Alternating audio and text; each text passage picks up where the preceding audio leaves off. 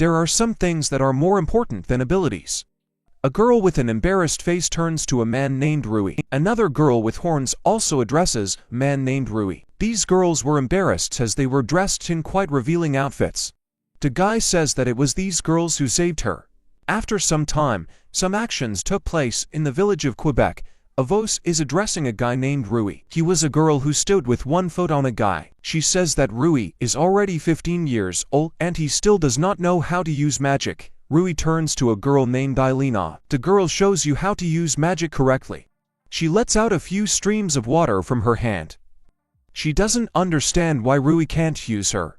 Alina doesn't understand why Rui doesn't understand anything.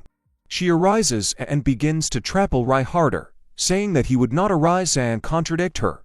The guy does not understand why Alina grew up to be such a girl, since she used to be kind. He is very sorry, but Rui does not know how to use magic. Unlike other people, Rui also does not have time in sports. It was only at the age of 10 that he noticed that there are those people who, no matter how hard they try, they get nothing. Rui stumbles and falls. At the moment, the crowd of people also notice that Rui is stumbling again. Rui notices that, compared to him, Alina is a genius. She first started using magic at the age of 3. She's got a lot of talents. Rui is nothing to her compared to herself. She probably doesn't understand what he's like. Alina takes Rui's hand and says that she will train him again as his lover. Rui doesn't even love her. She is happy that he is dating a cutie like her and also trains with her. Rui realizes that this cannot go on forever. Rui is a little worried and says that he wants to study alone today. She doesn't understand why Rui doesn't want to study with her. Alina tries to persuade Rui to work out with her, since he can become stronger alone. The girl says that all people can use basic magic from birth. She tells Rui that he is just a loser. She feels sorry for his parents, who are already feasting in the next world. Rui's face changed at that moment. He felt a mental pain. His patience had run out. He says he won't date Alina anymore. The girl is confused, as she did not expect such words from the guy. She doesn't understand why he doesn't want to date her. She denies his words, sharing a sweet look along the way. The guy says that there can be no relationship, since they can't even become friends. The guy despises such arrogant people, and says that the girl would leave him alone. The girl thinks the guy is joking and asks him to stop. After a while, the guy runs into some kind of forest. He says, "It's always difficult to walk in this forest." This forest, which is located near the village, is called the impenetrable forest. There are no monsters or people here. This is exactly what you need for a secret workout. The guy starts his workout. A magical green glow appears around the guy. He raises his left hand to his chest and says that first he must imagine and concentrate the magic going on inside him. He has to turn mana into magic and quietly channel it into his fingertips. Particles are coming out of his right hand. He calls this spell the wine. As a result, it wasn't the wind that blew out of his hand, but something like steam that quickly evaporated. Rui fell into despair because everything turned out as he thought. The guy remembers Alina's words that she feels sorry for his parents. He looks down desperately. Rui clenches his hand into a fist and prepares not to give up. As a result, he gets everything as usual. He repeats his actions over and over again, but to no avail. Still, no matter how hard he tries, he can't do anything. Rui notices that since recently, a strange atmosphere has been floating in the forest. If there are monsters here, then he needs to finish his training as soon as possible. Suddenly, he notices a strong magic that even he feels. He sees a rift in the ground where the glow is coming from. He thinks that it is from this hole that magic comes. He does not understand what kind of hole it is, because as he got closer to it, it began to glow even more. He needs to go back to the village and tell everyone about it. Suddenly, his foot slips into this hole, after which he falls into it. Rui falls into this hole and asks God to give him a good childhood friend and strength at his next rebirth. Rui wakes up in a place he doesn't know. He doesn't understand where he is. He remembers that after he ran away from Alina, he found a big, obscure hole in the forest while he was training. He remembered falling into it. He doesn't understand what kind of space it is and where he is. And he notices a girl who was standing behind him. It was a girl in a black dress with small horns and big eyes. She is interested in the guy saying that he finally woke up like that. Rui does not know who it is, and says with embarrassment that this is the first time he has seen such a beautiful girl. He notices that the girl has horns growing out of her head. He thinks he's seen it in a book. It is said that their owners control strong magic. They are cruel and treacherous. All people are afraid of them. He understands that these are demons. The girl confirms his words, and coming closer, says that he guessed right away. The guy introduces himself as Ruisha and says that this is the first time he has seen such horns. The girl notices that he is not afraid of demons. Yes, the guy thinks a little. The guy remembers that he was told that demons are dangerous and that they can eat him, but surprisingly, they do not scare him. He thinks it's because they're so beautiful. The girl is embarrassed by Rui's words. She tries to calm herself down, thereby presenting herself as a descendant. She was just praised for the first time in several tens of thousands of years. Guy, I'm sorry for such a surprise. Suddenly, their conversation is interrupted by the voice of another girl saying that the guy is a poor simpleton. The girl with the tail and wings says that the guy would look at her too. She notices that she has wings and a tail. He doesn't know who she is. The guy begins to introduce himself as Ruisha, and then asks the girl to introduce herself. The girl does not like his manners, but she really likes the courage to be welcomed. She presents herself as a representative of the strongest race. She is the main dragon, namely the 7th Dragon Queen. Rui is discouraged and surprised by her title. Rui will remember that dragons are considered the strongest race on Earth. Among all the dragons, the black dragons are considered the strongest. The girl was a little embarrassed and says that she has not been so surprised for a long time. The girl says that, since he was so surprised, does he know who this girl standing behind Rui is? Rui stands in disbelief. The girl came to her senses and says that she has not introduced herself properly. Yet she is the one who rules over darkness and house, namely the 66th Demon Queen, Descendants, Saint Nietzsche Nodens. The guy is shocked that this woman is the Demon Queen. He asks the girls again that they are the Demon Queen and the Dragon Queen.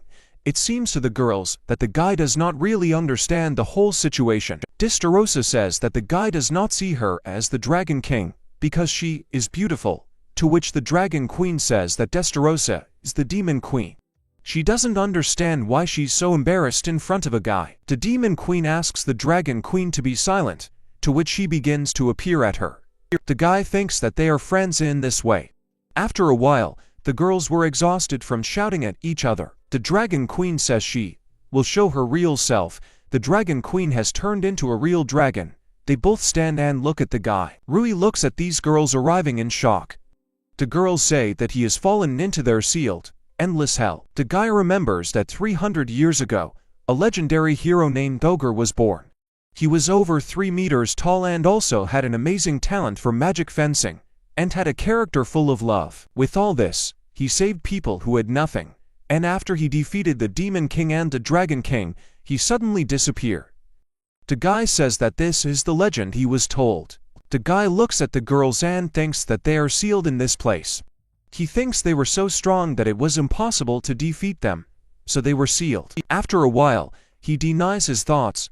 His body is shaking with excitement, and beads of sweat stand out on his face. The guy says that the first thing he needs to think about is how to get out of this place, and assumes that these 2 girls know how to do it. Suddenly, these girls pay attention to Rui. He asks them how to get out of here, to which the girls look at him with incomprehension. The Demon Queen clears her throat a little and starts laughing, saying that the guy is very funny. The Demon Queen says that he can be understood, but it would be better for him to give up quickly, because there is no way out of this place. The guy is shocked by the words of the Demon Queen. The guy does not understand why it is impossible to get out of this place and thinks that they will all stay here until they go to the next world. Dragon Queen says that if they had the opportunity to get out, they would have done it long ago. The Dragon Queen walks up to Rui and bends down a little. She asks to look at her body, as there is a magic circle on it. The girl says that this is the seal that the hero put on them. Because of this seal, their souls were connected to this place. But even if you tear up the space you can get out of here. The guy decides to check the presence of the seal on his chest too. The guy says that there is no magic circle on his chest. At this moment, the Demon Queen is surprised. She runs up to Rui and begins to undress him. Simultaneously, looking for this magic circle. She searches for this circle on her back, and then searches for it on her feet, saying that it may be hidden in an invisible place. The girl realized that there really was no magic circle. The Dragon Queen doesn't understand why the guy ended up here without a seal. The guy says he just fell into a hole. The Demon Queen thought for a bit. She is embarrassed and says that everything has become clear to her. Most likely, the hero's magic did not affect the guy, but he got here because of an accident. It's possible that the guy can get out of this place. The guy comes to his senses and starts asking the Demon Queen again. He says he will do anything to get out of this place. The Dragon Queen waves her ears a little, and the Demon and Dragon Queen ask the guy a little with embarrassment. The girl says, there's only one way to get out of here, namely, to open a hole in this space and get out of this place on your own. The guy repeats the words of the Demon Queen. The guy says he can't do it because he doesn't know how to use magic. The girl says that this does not mean that he cannot use it at all.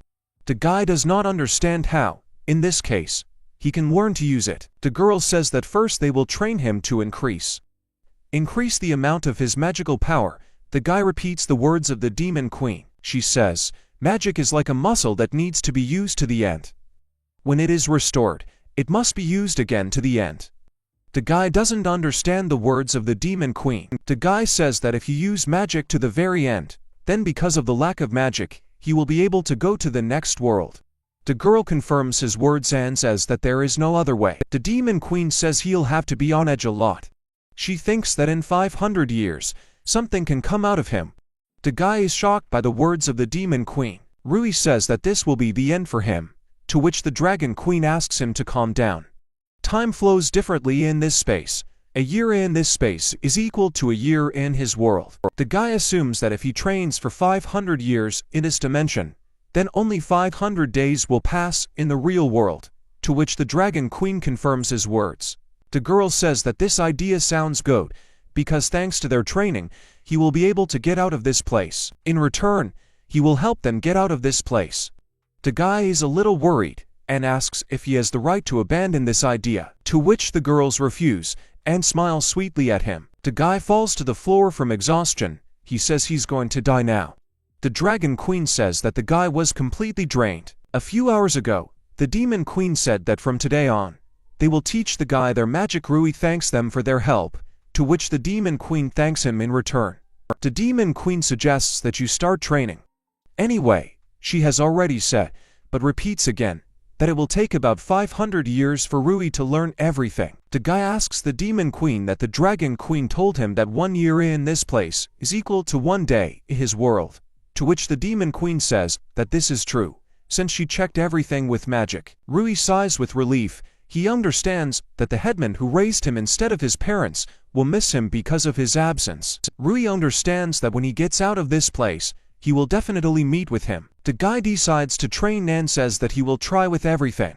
The girl laughs a little and is embarrassed by Rui's words. She puts her hand on his head and says he's a good boy, smiling sweetly along the way. The guy looks at her with admiration. He imagines this situation as if it's his mother stroking his head and telling him he's a good boy. He says it's a warm feeling, like from mom. He had even forgotten that this girl was a demon. The girl warns the guy and immediately apologizes for the fact that the guy can really go to the next world. The Dragon Queen tells the guy that he has almost died. At that moment the Demon Queen was saying that he didn't have a shred of magic. The Dragon Queen says that the Demon Queen teaches him well. The Dragon Queen says she will now take over his training. The guy is scared of her words, as he has just experienced a hilarious workout for himself. The guy says that he will definitely go to the next world, to which the girl says that he should not be afraid. They will not practice magic, but the girl will teach him the techniques of Qigong. The guy doesn't understand her words. The girl says that Qigong used to be called Odo. Thanks to her, the power hidden in the body, although not as strong as magic, is not weaker than it. Rui will have the power to resist dragons if he trains himself. The guy admires the words of the Dragon Queen. The girl says that the Qigong technique is called the Qigong exercise system. There are 9 exercises, divided into attacking and defensive. Having learned everything, Rui will be able to overcome any obstacles. Rui admires the words of the Dragon Queen. The guy says, if it's such a cool technique, then why don't they use it? The The girl notices the guy's words. He doesn't understand why people don't use such technology. The girl says that they do not use this technique, as it is a complex technique. The guy was very depressed. The guy understands that this is the whole answer of the Dragon Queen, but that she confirms his words. The girl speaks differently, saying that the use of magic has spread more easily. Ordinary people can use basic magic without training. For the Qigong technique you need to train hard. The guy listens to the girl in surprise and says that it will be as difficult for him as magic. The girl confirms his words. She says that talent is not needed to learn Qigong techniques. You only need painstaking training and that will be enough. Everything became clear to the guy. He will try hard, and asks the girl to start his workout.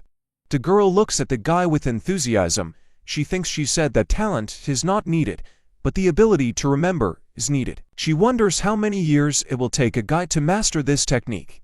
The guy is determined. The Dragon Queen looks at him with delight. The Demon Queen says that there will be the same program for a week, and then they will try to meet it in less than 500 years. The Dragon Queen says that the guy needs to be taught techniques faster than he can learn something from the Demon Queen. She says they will start by feeling the energy. Rui confirms her words. The guy has been in endless hell for 10 years. He uses a whirlwind spell, and he's pretty good at it. He turns to Testaroda and asks how he did it, to which she says that he has something to work on and asks him to concentrate. The guy agrees with her words. It seems to the girl that the guy has become a little magician. She trains him like in Sparta, but he hasn't made a single squeak. She thinks that all people are like him. He has run out of magic power for today. The girl says that training is over for today, to which the guy says that he is fine. The guy says that he tried very hard to get to this point, and he doesn't have time to rest. The guy asks her to give him more practice. The girl thinks that he has developed an attachment to the force, which can be called unhealthy. The girl realized that she had overdone his training. She addresses him by name and says that he really can be called the lowest class magician among people. She takes his hands and tells him to know that his efforts are not in vain. The guy is excited and confused by the girl's words. The girl passes magic power to him through her hand. She then asks him about the magic channels, to which he says he knows about them. The Demon Queen says that people who don't have magic abilities have a very small magic channel, so she can't convey much to her. If the channel is not used, it may degrade. That is, if you don't use magic, then the guy won't be able to use it anymore. The girl confirms his words. The girl says that if he trains then her magic will pass to him. The guy looks at all this in surprise and fascination. The girl says that all this shows that Rui's magical channels are expanded than those of ordinary people. She says the guy got stronger because he trained without feeling sorry for himself. His efforts are not in vain. The guy immediately changes his face, to which the girl is interested in his health. She doesn't understand why the guy is so embarrassed. Rui has tears coming out. He says he's fine because he just feels good.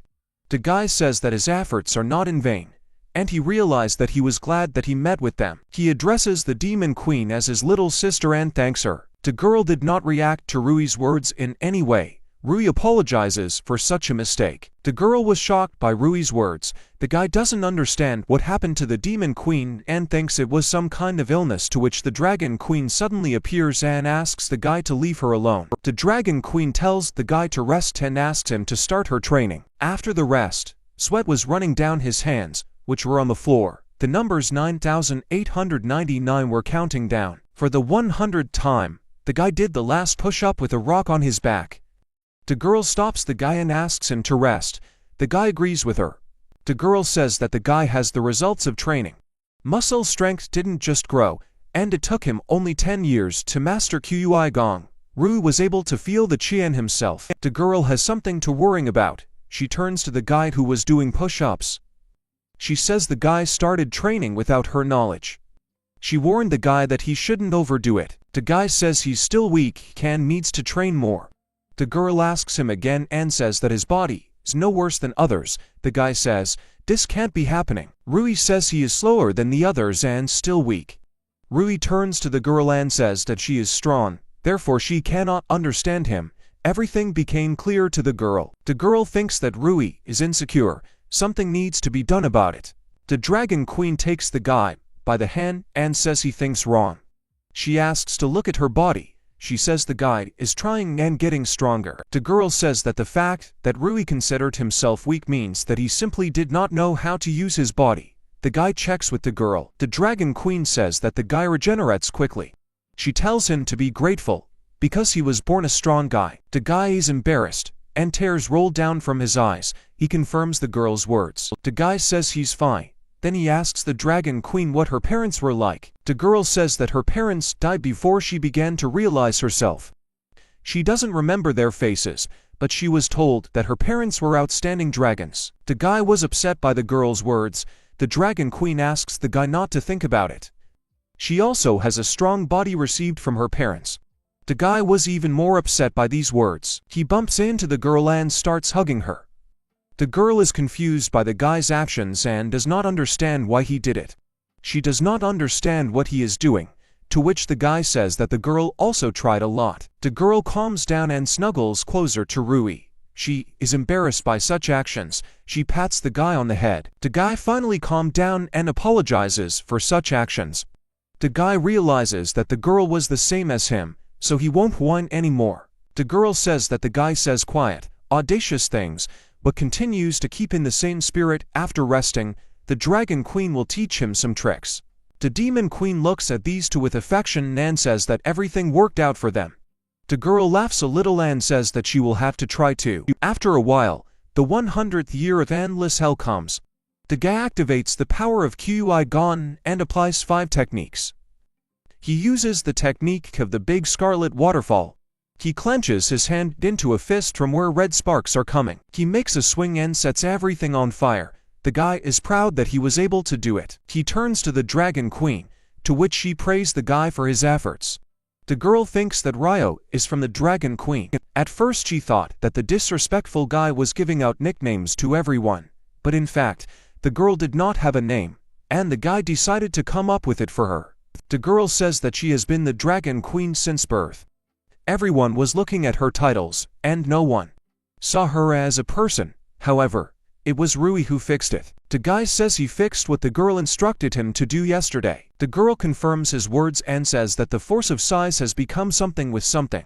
The girl says, it's not so bad to have a name, but there is one thing. But the girl is happy and praises the guy for having learned half of the attacking and defensive techniques. He learned them quickly enough, in 100 years. She pounces on the guy and starts pulling his hair. The guy confusedly turns to the girl and says that he has been thinking about one moment for a long time. The guy says that when the girl touched him, his heart began to beat faster. The girl is very embarrassed by such words. The girl does not understand his actions, to which the guy says that, unlike him, she is soft and also smells delicious. The guy says that she is the perfect woman from his point of view. The girl is embarrassed and objects why he dared to get excited from such a poor body. The girl shyly chases the guy away for his actions. The guy thinks that the girl didn't understand anything. The Dragon Queen is still moving away from the actions taken by the guy. The girl says she is very embarrassed by the guy. Suddenly, her shouts are the Queen of Demons. She asks the Dragon Queen to come to her as she needs to discuss something about training. The Demon Queen says they've just finished training. At this point, the guy says he's going to practice on his own. The Dragon Queen says she didn't think they would be so friendly with the Demon Queen. They used to fight for their lives, but to be sent to the next world. The Demon Queen confirms her words and says that it was a long time ago. The Dragon Queen says that from the moment the guy appeared here, everything began to change. The Demon Queen confirms the girl's words. She didn't think that such a boring pastime in this space would become so much fun. She couldn't imagine it until this guy showed up. The guy turns to the Demon Queen and says that he has a question about magic. She agrees with the guy. The girl says that she asked him not to call him that anymore. The guy is confused and does not understand what to call her next time. The guy is very embarrassed. The guy addresses the Demon Queen as a sister. The girl is very embarrassed and asks the guy to start training faster. She falls into his arms. They both get embarrassed, and the guy thanks her. After a while, the guy starts using magic. The guy is determined and pronounces the spell of the Pillar of Fire. A pillar of fire of incredible size appears from the guy's hand. The girl is glad that the guy has more magical power. She says, it can't be compared to what it was 100 years ago. The guy is really getting better, but at the same time, The breakup is getting closer. Rui turns to his sister and asks him if she saw his actions. Suddenly, the guy is surprised. The demon queen is starting to get embarrassed and cry. The girl laughs a little and says that they thought that the one whose name is the strongest and oldest would someday cry in front of a man like Rui. The guy thinks it's all because of him. The girl confirms his words and asks him to think about himself. The demon queen hugs the guy to her chest. They are both embarrassed by such actions. The guy asks the demon queen to tell him what the girl says so that he can think for himself. The girl is a little embarrassed and laughs, saying that she will joke like that more than once. The girl tells him to rely on his little sister, and she will definitely bring him back to his world, even if it is a breakup forever. After a while, the 300th year of endless hell, comes a guy using a dark flame spell. It slowly begins to move and then turns into a large circle. The girls are watching the guy closely. The demon queen laughs and says that he succeeded. The dragon queen notices that this is dark magic, and it seems like it can only be used by a demon of the highest rank. The demon queen says that every day a little bit of her magic power got into the guy and he was able to start using it.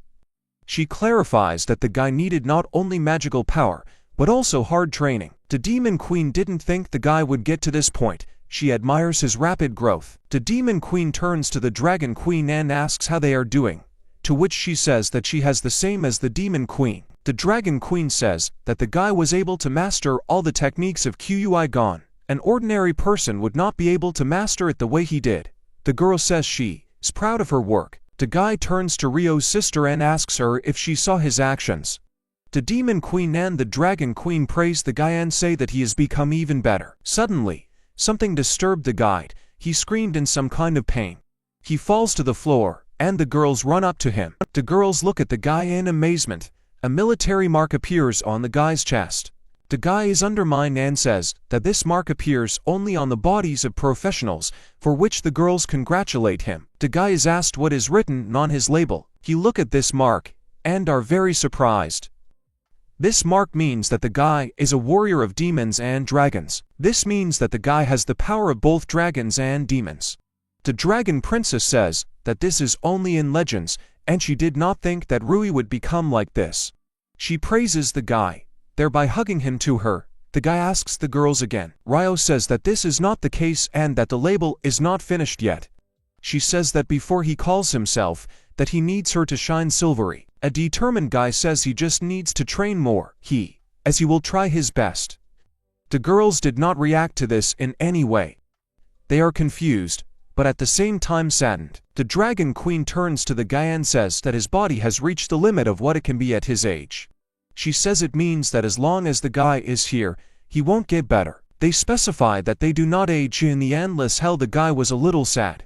The guy says that all he has to do is get out of here. The demon queen says that the current one will definitely be able to get out of here, but first they will rest today and try to do it tomorrow. The guy stands sadly aside. The girls didn't say a word. The company stands and silently looks at each other. The demon queen asks the guy if he remembers how to get out of here. She clarifies and says that if Rui forgot to ask something, then let him ask now, while there is an opportunity. The guy says he has no questions and addresses the demon queen as a sister. The guy says that when he first got here, he didn't even know what would come of it. We were able to do all the training that almost sent the guy to the next world, because these girls were next to him. The guy says that he had fun with them along the way. He remembers moments from training, but now those days are over. He's leaving here today. The guy regretfully turns to the girls and says that he is already leaving. He begins to use his power. Something blue with blue shades appears in front of him. Suddenly, he is stopped by the dragon queen Rio. She holds her hand up to her ear. She hands her earring to Rui and tells him to use it. The guy notices that this earring is Rio's property. The girl asks the guy to direct magic power into this earring. The guy immediately gets down to business. He clenched his hand into a fist where the earring was. This earring will start to glow. Gradually, a golden-colored sword appears from Rui's hand. The guy notices that he is holding a sword in his hands. Rui feels incredible power from the sword. He is a little shocked that it is a dragon sword. Ryu says it's a relic of her father. This sword is made from her father's fangs. This is a legendary sword, and there are only 2 of them in the world. The girl smiles and says that she is giving this sword to Rui. She says that this is the only memory of her father, and asks Rui to use it with caution.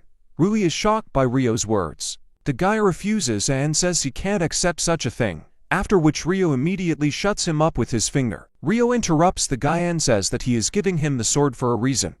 She says that if Rui wants to refuse, then he must understand his actions. The guy agrees and says he will treasure it.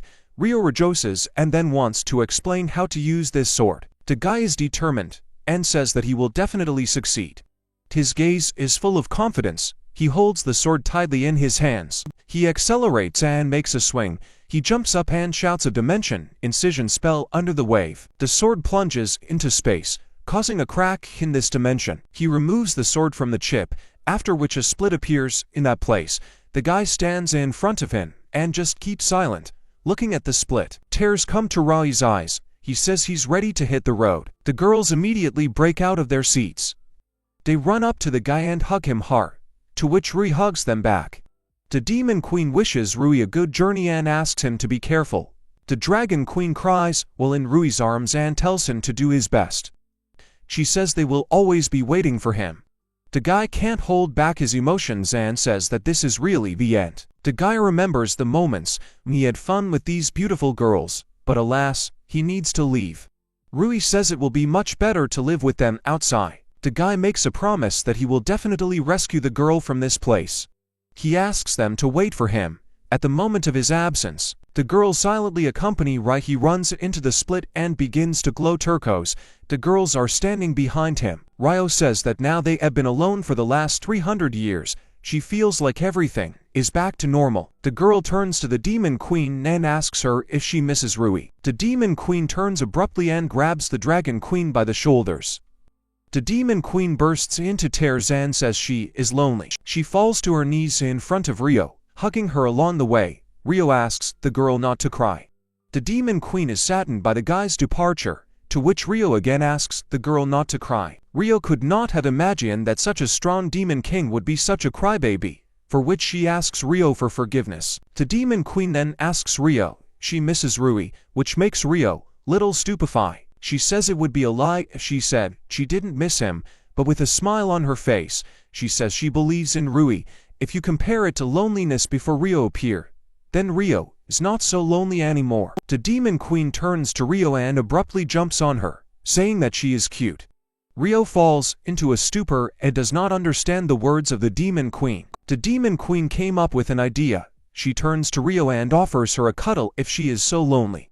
The Demon Queen looks at Rio with a funny face and an excited look. Rio turns to Rui and asks him to come back as soon as possible. After some time, Rui finds himself in the space between dimensions. Rui thinks about his sister and Rio. The memories bring tears to his eyes. The guy says that no matter how many decades it takes him, he will definitely save them. Rui takes a sword and his hand and making a swing casts a dimensional incision spell. He steps into this split. A bright light envelops him, which makes Rui squint. Suddenly, he finds himself in the forest where birds were pleasantly sitting and chirping on a tree branch.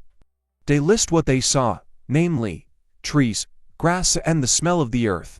He realizes that he has finally returned like this. He screams with such joy, simultaneously scaring away the birds that were peacefully sitting on the tree. The guy realizes that he should not stand still, but first he needs to return to the village.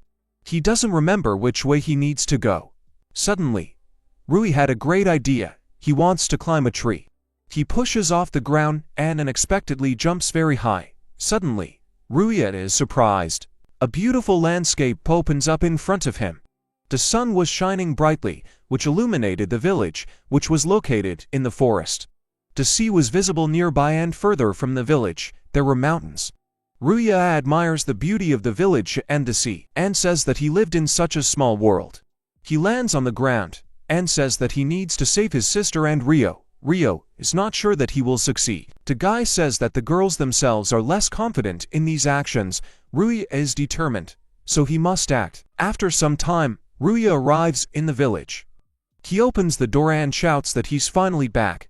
He looks around and realizes that nothing has changed in this house. Rui sees a sheathed knife, some coins and money, a map of the area, and a lantern standing and lying on the table. He says that this will be enough to take. Rui comes to a clearing where a stone stove and a breeze blew, which carried away the leaves. A guy with a very polite expression apologizes for not seeing his mom and dad for a long time. There was a flower next to the stone. The guy says that the next time he comes to them, he wants to introduce someone, namely his sister and Rio. He says, "They're good girls." Suddenly someone interrupts him. He is addressed by an old man who was going about his business and suddenly came across and recognized Ruiz. Rui recognizes the old man and addresses him as an elder. The elder begins to ask Rui where he has been all this time, to which he says that a lot has happened during his absence. He apologizes for the sudden disappearance, and he is glad that they have met again. The elder is glad that Rui is alive, and invites him to go to him. The old man will give the guy something warm. Ruia clenches her hand into a fist and asks the elder for forgiveness. He creates a fireball above himself and says he needs to go. The elder doesn't understand anything. Ruia thanks the elder for being worried about him. Ruia says that everything is fine with him, and that he is no longer weak as he used to be. The elder doesn't know what happened to Rui, but he says his eyes are full of confidence. The old man says he won't stop the guy.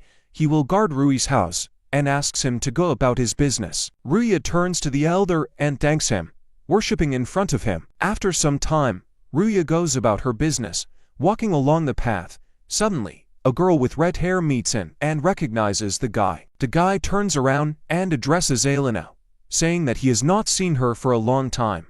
The girl says she was worried about Rui since he had been gone for over a year. The girl sarcastically says that since Rui has decided to return, it means that he wants to make peace with her. The girl says that she would like to punish the guy for betraying her. She would have incinerated him, but this time she would forgive him. Rui interrupts Alina, saying that she is still the same. He asked her to finally grow up. The girl is confused and is in a little shock from the words spoken by Ruia. She gets mad at Rui and says he needs to be punished. Along the way, she swings for a punch. Ruia looks at her with a calm gaze. Rui just stretches out his hand, thereby stopping the girl's blow. The girl is shocked by Rui's actions and does not understand how he stopped her blow. The guy turns to Alina and says that the girl really sees no one but herself. She doesn't think that others are getting stronger than her. The girl is confused and comes in shock from the words spoken by Ruia. She asks the guy to shut up. She tells Rui to listen only to her. Along the way, she strikes one after another, which Ruia dodges without any problems. The girl is surprised that she could not hit Rui. Once the guy uses the power of Kigon, using the third technique of the Suri Nui skill, he kicks the girl in the face. She is shocked by such actions. Alina falls to the ground and says that she is in pain, after which she orders Rui to pick her up. Rui looks at the girl with disgust and says goodbye to her, telling her not to bother others anymore. The guy is gradually leaving the girl. She asks the guy to stop. Alina holds out her hand after Rui leaves. She says she will definitely make it her own. The guy walks quietly and calmly along the path. The guy thinks a little and says that he is lost. At this moment, he looks at the map with bewilderment and a little excitement as well as surprise. The guy remembers the moments he spent with the girls. He asks about them what he needed to do when he got out of this endless hell. She says that first the guy needs to collect information about the hero. It is the heroes who know how to remove the magic seal. The guy understands and says that the hero is a human being, and notices that people do not live longer than 100 years. Most likely the hero has already gone to the next world. Orion thinks a little. Ryo says that the hero's blood has not disappeared, and that the ogre's relatives or his family still live somewhere. The guy confirms her words and says that he needs to find his grandchildren. The guy stops in place and confirms his own thoughts.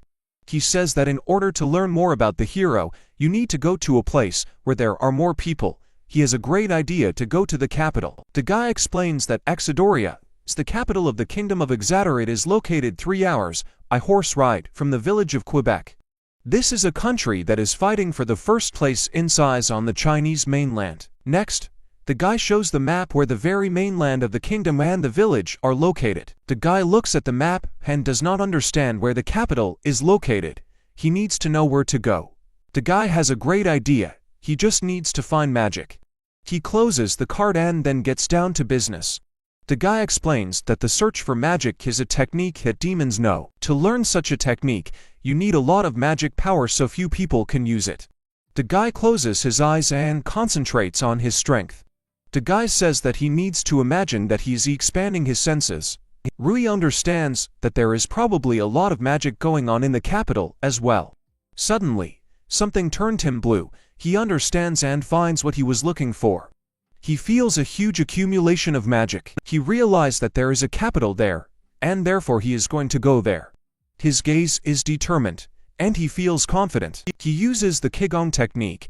I push off the ground. He cast a flying jump spell. He hit the ground and abruptly flew high, hovering above the ground. Rui admires it. He says that he only jumped a little and already saw so much beauty. He is overflowing with joy. The guy is very pleased to use this technique. After a while, the guy stops and says that he overdid it a little. He decides to catch his breath a little as sweat is flowing from his head. Suddenly he notices something. He sees a large number of people standing at the gate, which is guarded by guards. The guy notices all this and thinks that there must be an entrance there. The guy standing at the end of the queue does not understand what is being searched there. It's his first time going to the capital, so he's a little worried. Suddenly, the guy is asked to provide a migration card. At this point, the Rui becomes stupefied. They understand what kind of migration card we are talking about. He's asking himself again. At this point, the guard asks the next one to go through the security check. The guy does not know what to do because he was not told that he needed a migration card. The guard is asked to pass the next one. At this point, it's Rui's turn. The guy is very worried and is trying to get this situation out somehow. He understands that no matter what he does, he will already be caught. Suddenly, a guard turns to him and asks him that the guy is most likely going to enter the Magic Academy. Ruisha is a little shocked by the guard's questions. The guard starts pushing the guy and telling him to hurry up as the exam is about to start. Ruisha asks the guard if he can go through, to which he gives a positive answer. The guard wishes Rui good luck and asks him to smash everyone there. The guy didn't understand anything, but thank God that he managed to get through. He clutches at his heart and breathes heavily from this stress. After walking a little further, he admires what he saw. He sees the capital in all its glory. There are a lot of people walking on the streets. There are big, tall buildings on the streets. In the distance, you can see a bridge where people walk. The guy comes closer to the signs and begins to examine them. The guy thinks a little looking at these signs. He sees that the road that runs in the middle leads to a residential area. To the right of it, where the sea is, there is a trading area. People are also walking briskly on it. There is a bridge over which you can walk and cross to another part of the street. Ruisha notices that the same Magic Academy is on the left side of the campus. The entrance to the academy was decorated with an arch above which hung the coat of arms of the academy. There was a tall house next to the entrance. The guy thinks about the academy and says that he always wanted to try to get there, but now he's not up to it. The guy looks at the academy admiringly. He gradually begins to search for information. He says that she is usually recognized in bars, but if he enters there, he will be kicked out because he is still a child. He decides to go to the guild and find out the information there. The guild is also filled with many different people. The guy says, if he gets into the Adventurers Guild, he will be able to travel to different countries as well as earn money. The guy decides to destroy two birds with one stone at the same time. This is where he decides his actions. Rui decides to become an adventurer. His spirit is full of determination and his eyes are full of confidence. Suddenly, someone grabs him by the shoulder and shouts at him. It was an elderly woman who says that the academy is in the wrong direction. The guy doesn't know this woman and doesn't know who she is. He tries to say something, but the woman interrupts him. The woman says that she understands that the guy is afraid of failing the exam, but he does not run away from problems and therefore drags him along. Ruisha tries to resist, but the woman turned out to be stronger than him. She pulls the guy away by the scruff of his neck and says she take him to the academy. The guy is at a loss to understand anything. He does not know and does not understand what will happen to him. Now, after a while, the guy talks about the Royal Magic Academy of Freud. It is made in order to compete with the empire which has been growing rapidly in recent years. The purpose of the Grow Up Academy is to educate gifted children and use them for their needs. At this moment, the woman tells the guy that he can take the exam without presenting documents. The guy doesn't understand why this woman is telling him everything. After some time, they reach the final goal. The guy looks ahead in surprise. He is fascinated by what he has seen. The woman imagines the building in front of her as a magic academy. It was a 2-story building with tiles on the floor and a standing fountain next to it. The woman pushes the guys, telling him to go to the counter to fill out the paperwork. The guys are uncomfortable with the woman's move, but he agrees with her decision. The woman wishes good luck to the guy. Ruisha understands that there is no way we can get out of this situation. The guy who is standing at the front desk tells Ruisha that he was almost late. Ruisha laughs a little because he is embarrassed. After some time, he gets to the shooting range. The guy notices that the targets are floating with the help of magic. A man is addressing Ruisha. This guy tells Ruisha to take the magic test first. He says that you can use absolutely any magic. He tells Ruisha to break as many targets as possible in a certain amount of time. He agrees with him. The guy notices that some girl used a spell in a whirlwind. The target didn't even stagger. The guy notices and says that even at first glance, it is clear that this girl is incompetent. He thinks that most likely it's the girls who are unlucky with the teacher. He feels a little sorry for this girl. After a while, the examiner calls the next one, namely Ruisha's baddie. The guy responds immediately. The examiner starts checking the guy's strength. Ruisha stands in front of the targets. Ruisha admits that he wasn't going to take the exam seriously.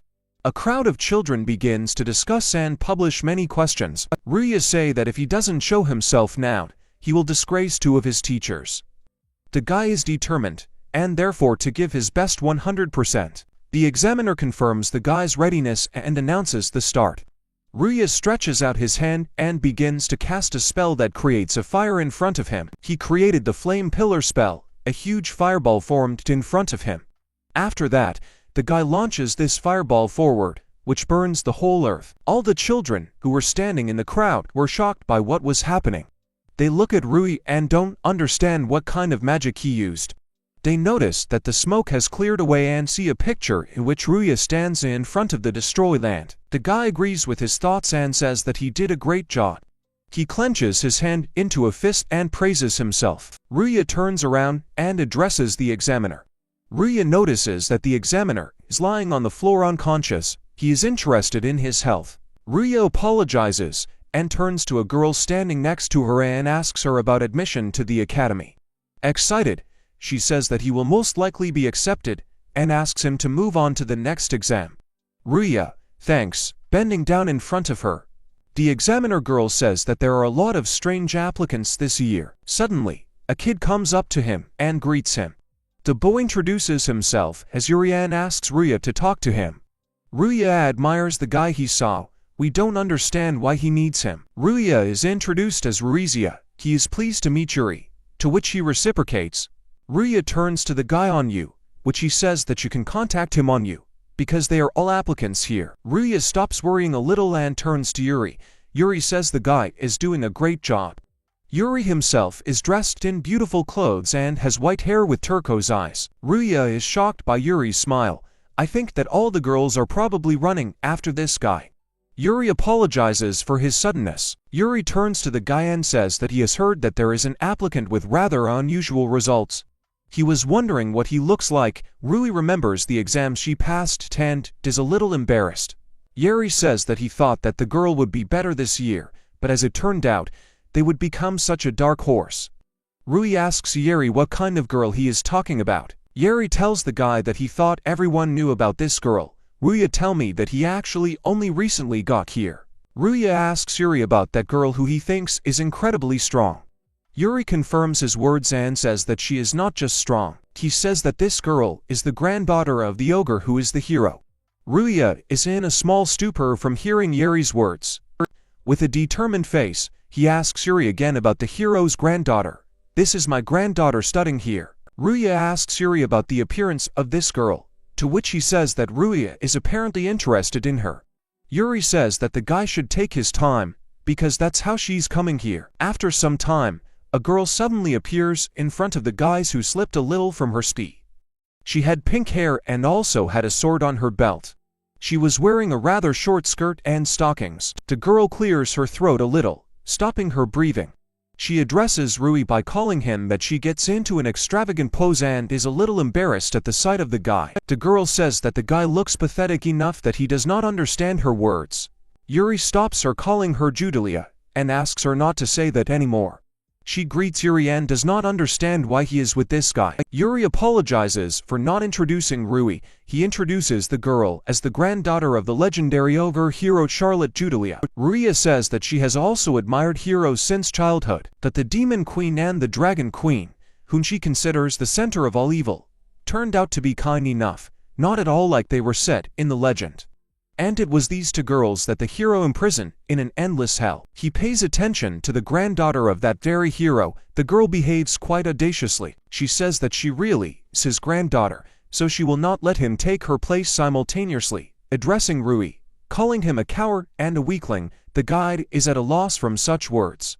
Rui is really shocked by the girl's words, and he thinks she has excellent student syndrome. Yuri says that the exam has already ended, so nothing can be changed.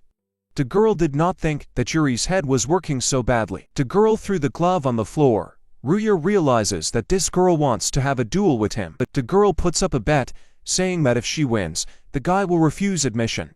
The girl also says that if the guy wins, she will become his servant. Yuri tries to dissuade the guy by saying that it is irrational. Ruisha did not respond to his words. Ruisha says that he does not need a servant. However, his eyes and soul are determined. He believes that if he wins, he will be able to find out about the hero. Yuri tells the guy that if he picks it up, he will start betting. Ruisha picks up the glove and agrees with her. He holds out his gloved hand to her, telling her that he accepts her challenge. She looks at the guy with a malicious smile, showing everyone that she is stronger than him. After a while, they come to the arena. Ruisha and Charlotte are standing opposite each other. What kind of person does she turn to Yuri, asking him if this duel is worth anything at all? The examiner says that if they are injured, then he will be finished. Yuri addresses the examiner as a teacher, and says that he will take full responsibility for himself. In addition, he turns to the teacher and says that he is also interested. Then the teacher explains the rules. The winner is the one whose opponent surrenders or loses consciousness himself. At this moment, the guy and the girl are facing each other and are resolutely looking at each other. The teacher continues to explain the rules and says that if he considers that the participant cannot continue the fight, then the fight is considered over. He says in the rules that destruction is prohibited by law, after which the start of the battle is announced. The girl laughs a little and says that if the guy admits defeat, the fight will end without injury. Ruisha takes a fighting stance at this moment. She turns to the guy and forces him to take out a weapon too. Ruisha remembers about the weapon. He remembers the moment when the Dragon Queen told him that the Dragon King's sword should only be used in battle when his life was at stake. Ruisha must use the sword wisely. At that moment, the guy agreed with her words. They made a promise to each other and swore on their little fingers. The guy understands and says that he can't use the Dragon King's sword right now. The girl smiles maliciously and provokes the guy, saying that, does he really think he can defeat her with his bare hands? The girl feels sorry for the guy, but then she changes her mind. She takes a sword in her hand. She introduces herself as the granddaughter of the legendary hero, Charlotte Judelia. Her gaze is determined. She also got into a fighting stance. She says she will defeat the guy with all the powers of the great ancestors. After that, she begins her offensive moving towards the guy. Ruisha is determined and is not going to give up. He also took a fighting stance. The girl makes a swing at her partner. She at the same time thinks that most likely the guy wants to go to the next world. She can really send him to the next world, thinking that most likely this guy is really weak. At this moment, Ruisha uses the Kigon technique. Ruisha using the protective golden cocoon technique. At this moment, the blade of the sword touches the guy's hand. Ruisha does not feel pain as his arm is covered with a protective cocoon. The girl does not understand what is happening. Ruisha beat off her sword with his bare hand, namely, a sword that can cut steel. She bounced back and is out of the skill board. She asks the guy who he is, to which he replies that he is just Ruisha body. He is not a demon king, not a dragon king, not a hero, and not the grandson of a hero. The guy is determined. Ruisha says he is just an ordinary hillbilly. The girl does not understand how this guy beat off her sword with his bare hands. They are both facing each other. The girl put out her sword and pointed it at the guy. The guy puts up a defensive stance. I say that he used the golden cocoon technique. This technique differs from the iron cocoon, which makes absolutely everything harder. He says that while gold makes only one place hard, it is more effective in rigidity, and an iron dragon. The compacted area can be moved safely, so this is a fairly effective technique. The girl asks for more and goes further on the offensive. The guy just stands and looks at the girl's movement. She swings her sword, but the blow was unsuccessful, as the guy deflected her blow again. Time after time the guy deflected her blows. The girl does not understand how he does it, and she does not know who he is at all. She has a better command of the ball than many masters. She decides to change her strategy. She begins to cast spells, and a swirl of pink flowers begins to appear from her hand. These petals begin to move forward. She casts a spell of petal vines and then directs them towards the guy. The guy notices this and dodges her attack with awkward movements. He dodged non-contact. The girl continues to stand in her place. She notices the guy's good reaction, but the next attack follows. She asks the guy if he can dodge even more petals. She directs these petals forward and casts the spell Petal Storm.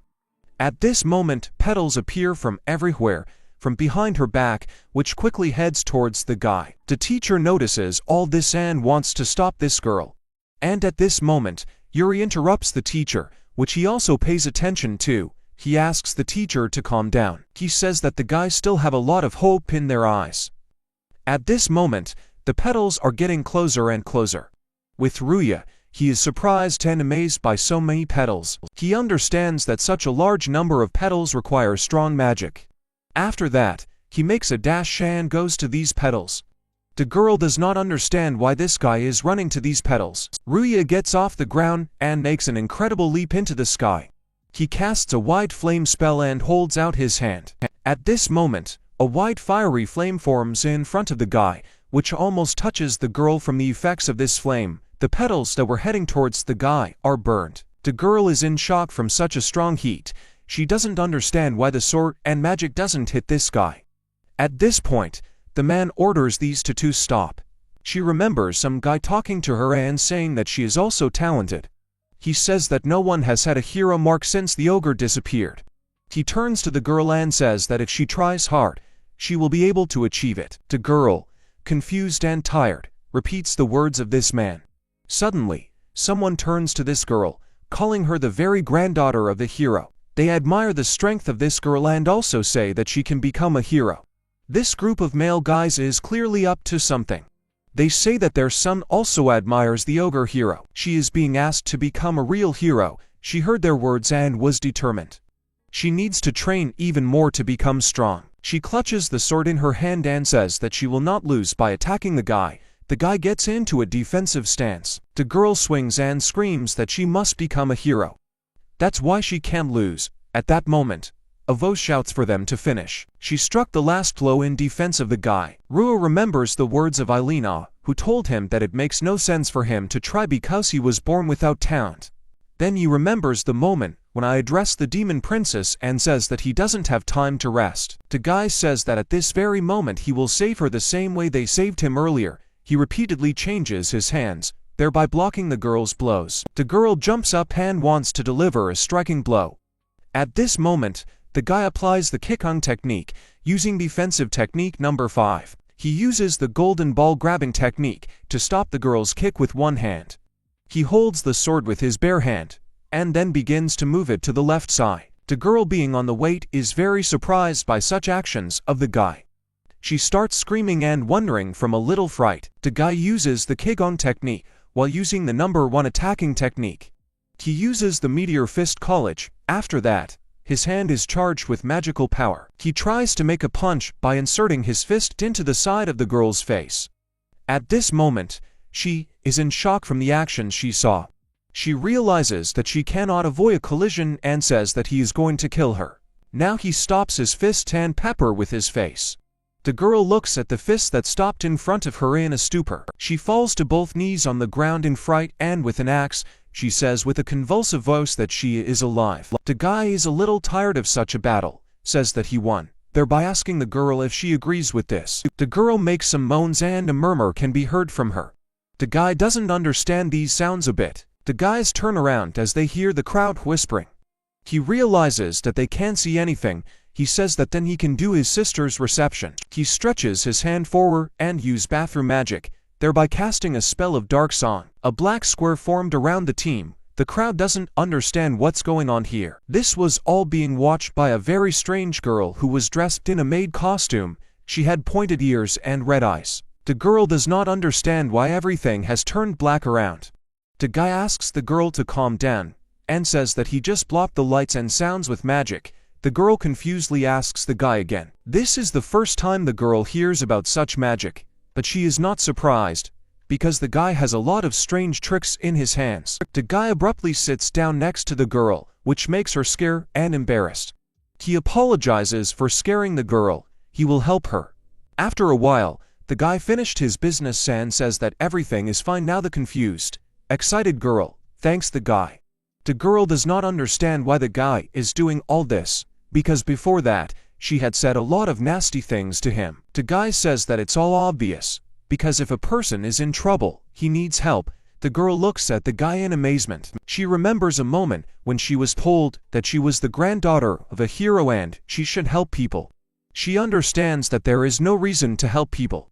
She doesn't understand how she didn't notice such a simple thing. The girl admits defeat with a little embarrassment. She worships the guy and apologizes for her bad manners. She addresses the guy by name and says that she recognizes that the guy is stronger than her in body and heart. The guy says that he has a lot to strive for and also praises the girl, who was also strong. He was especially surprised by the last magic. He removes his magic at this moment. The girl wants to say something. She says her friends call her by your name. The guy wonders a little, but accepts the offer of this girl. Embarrassed, the girl says that she will continue to call him Rai. The guy did not expect such words from the girl. They shake hands, after which the guy says that he is pleased to meet this girl. The girl announces to everyone that she is giving up and that she has lost. The teacher asks Charlotte if she is sure of her choice, to which she gives a positive answer and asks Ruisha to enroll. The teacher looks at what is happening with bewilderment, but at the same time they agree with her decision.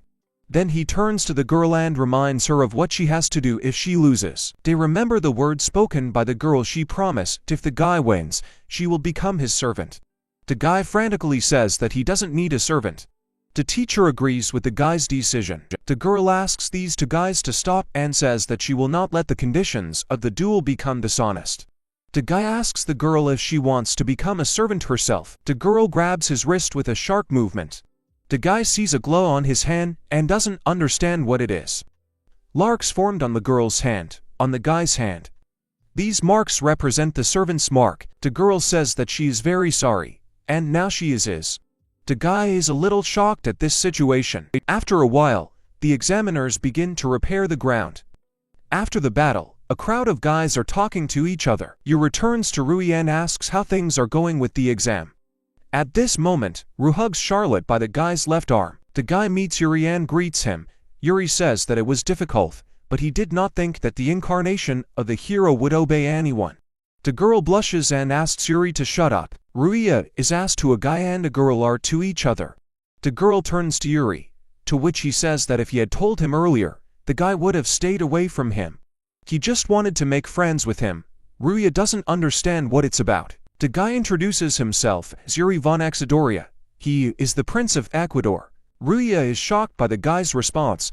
The guy turns to Yuri and says that most likely he should be called Mr., to which Yuri says that he should not do this and asks not to call his friends. Mr. Yuri addresses him and notices that the guy is not from the capital and is interested in where he will spend the night tonight.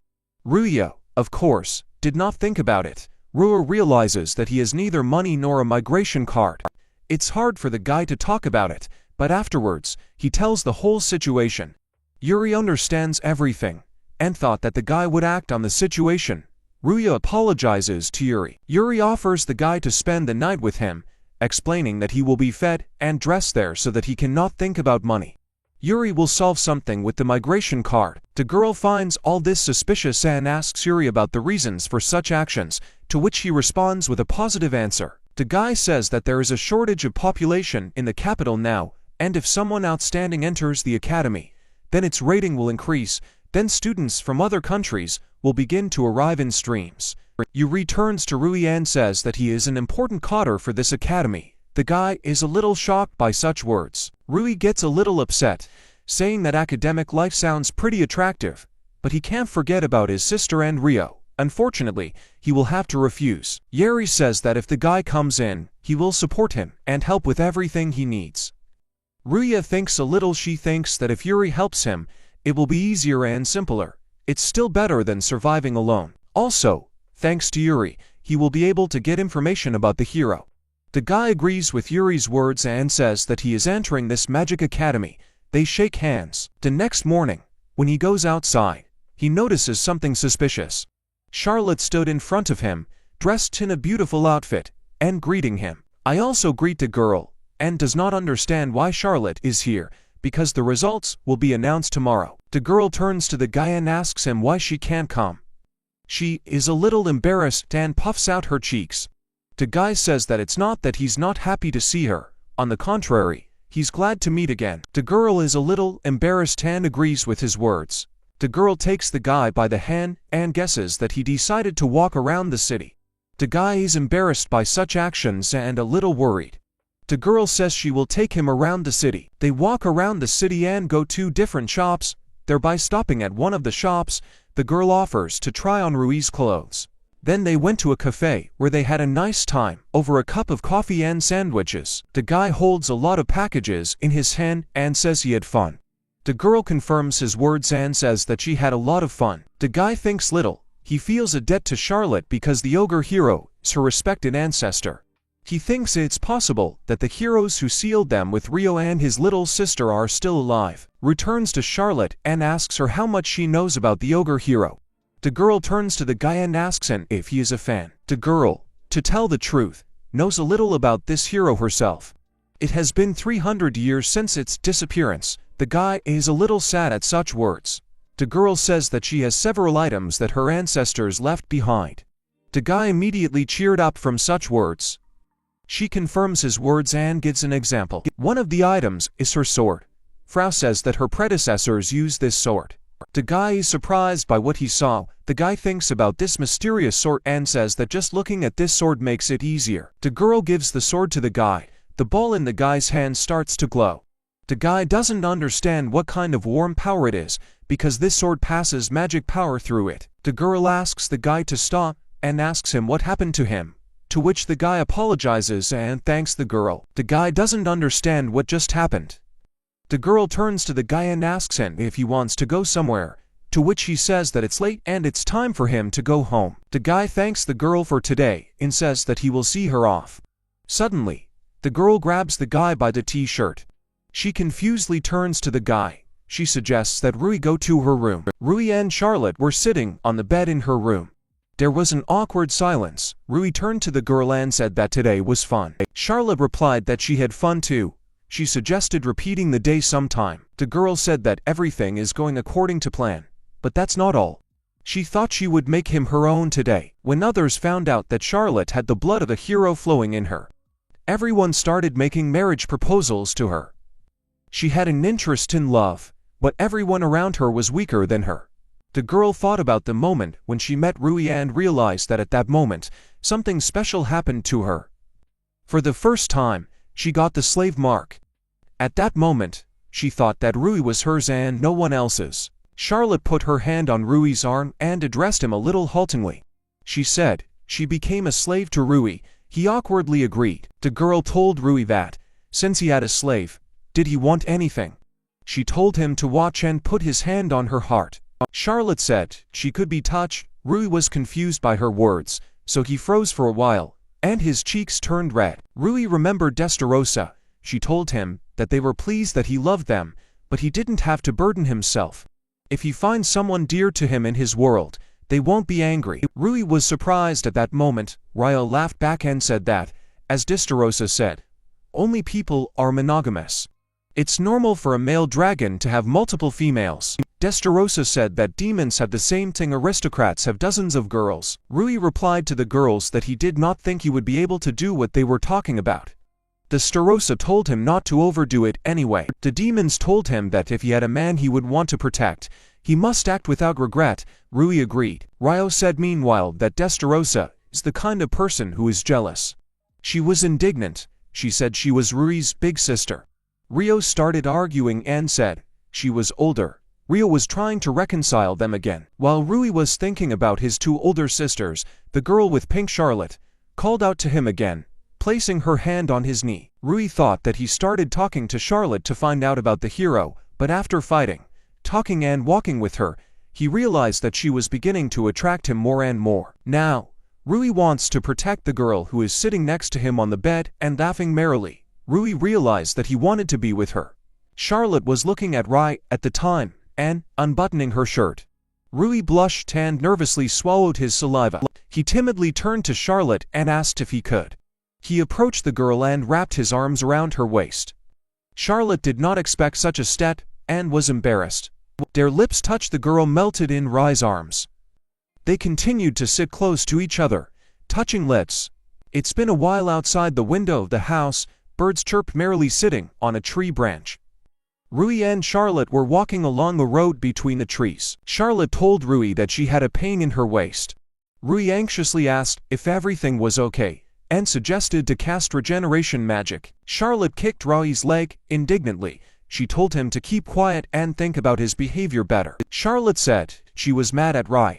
She told him to take responsibility and become her befriend. Rui calmly agreed. He told her that he was a man, so he would take responsibility. Charlotte was happily surprised. She asked Rui if he would say that he was joking, but the guy told her that he would not say such a thing. On the way, Rui and Charlotte met some guy.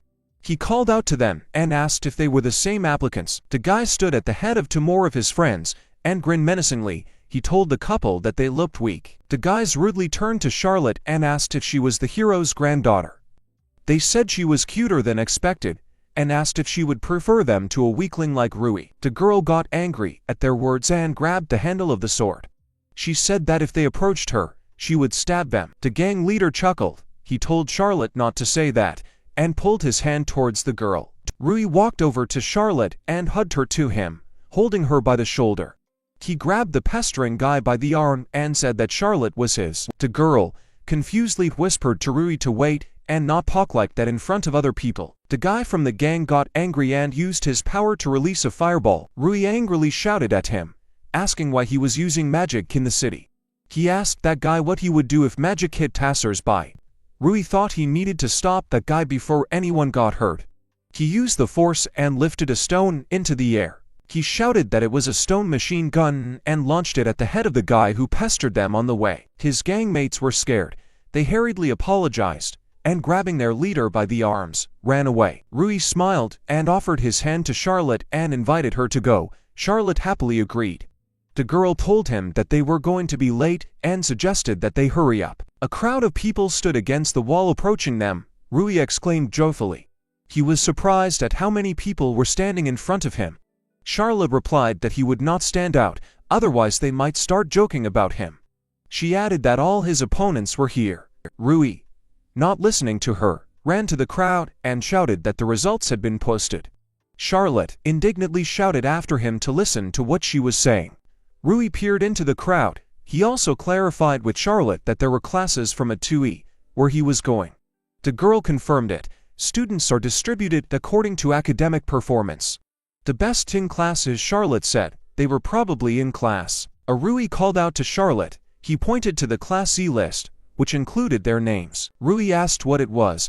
The girl shouted angrily that she didn't know. She added that there had never been such a class before. Then, a guy with blonde hair and a blue jacket approached the couple.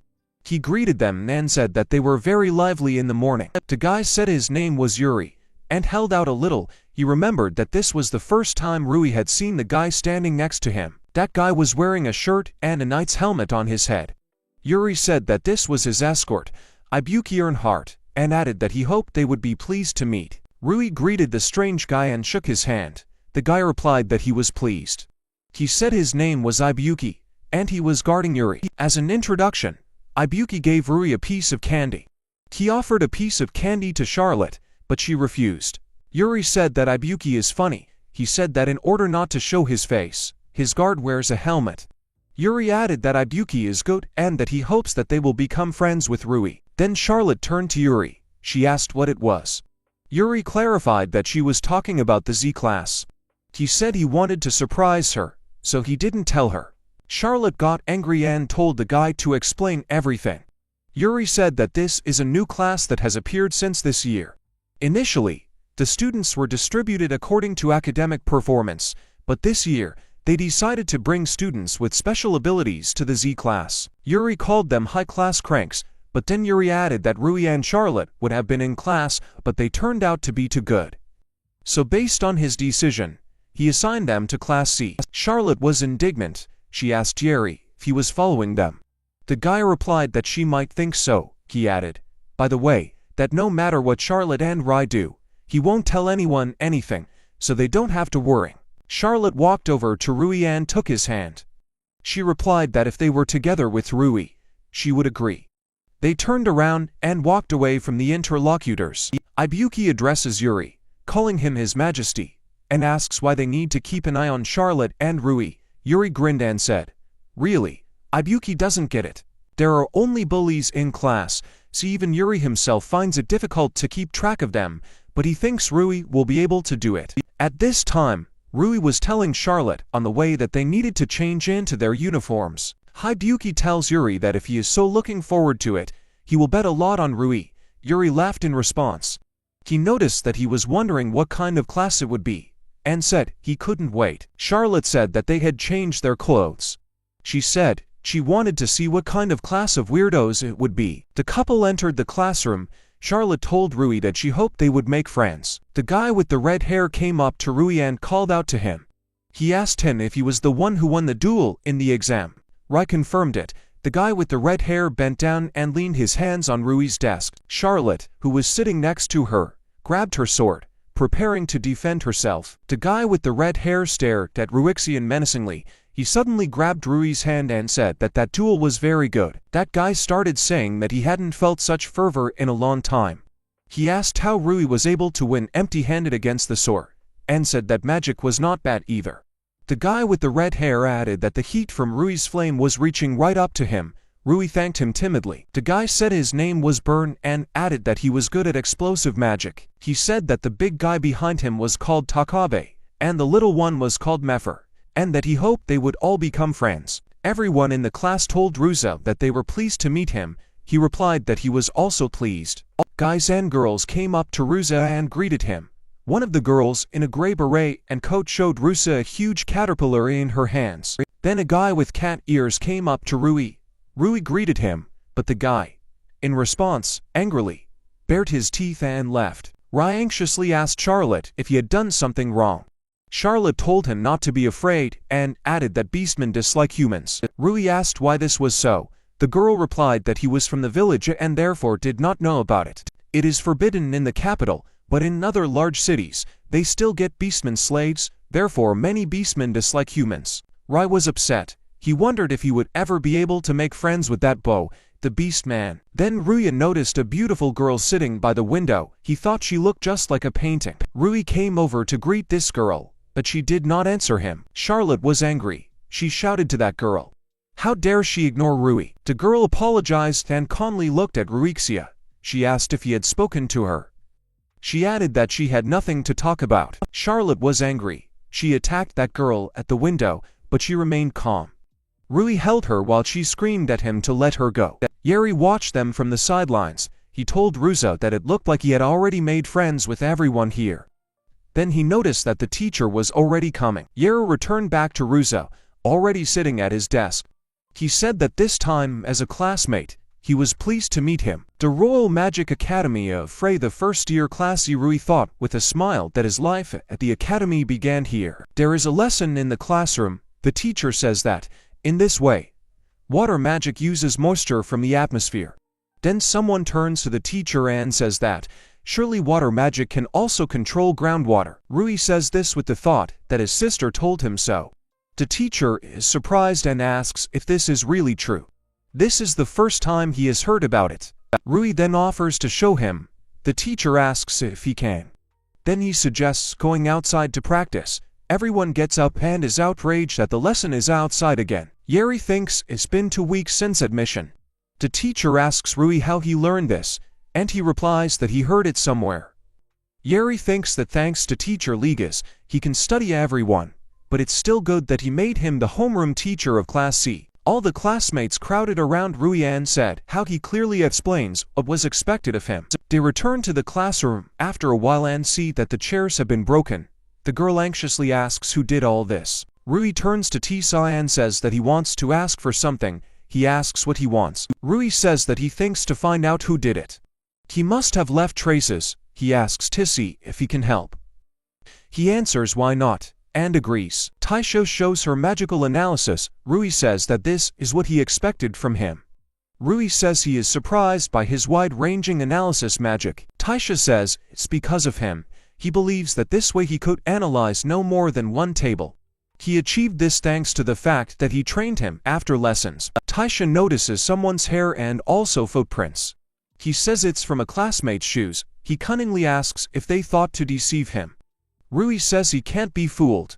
The latter thanks him for such words. Taisha says that he is a halfling, and he was expelled because he knows how to use magic. Ordinary halflings have little magical power. He says that he was accepted in this class so strange for the first time. He is glad that he can use magic, because now he can be useful. Taisha says that here is the information that he invaded, giving him a piece of paper. He thanks him. Rui asks if he will go with them. Taisha says that he does not like to deal with skirmishes. Taisha asks if he can handle it. Rui smiles and says to rely on him. Here, the other guys are shouting that it's their turn now. They want to find it faster. Rui says they will show the culprit Class C. They come to Class A. One guy asks Rui if they can start. They say in advance that they will fix everything later, and then kick the door that the girls inside are scared. They come in and say that since they've started a fight, they're ready.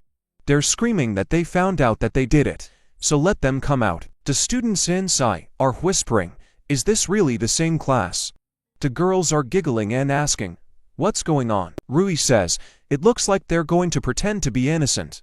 An aristocrat comes out to them and asks if they are students from Class C. Why are they making such a fuss? Rui looks at him and thinks that he has seen him somewhere, like he is from the aristocracy. Rui apologizes for being so sudden, but someone cheated on their class, and they're looking for who did it. The aristocrat says, it's a pity, but isn't it a little early to suspect them? Besides, they have a lot of students from disadvantaged families in their class. He says that the poor in the mind is impoverished. Is it not better to suspect among your own? Rui's friends start to get angry. Rui tells Bern that they want to make them angry. Bern is outraged. Does he really suggest just shut up and watch? Rui replies that he does not, and asks you to rely on him. He takes a piece of paper out of his pocket. They ask him what it is. He says that the hair that they found in their class, his friend examined it. It did not match the hair of the students in their class. The aristocrat asks how he found out. Rui says that he has students in his class with the same hair color. Rui says that they did an analysis at the genetic level and compared, so to speak. Then he offers to explain briefly. He uses time backwards. The hair starts to sparkle and makes this hair fly to the head of this aristocrat. He panics and asks what he did. Rui replies that it is magic that returns time. He says that the hair has returned to the head of the one from whom it grew. That is, this hair belongs to this aristocrat. He is horrified and does not understand how he knows this. Not even all high-class magicians can use time magic, and how such a simpleton from the village knows this. He screams and rage that he does not recognize him. He points his magic stick at Rui. Rui asks what he is going to do. He replies that he will clean it. He is going to remove it from here. He turns to the others and tells them to get ready too. Everyone is not moving. Complete silence. Rui says that pointing wands for no reason is not just against the rules of the school, but the law in general. He claims it's self-defense. Rui begins to act and apologizes to Bern for waiting, and tells all the guys that they cannot hold back. It's time for retribution. The aristocrat shouts to his men to shoot. Rui notices that people are gathering at the classroom. It is necessary that they do not get hit. One shouts that it's his turn. He's calling the middle wall. The aristocrats don't understand how their magic is blocked by such average magic of the commoners. Dayan tells Dakaba that he's done well and that he'll deal with them next. He uses his super bomb technique. After that, the aristocrats' wands just break. The aristocrat's name is Goral. His classmates say that they should have easily won. He tells them to shut up and shoot them. They say that their chopsticks are broken. They begin to realize that they will not succeed, after which, they panic. One of them blocks the road and says that they can't escape because they started all this. They get angry and swing their fists. Then he uses leg reinforcement, with which he gets away from the blow. They realize that they can't hit it. Debo tells them that they are too slow. They already want to yawn. They don't understand where he went. Debo appears, kicks and says with a laugh that he probably overdid it. Goro looks at him in horror. Rui confidently walks towards Goro, who falls and backs away, asking not to approach. Rui grabs him by the throat and says that he started it himself. So who's the bad guy here? He immediately apologizes and says that he will do anything, just let him forgive him. Rui speaks not only to him but to everyone else. He says they can call him whatever they want, but he won't forgive those who harm his friends. He hits Goro's stomach hard enough that his back hits the wall and breaks it for good. He lies unconscious. Rui stands in front of him with a clenched fist. The students of the Z class are smiling happily and proudly. Yuri shouts to everyone that this is too much, and he just got distracted from them. What should he tell his father? All four of them are sitting in front of him with guilty faces. Burn starts saying that they started at first. Yuri shouts at him to shut up, and then says that it's actually his own fault that he didn't keep up. But if they had made even a little mistake, it would not have been so easy. He asks me to think about his head on his shoulders, at least a little. Everyone obeys him, after which Yuri tells everyone that they are free. Rui later approaches Yuri's desk and apologizes, saying that he probably got hurt. He doesn't say anything and just accepts it. He says that when he decided to make this class, he expected from the very beginning that this would happen often. Rui looks at him awkwardly and guiltily. He says that next time, he will speak in advance and apologizes again. Yuri asks him about it, barely speaks and falls asleep right at his desk. Rui realizes that he was dealing with what they had done and did not get enough sleep. He becomes uncomfortable. Rui turns away and decides to go for a walk too. He leaves the audience. Some guy greets him and asks if he is the same Ruisha. He apologizes for being so sudden and says that she is from class 2. Her name is Sean. He says it's nice for her to meet him. He says the same thing and shakes his hand. Rui thinks what a mysterious person is in front of him. There is no negativity coming from him, as if holy energy is coming from him. Rui asks him what he needs. Sean replies that it was just that I was wondering what he looked like, because there are rumors about him. He asks what the rumors are. He replies that, of course, about yesterday's attack on Class 1A. Rui smiles awkwardly. Sean giggles and says that now they have set the heat, they have even spread to the second graders. He says that they are having fun and that they are having a good life. Rui sighs and says, "Thank God, it's fun." Sean tells him that this is good. He puts his hand on his shoulder and tells him not to think that everything will go the way he thinks. Sean tells him that he is really strong, but there are stronger and scarier people in this world. Rui looks and thinks, what kind of charisma, there are some here. Rui bows to him and thanks him for the warning, but adds that he is fine.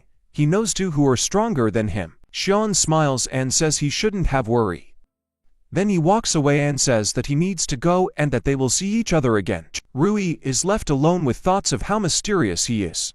Sean walks down the hall with the same smile. Rui loudly flops down on the bed, face down, clutching the sheet, and screams how tired he is. Today, they were busy repairing the destroyed classroom. He conjured and restored a wall or a board that had a huge hole in it.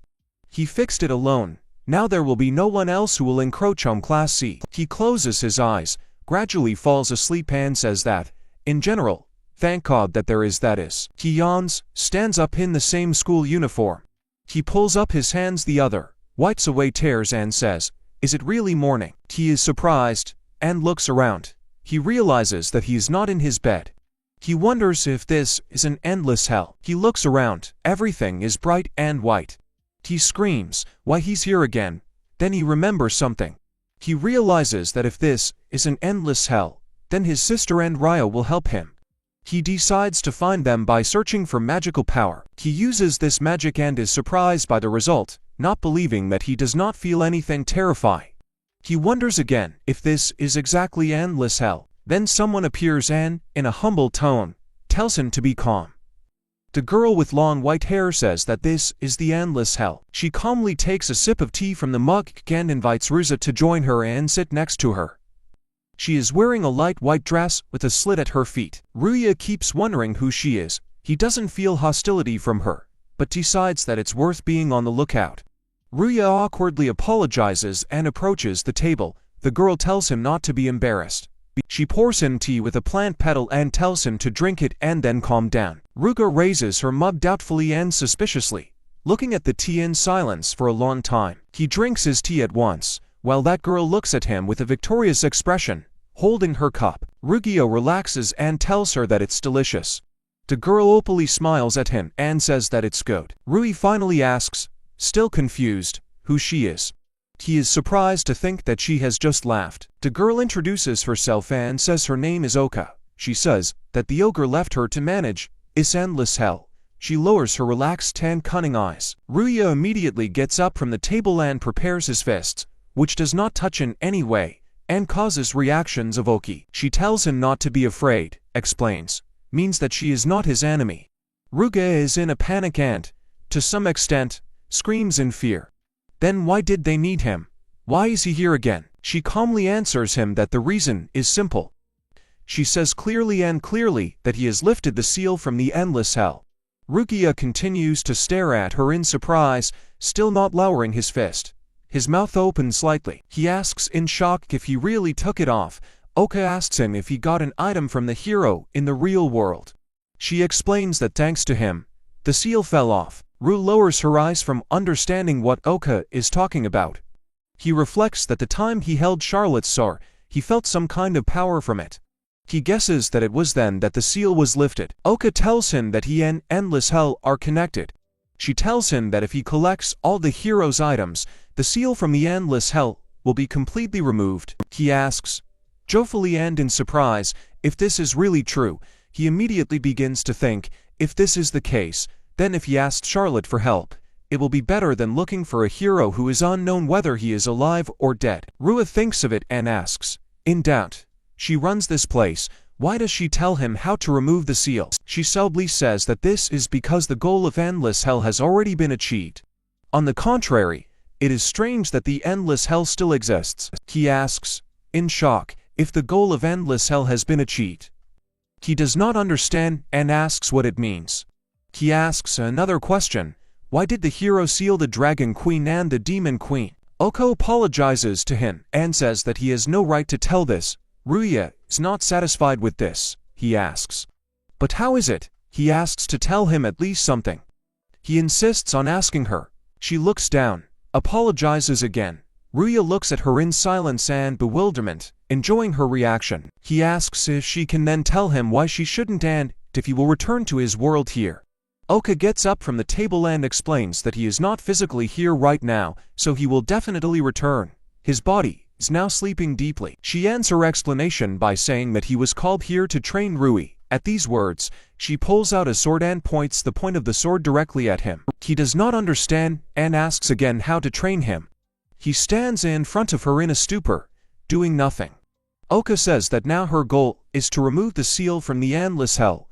For this, he needs to become stronger. She tells him to draw his sword, but he is not with him. Then Oka tells him to just think about him, and then he'll show up. He imagines a golden sword appearing in his hands. He holds it aloof and says that it really appeared. Oka asks him if he is ready. Without waiting for an answer, she says that they are starting their training. Rai is standing in a stupor. Oka swings his sword and strikes at head level. Rai manages to dodge and sit down, thereby saving his head. He begins to realize in horror that his head almost flew off. Oka tells him that she forgot to tell him if he dies here he won't wake up in reality anymore, so he has to be careful. He screams that he should have said it in advance. What should he do if he dies? Oka says that if he dies by her hand, he would have died long ago just walking along the road. This training is also an exam. He defends himself from her blows, and thinks that this is her strength.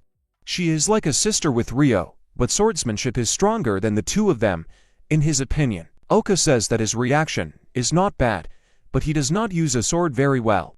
It seems that he was not taught how to use a sword. He coughs and says that maybe he's not as good as her, but he has the techniques they taught him. He talks about Qigong, the fourth attacking technique he uses. Oblesi attacks. She deflects the blow with her sword, holding it in a horizontal position. She grins and asks if he has made himself stronger with the Qigong technique, which is very interesting for her. She says, it looks like he can hold out a little longer. She attacks him sharply. He winces and barely holds on. He thinks she's so fast. His eyes can't keep up. He's barely breathing. And says it's not time yet. He waves his sword and uses a super boost. A bright light comes out from his sword. He attacks with it. It reflects again. Polka lowers the sword. He immediately uses a magical body, a true slice of space. Polka suddenly says that it is clear to her and that this is enough. She says with a smile that his strength lies in the fact that he is not limited to the form. He immediately attacks without hearing her words. He uses the technique of the heroic heart Sakala attack. She creates a barrier in front of her, but it breaks down from the pressure of the hand. Then he realizes that this is his last chance. However, his mind gets muddled. He begs himself to hold on for a little longer, but falls on Oki's arm without strength. Oka giggles happily and tells him that she didn't mean to kill him. She thinks his little body did a great job. She tells him that his fate is hard and cruel. May Sakura's blessing come with him, and may many save him. She kisses him on the forehead and tells him in the light that she relies on him because the fate of the world is in his hands. Rui's body disappears in Oki's arms. Rui wakes up in his bed and moans, saying that his whole body hurts. He quietly lifts himself up on his hands and accepts that he overdid it yesterday. He examines himself and says that, by the way, there are no wounds. That is, he really has not been physically in an endless hell. The magic body is an advanced technology that mixes magic and Qigong. If you combine it with a measurement section, you will get a real measurement section. He succeeded the first time, but immediately after he lost consciousness, he looks at his hand. He thinks that with an opponent of his equal strength, even if he is armed, magic and Qigong can be used to fill the gap in his swordsmanship technique. But he remembers about Aka and thinks maybe she's better than him. He says emphatically that it is necessary to learn how to use a sword. At this time, all his classmates notice that he is coming to them and wish him a good morning. He comes up and asks what they are doing here at recess. They answer that they have nothing else to do. Rui asks them if he has already come. Everyone points to this person. Rui comes over and asks Ibuki if he can talk to him. Ibuki, wearing a mask, lies on the grass, pays attention to him, and says that he is surprised that he needs something from him. Rui asks him about Yuri. Is he really at work now? He replies that it is and that he was kicked out again. He told Yuri that he ran after the cat, but the cat at work first asked for forgiveness and then asked if he could leave for a while. Ibuki asks Rui what it is. He replies that he really needs him to teach him how to use a sword. Ibuki thoughtfully asks if it's really him Rui. He says he doesn't have to use it, and wouldn't it be better to ask Charlotte?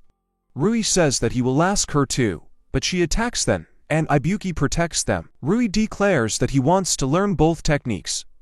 He says without enthusiasm that it is clear to him. Then he agrees with Rui and says that he will give him the hereditary sword technique of protecting the king. Rui immediately thanks him with special joy. Ibuki then asks him if he can teach him magic in return. Rui looks at him in surprise and asks again. Then he agrees, too, and explains the stopper by saying that he is just a little surprised. Ibuki says that he looks at how everyone is trying. Everyone has started to influence him. He says with embarrassment that he usually shirks, but if he is with everyone else, he believes that he will succeed. Rui sincerely smiles at him and then offers to become stronger together.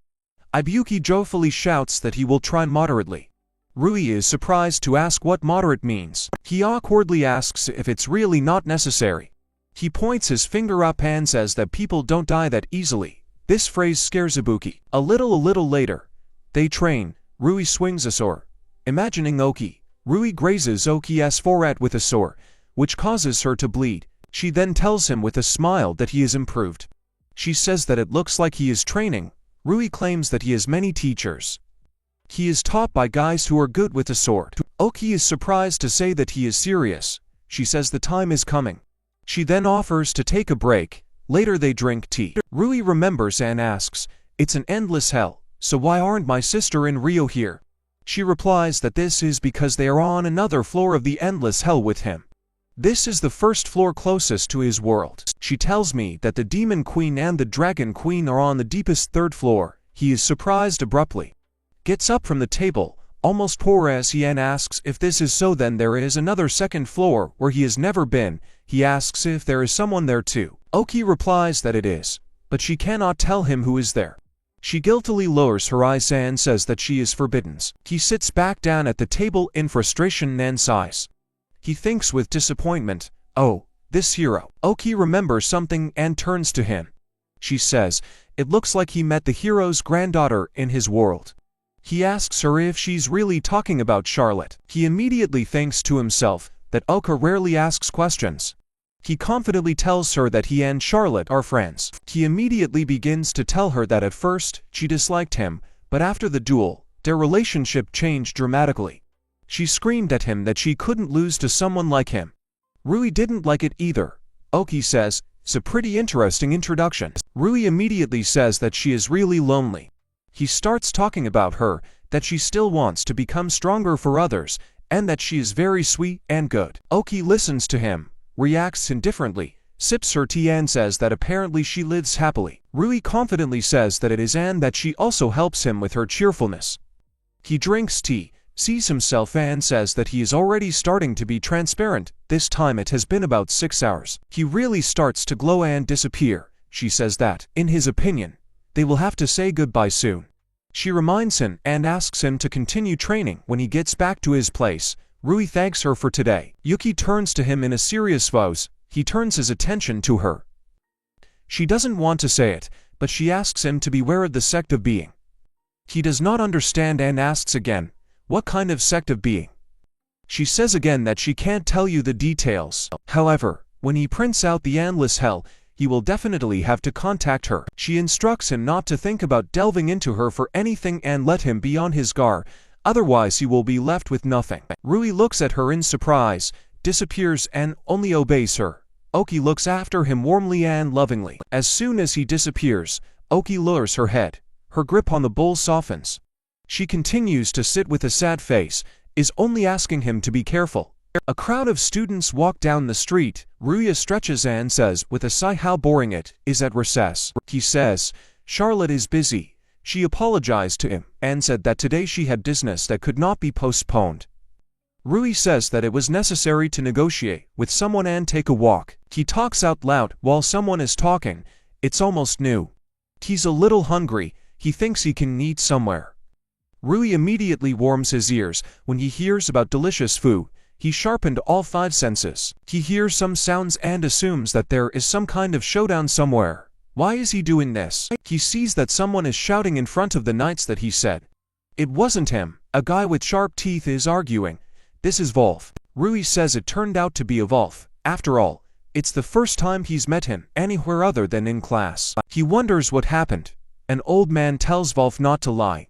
He keeps defending himself. The crowd begins to thicken. Rui asks the knight what happened. He asks him why he's doing this. They're dealing with him now, so it's better not to approach. Rui claims that his classmate is there. He asks if this little beast is really his classmate. He asks if he can talk to him. Then, because Wolf is evil and you can't find out anything from him, Rui agrees. Wolf screams, how many times does he have to say it again? He already told them that he just found it. That old man points his finger at him and asks who else could have done this, which is why he hates human animals. Here, Wolf looks at this old man in horror and anger. He wants to attack out of rage. Then Rui intervenes and asks them to stand. They both pay attention to him and freeze in place. Rui asks them what happened. Wolf angrily asks why he is here. Rui awkwardly tells him, come on, what's he doing? The old man immediately asks if he knows him. He shouts that this beastman stole his expensive goods. He asks to tell Rui to return this product to him. Wolf repeats again that he has already said that he did not steal anything. Rui continues to stand and asks them to at least tell them what happened. The old man starts talking about his store. A thief got into Markov's store. When he moved away, the glass turned out to be broken. All the most expensive things were stolen. Immediately after calling the police, he decided to look for the thief himself. Then he saw Wolf, and he had his goods. The old man screams at him that he couldn't do it alone, so they helped him. He asks where they took so many of his goats. Rui thinks to himself that it is clear to him it's true that there is no proof that Wolf is a thief, but there is no proof that he is not to blame. Discrimination against beastmen has long been ingrained, but it was regulated by law. Long-term resentment will not disappear so easily. He had often heard that beastmen were often accused without reason, so he could be caught without proof. Here Rui declares that then he will find the real thief himself. The old man and Wolf look at him in surprise. The old man asks in a rage, "What kind of a real thief? What is he even saying? Because Wolf is a thief, he is a ball." Wolf screams in anger. Is he deaf? He told him that he just found her. Rui tells them that words can't help things right now. He turns to Wolf and asks if he runs fast. He asks what he is doing. Then he replies that he is faster than people. Rui says it's clear to him, and that's fine. Then he uses magic and summons a smoke haze. Indeed, smoke is coming out around them. Wolf looks at him in surprise. The old man doesn't understand what's going on at all. He immediately takes them by the hand and tells them to come here. The old man looks around suspiciously and doubtfully. Then he realizes that neither Rui nor Wolf is with him. He screams that this worm has escaped. He begins to report that the knights have been watching him since he ran away. They apologize to him and say that they will find him right away. The knights begin to discuss what to do. Because he is very fast, one of them says that there is one guess. He says they must be students of the Magic Academy. If that's the case, then the other one happily guesses. He says he should just ask her to help. She's probably at the royal palace right now. One shouts to the other to go quickly to ask for her help, and he will look for him.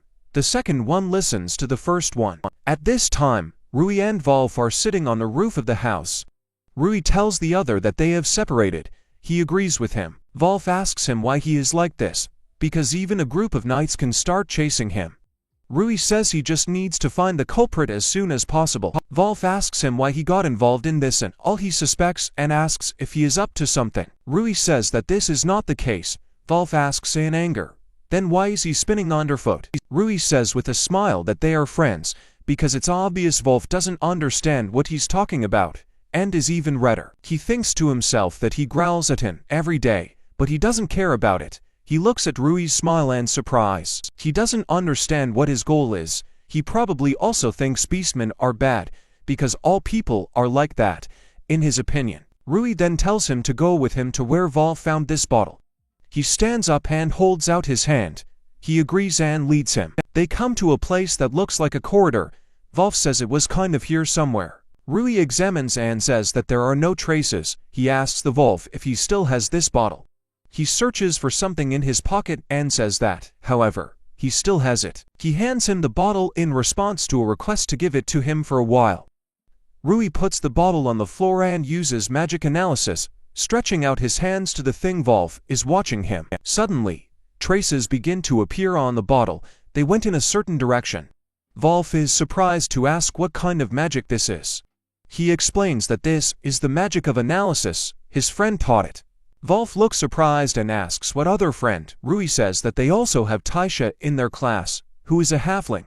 He believes that he is very skilled, so he taught him. He smiles broadly and tells Wolf that he's not as good as him yet. He gets up and calls for Wolf to follow in his footsteps.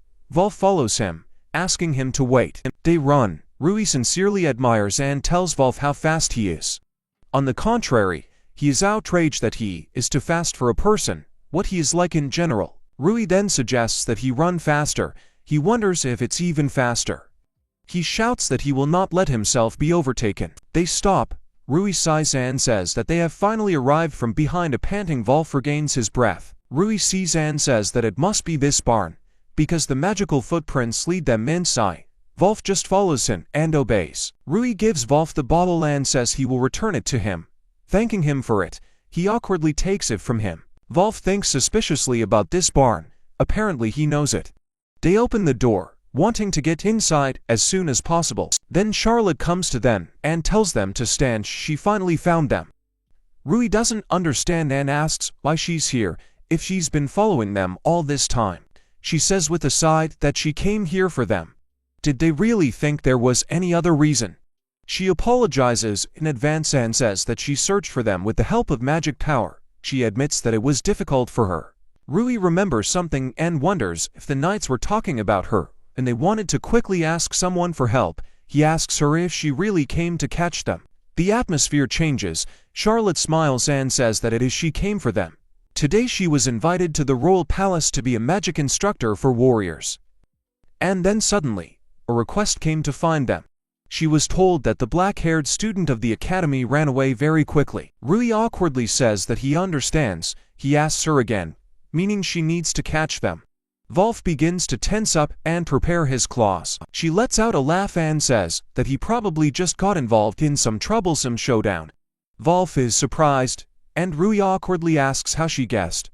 They begin to discuss and talk furiously, while Wolf stands awkwardly between them. After the discussion, Charlotte says that it is now clear to her. She declares that she will help them too. Rui asks if this is true. He knew she would believe them. He hugs her tightly, which makes Charlotte blush and asks her to wait. She asks with embarrassment what he is doing in public. Rui tells her not to be shy. Wolf continues to stand awkwardly and look at them while his cheeks turn red. He turns to the couple and asks Charlotte why she decided to help them. She is the granddaughter of the hero. Her valor will suffer if she helps such a beastman. Kokon. Charlotte looks and is silent at first, and then asks not to talk nonsense. She says that abandoning people in trouble, on the contrary, hurts her valor. He awkwardly asks if this is really the case. She turns away and asks Wolf not to worry. She holds her sword and says with a sad face that she has nothing to do with discrimination against beastmen. Yet, Rui says to come in quickly and get it over with as soon as possible. They open the door, breaking the chains from the inside. They look inside and surprise and freeze. They see a shelf with things and say that there are so many expensive things. There are chests of gold and bags of stones and jewelry on the shelves. Rui says that the inside is whiter than he thought. It looks like he's poking his nose into some dark business. Wolf touches the jewelry and says that, in his opinion, it's all stolen. He assumes that, apparently, this is a secret warehouse of a gang of thieves. Charlotte agrees with him and says that this is most likely the case. She says it's probably better to go tell the knights as soon as possible. Rui says he probably will, but it's too late to run. They turn around and see the doors closing abruptly. The muzzle of the guns is pointed at them. A lot of people surrounded them from all sides. One says he thought the knights had found them. He calls them babies and asks if they are really lost. The man all in gold says that his name is Ghoul. He's the leader of this gang, as they see. He is quite authoritative in the world of crime. Rui looks at it and thinks in disappointment, is he really the leader of the thieves? It seems that he makes a good living stealing. He examines all the gold again and declares that he will not allow money to be made from all this stolen. Gulam looks at him wearily and says that it seems to him that he has already seen him somewhere. He remembers, smiles and says that he was lucky. He claims that he did not think that his goal would come to him on its own. Rui looks at him in surprise. Rui doesn't understand what other purpose he's talking about here. Wolf aggressively shouts that he stole goods from a souvenir shop and that he was suspected because of Golem. The thieves are straining. Golem is wondering what kind of souvenir shop he remembers and says that it seems that one of his subordinates stole something from there. He points to the boxes and says it's all stacked there. Wolf makes sure that it is definitely them and promises that he will not forgive them. Gulam sarcastically apologizes to him. It looks like he got hurt. He asks him if he wants him to become his master. As an apology, Wolf clenches his fist so that blood flows from his palm. He furiously asks what he is talking about. Gulam declares that everything is as he said. The beastmen need a master, and he just has one rich precedent for him. He goes on to say that people break down psychologically quickly, so they are not durable. Before the laws are tightened, he plans to make good money on it. Wolf shouts in anger who he thinks he is. Rui stops him and says, it's better not to. He explains that they want to make him angry. Charlotte agrees with him, so you can't give in to this. Wolf shouts at her to shut up, and says that she herself looks down on him. She thinks that they are worse than them. At these words, tears come to Wolf's eyes. Then Rui turns to him and confidently asks him not to think about it, because they don't think so. Wolf stops talking and looks at them in surprise. Charlotte and Rui smile at him with a sincere smile, Rui hopes that he understood them. Rui raises his fists and says that he will repay him for Gulam hurting his friend. Gulam calls him a baby and asks what he's catching up on. He orders the thieves to deal with him. Gulam shouts at him just not to hit him in the face. If you sell him to people who love cube bows, they will get paid a lot. The bald man holds out his hand to him, but immediately screams in pain. Gulam watches them in surprise, his smile fading. The bald man looks at his fingers, which are broken in turn and twisted in different directions. Rui used a golden shell, namely, taking away the fingers. Rui realizes that they are not listening to him. Gulam tells everyone to leave and points a gun at him, along with the rest of the thieves. They wonder who he is. Rui asks him what happened, because his gun is shaking. Gulam shouts at him to shut up. Who is he holding him for? Anyway, he gives the command to shoot. Rui says that he uses something to protect himself and friends. He uses Kui Gong, a 2 defense technique called crane. A barrier appears around them, which stops the bullets. Wolf stands open-mouthed in surprise. This is the first time he has seen such a technique. The thieves say there are no more bullets here. Rui shouts that their chance is here. He asks Charlotte and Wolf to try not to damage the stolen goods. Rui punches one who retaliates. Then Charlotte helps with her sword. She turns to Rui and asks to leave someone for her. They are all fighting thieves together. Wolf watches and admires. This is a sequence of attacks. They protect each other's blind spots. Gulam sees that they are losing and asks again who they are. He pulls out a gun and tells Wolf that at least he will take it with him. He screams at him to die. The bullet flies at him. Rui excitedly turns to In and shouts to be careful, at the same time extending his hand. Wolf remembers the past. People tell him that they were waiting for him. They think he came late. He apologizes. Wolf did not understand and asked why he suddenly called him. He shirked the answer and said to come in faster. They come in. A man tells him to look, there are a lot of people in front of him. He pushes him towards them and says goodbye to him forever and wishes him good health. Wolf does not understand what is happening. One says that he wants to show his relatives such a poor, abandoned beastman like him. He asks to be introduced to his friends. Everyone points guns at him. One guy tells him that he is lucky. They have become famous now. They will be able to live even richer. Wolf then realizes that they want to sell him. He hears the words that his friends have money and that they will shelter him now they can all be happy. They asked him if he really thought he could make friends with people. He is furious and thinks what kind of friends they are. He decided for himself that he would no longer trust people, no one else. He then broke the pistols of these people. Here in real time, Rui screams at him to be careful, and gets shot instead of Wolf. He looks at Rui in horror. He groans from the bullet. Wolf excitedly asks if he's okay. Rui asks Wolf if he is injured. He starts shouting in anger why he saved him. He hates them. Rui starts saying that he's like class E to him. They're all the same as him. He smiles at him. He explains that they were born with strange talents. It happens that members of the race who should have powers do not have them. It happens that they are not accepted either. They were all alone. They all ran in search of a place for themselves. Wolf is surprised by such words. Rui says he's not like that. He wants him not to be like that either. After getting to know the class and the teachers, they always pointed the finger at Wolf and said that he was just a beastman. He remembers all this.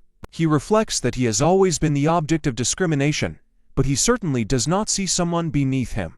He thought that people considered him evil. He was discriminated against for being a beastman. Then Charlotte comes up to them and asks Rui if he's okay. She's going to cure him. He thanks her.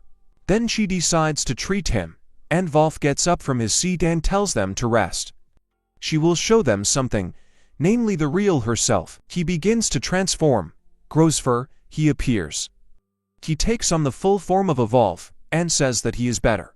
Now Charlotte looks and asks if this is really an atavism she had heard. Such a thing, a beast and a human being, is a beastman. A long time ago, beastmen could easily change their appearance. She had heard that now, a very small number of beastmen were born with this ability. She asks him if he is one of them.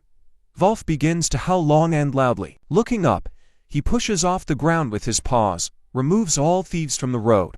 One thief in a panic shouts not to approach and shoots. Wolf dodges the bullet.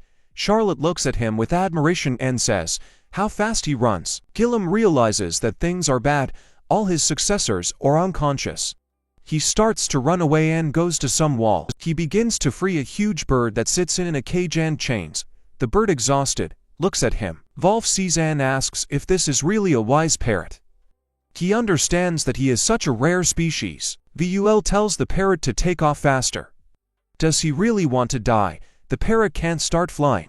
Then Wolf approaches and shouts from the side that he will not let this happen.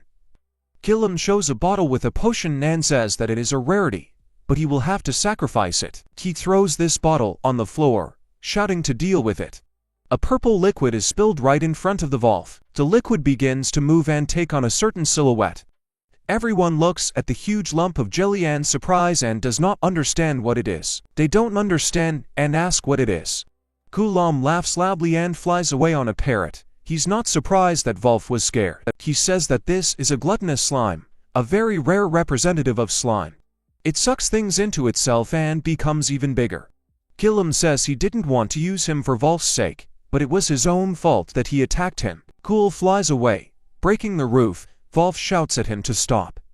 He says, we have to catch up with him before he flies far away. Slime stands still, then a certain hand comes out of him and reaches out to Wolf, who sees and dodges Slime's blow. Slime approaches the body of one thief, sucks it in.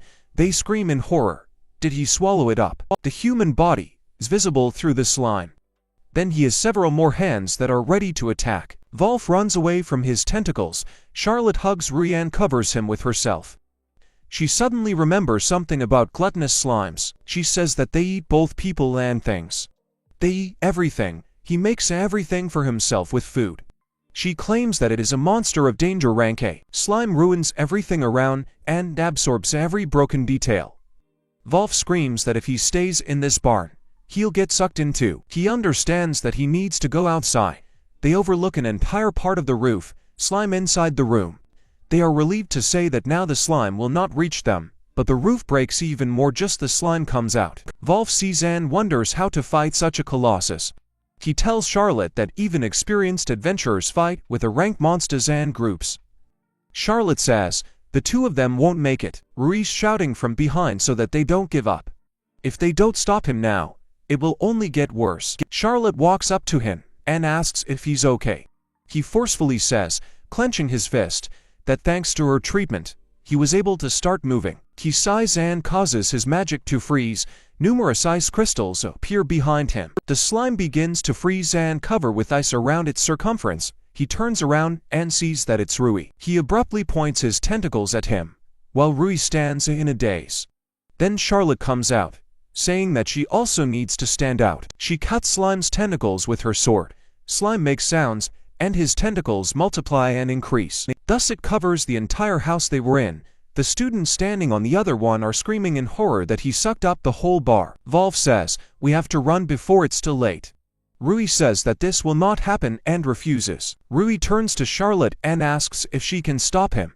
She calls him a fool with a smile and asks who he is asking. She pulls out her sword, rests her heels on the surface and then runs towards slime from above. While she is flying and the ice slime is approaching her, she uses Sakura's heroic heart technique. She smiles confidently, swings her sword using a flash of petals, thereby crushing the ice around the slime. Chunks of ice fly around and break with a crunch from her impact.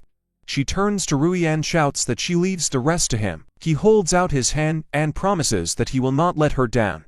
Its ice enlarges around the slime and covers it completely, along with the house and its huge tentacles. Wolf watches him and admires him sincerely. He tells them that they really stopped such a machine. Then Rui suddenly falls down again, holding his stomach. Charlotte uses her magic and asks him not to overdo it. She explains to him that running with such a wound can kill him.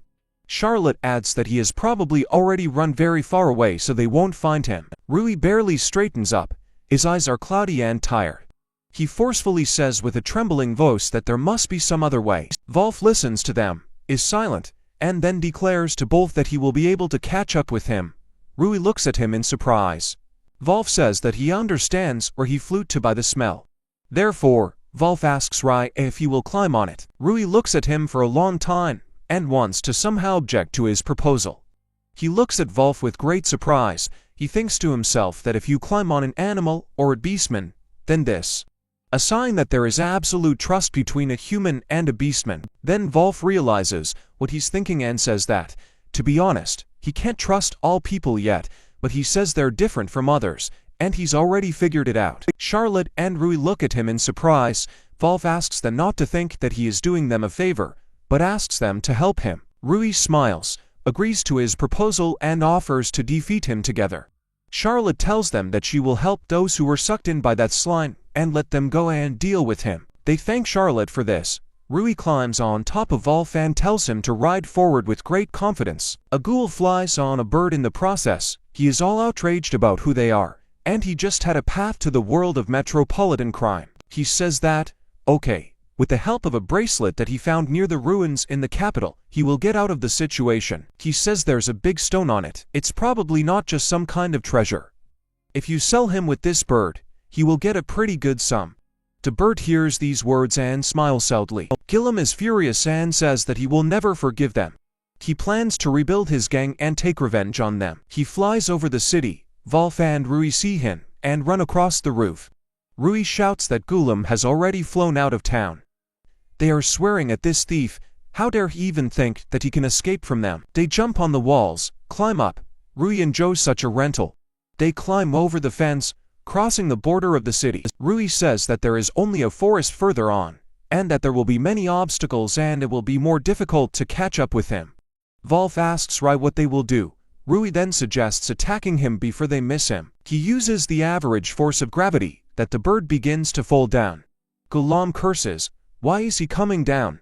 Let him fly harder." Rui is glad that it worked. He says that everything is on him next, calling him a general. Rui is flying straight to Gulama. He freezes in shock. Rui wishes him a good day and says that they haven't seen each other for a long time. Rui takes him by the collar, lifts him up and says that he will beat him properly. He prepares his fist and asks him with a smile if he is ready. He asks to wait and says that he can kill him that way. He starts saying that he will give him the money and that he actually has a lot more with him. Rui says he doesn't need it. He then offers magical items. He replies that he does not need stolen items. Kulam then offers to give him the women. He promises that they are all very beautiful. He grins, apologizes, and says he doesn't need it. He confidently says that he already has his own sweet girlfriend. He keeps asking me to wait. Rui disobeys and uses a hammer made of a golden kigong shell. He strikes that the drone flies far away. Rui says that now you can relax. He strokes the bird, apologizes for scaring it, and asks if it can land. The bird happily agrees. They land. Wolf tells Rui to watch. He shows that he took everything from Gulam. Everyone is smiling, including the bird. Rui offers to go after Charlotte because she still saves thieves. Wolf transforms into a human and agrees with Rui. Rui examines Gulam and notices something. He sees the same bracelet with red stones. Wolf sees his reaction and asks him if something really happened. He says that it's nothing like that, and offers to go. They come to Charlotte, who pulls out the thieves. Wolf sees and says that the knights have just arrived. Rui says it's obvious it happened here. They see and say that the group of thieves seems to be fine. 2. The knights escort the thieves. Rui tells Wolf then to go and prove that he is innocent. Charlotte pays attention to them. She waves her hand at them. Yuri orders the knights to make a damage report. Another knight comes up to him and hands him the plan. Rui says that Yuri seems to have suffered from thieves himself. Yuri says in anger that the next time they are reported, then he hears them. Wolf hears and asks if he is okay. Here a joyful bird flies to Rui. The bird cuddles up to him, puts his head so that he strokes it. The knights don't understand and are scared. Wolf listens to him and tells Rui that it looks like he wants to become his bird. Rui looks at and strokes the bird. The bird says something. Rui asks Wolf if he understands what he is saying. Wolf replies that he understands. He is atavism. He says that he is more a beast than a beastman somehow understands what the animals are saying. Rui is surprised. Rui says that then he will ask if he can borrow it from the hostel manager. The bird is telling him something. He wonders why he likes him so much. Wolf says he thinks he knows why. Rui listens to him attentively. He says that the bird feels great strength in him which cannot be in such a small body. There is silence. Wolf says again that he still did not understand why he was always helping everyone. Rui says he may be strong now, but he couldn't do anything before.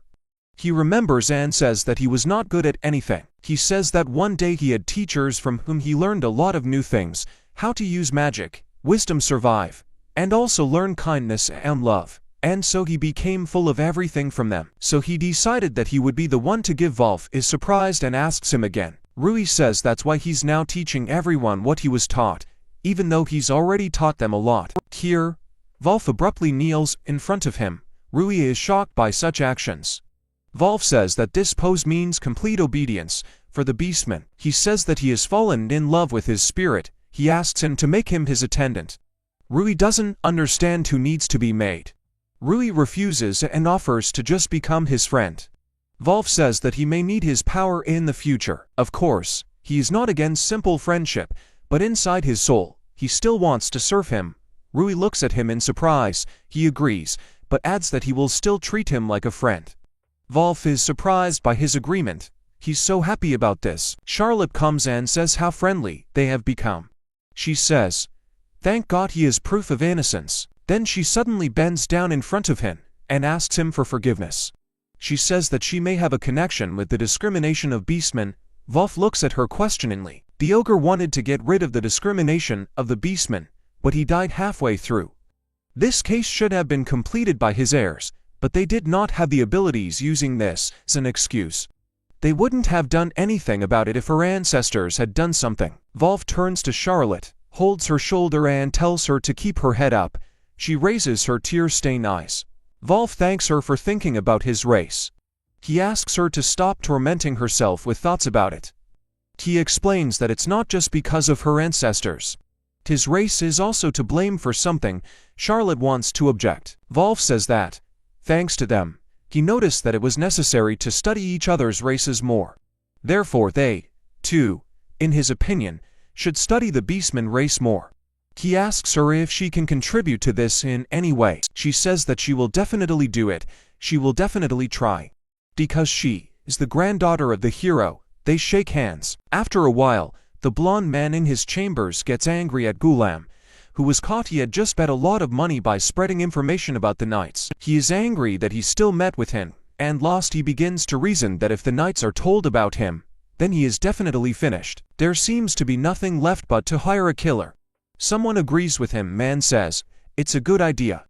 It's amazing that he's already dealing with criminal organizations at his age. Then that respected man turns in horror and does not understand why an outsider is in the room.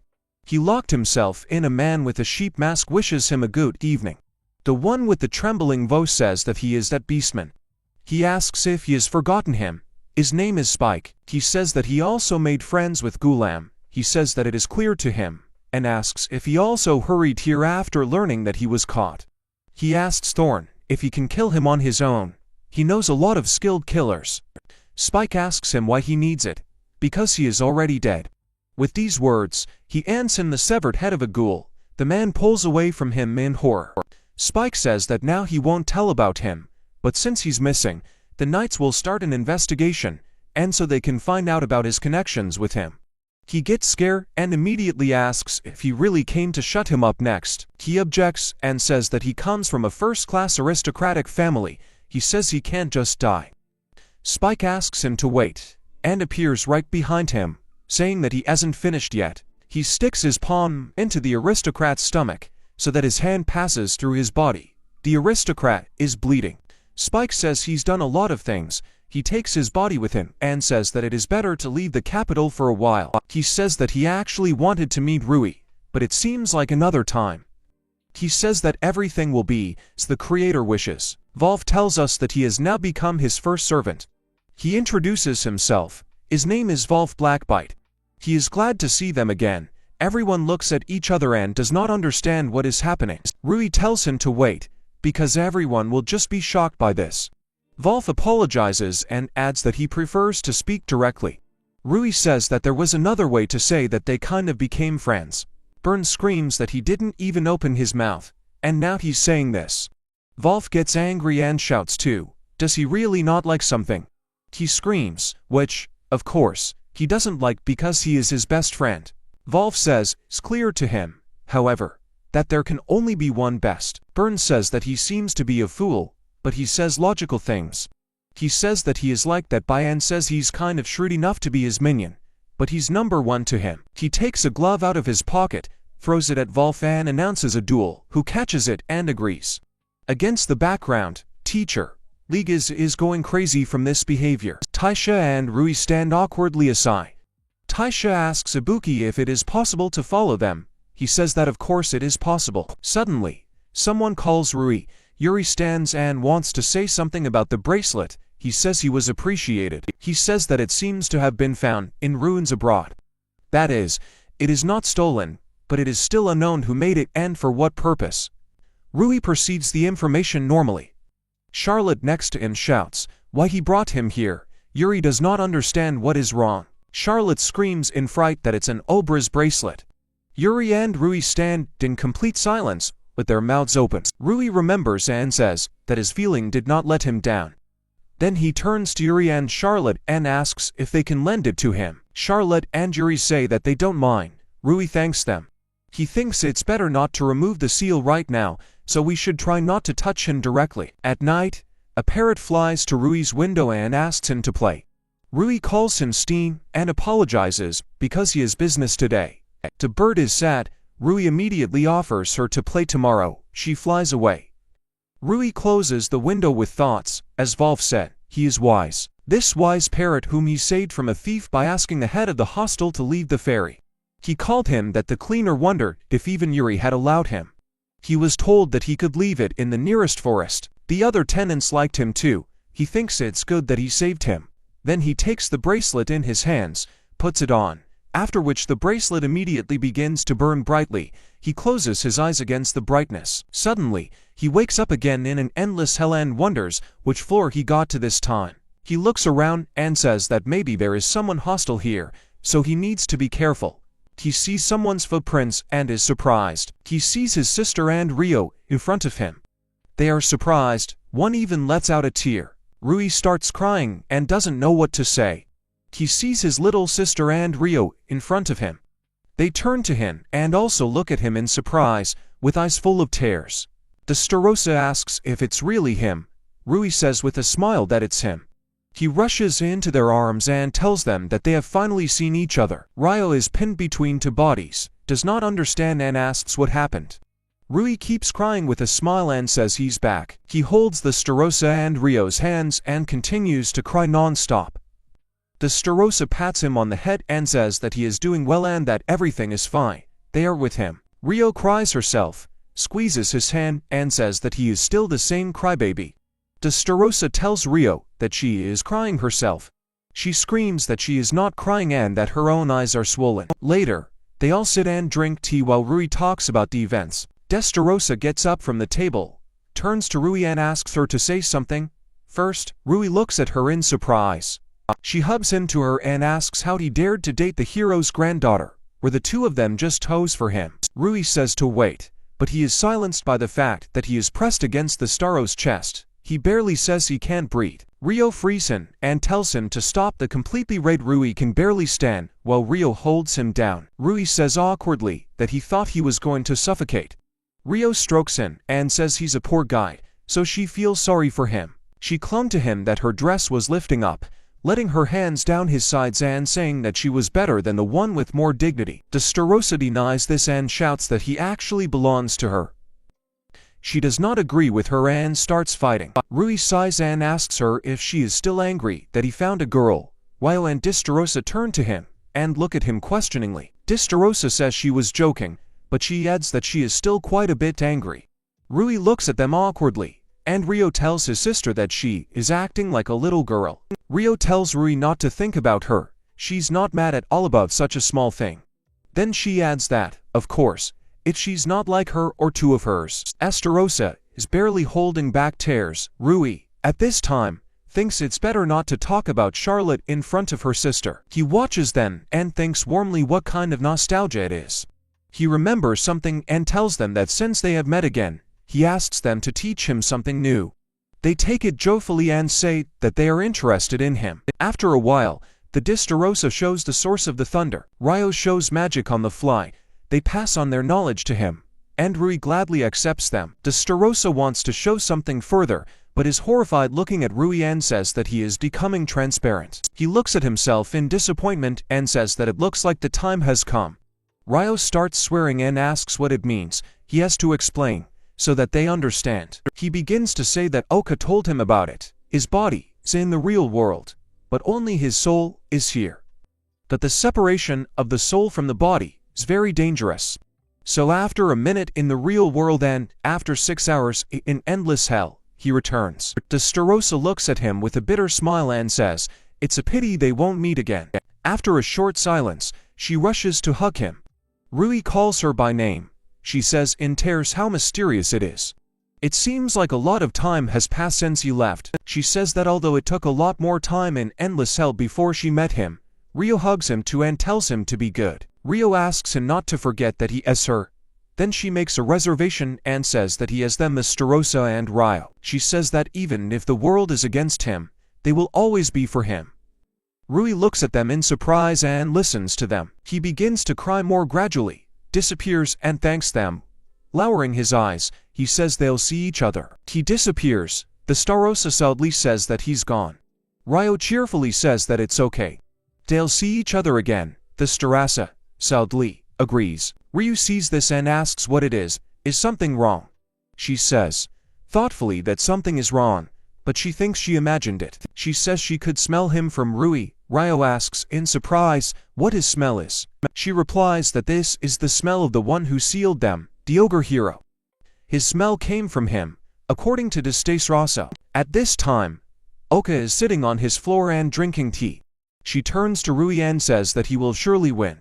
She repeats a second time, but without finishing, she puts the cup back down loudly. She tells him to kill him, this sinner. She wants him to definitely kill the ogre hero. The knight at the gate demands that the bows show their immigration card. They show everything. It's the turn to the next one. When a knight sees a man, he looks at him in surprise. A man with long hair and a big hat asks, "What is it?" The knight replies that it's nothing like that. Apologizing at the same time, he makes excuses and says that he is just seeing a samurai for the first time. He says it looks like he has a real map. He takes a piece of paper and asks with interest why he came to them. He asks if it's really for work. He says it's for work, but it's not just a job. Rui wishes everyone a good morning. In class, Bern and Taisha meet him. Taisha immediately asks if Rui has heard what Bern has done. He angrily and confusedly tells him to shut up, because he promised not to talk. They keep fighting from afar. He hears two girls talking. One wishes Iris, the other good morning, and says that she has always wondered if she likes anyone. If so, she asks him to tell her. Iris does not answer in any way, so the girl calls her again. Iris tells the girl how persistent she is. Doesn't she realize that she's ignoring her? That girl hears these words and happily says that Iris has finally spoken. Iris says tiredly that she can't stand it. Lona continues to stand by. Rui sees it all and says that even Lona couldn't. He thinks that everyone has already become friends, but only she feels the wall. He wonders if there would be any chance. Then a blue-haired guy comes up to him and says that he didn't understand something in his homework here. Rui agrees and asks, where? Suddenly, Rui feels something and immediately reacts. His classmate asks him, in fright, what is it? He comes to his senses and says that it's nothing. Apologizes. He asks where he didn't understand. He shows the number and the place. Rui starts to look. As he watches, Rui wonders what he must have imagined. It seemed that he felt someone's gaze. After a while, a tired Rui lies on the desk with his head. Charlotte comes up to him and asks him if he's okay. She sees and says that apparently he hasn't been getting enough sleep lately. Rui doesn't know what to say to her. At other times, Rui trains with the fairy causing wind. He says that he hit everything, so he praises the fairy, calling it a good job. He notices something again and says that someone is looking at him again. No, it's not that he feels the gaze. He begins to wonder if this is someone's intention to kill. He wonders who he will be killed by. Going back to the time, Rui tells Charlotte that this is not the case and that he is almost awake. Charlotte anxiously asks if he is sure of this. Charlotte exhales and adds with a smile, if he says so, then fine, but if he really needs help, let him ask for it. Rui thanks her. Rui feels something wrong again and turns around. He sees only his classmates enthusiastically discussing something among themselves. Rui says that it doesn't matter where. He doesn't know from whom, but he is sure that he is definitely next. He feels this killing intent. Later, he walks in the woods and thinks that he seems to be being followed. So he decides to stop and try here. He takes a branch and thinks to draw a pentagram. Here write ancient hieroglyphs around it, and that's it. This is a magic circle. It has two ways to use it. The first is to increase the power of magic, and the other is a barrier. A magic circle can make a barrier. He tells the magic circle to work. Then someone makes a sound, and Rui screams that he got caught. He immediately uses the magic of the dark barrier. Branches come out of the ground. He builds a cage around himself. Someone starts to panic, and Rui says that he finally met the one who was looking at him. He wonders who it is. He asks her where she's from, if she really wanted to catch him. She says that he is still dangerous, and it was the right decision to start watching him more closely. Rui tells him to wait in a panic, and then asks why he has to fight her. She says it makes no sense for her to answer. She declares that she will take revenge on him for her master, and then he starts attacking right away. Rui does nothing. Iris summons a bloody blade. Blood is coming from her fingers. This blood attacks Rui. Rui is sitting by a tree, covering his stomach.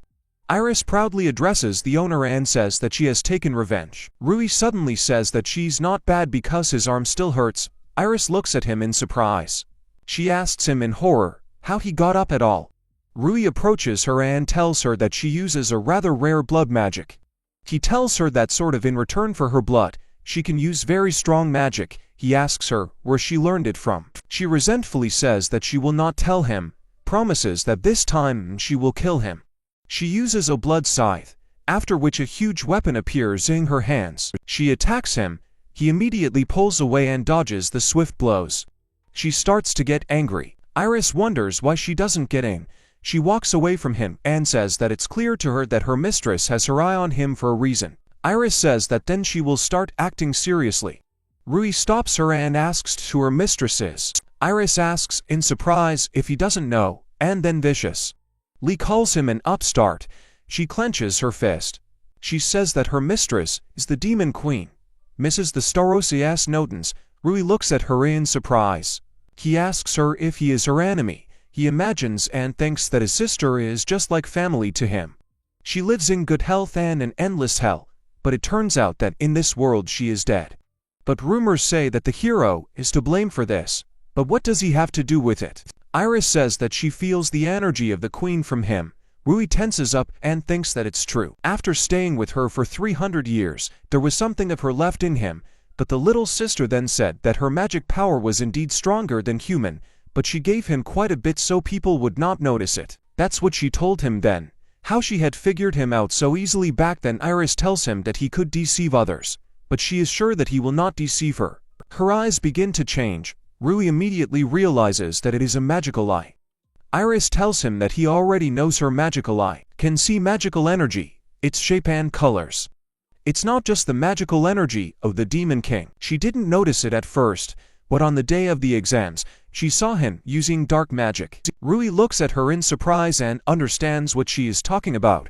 He then used a dark veil. Then she felt the magical power of her sister. Rui looks at her intently and says that superhuman physical abilities and blood magic as well as a magical eye. He asks her who she is. Anyway, she starts talking to herself, then changes her mind and says that they are subjects of the great demon queen. Suddenly, Iris has wings and her tail from behind. She says their name is Iris de Fonderson. Vampires. It's about vampires.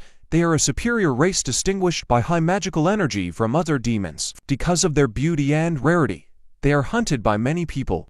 Rui asks Iris in surprise if she was the vampire. She replies that because of their small number, they are on the verge of extermination, and Mrs. Distarosa saved them from this. True, she has never met her in person, but they say that she is very merciful and that she probably still exists somewhere. Rui looks at her in surprise. He thinks that his sister is now in endless hell, so she is unlikely to be found. He didn't think there were still people looking for her. Iris says that after continuing her search, she finally found him in the capital, a man with the magical power of the Demon King. She claims in this way that it means that he is her real enemy. Rui is perplexed. and asks why he is her enemy. She answers him that everything is simple. She tells me that there are only two ways to take magic power from another. The first is to receive it for a long time, but this method does not suit him because his life is short. Rui is awkwardly silent and thinks about it. Iris says the second option is to kill. She says he got the magic power of the Demon King by killing her. Rui easily says that this is not the case. Iris screams nervously, "Is he playing innocent again?" She gets angry, begins to conjure and says that there is no point in asking him anything anymore. She claims that he made her angry. Rui also starts using magic and says that she has the right to be angry, but he won't give up so easily. Iris screams at him to pay for his sin with his own life. Attacks him using the Supreme Blood Cross Spear. The spear appears in the air and then orders him to kill that spear flying towards him. Rui stands and prepares to deflect the blow. He says admiringly, "This is magic." All the feelings for his sister are invested in it, but then he won't lose either. He shouts that this is the power of the Demon King. Using a powerful ray, his beam completely destroys her spear with its light. Iris looks in surprise and does not believe her eyes.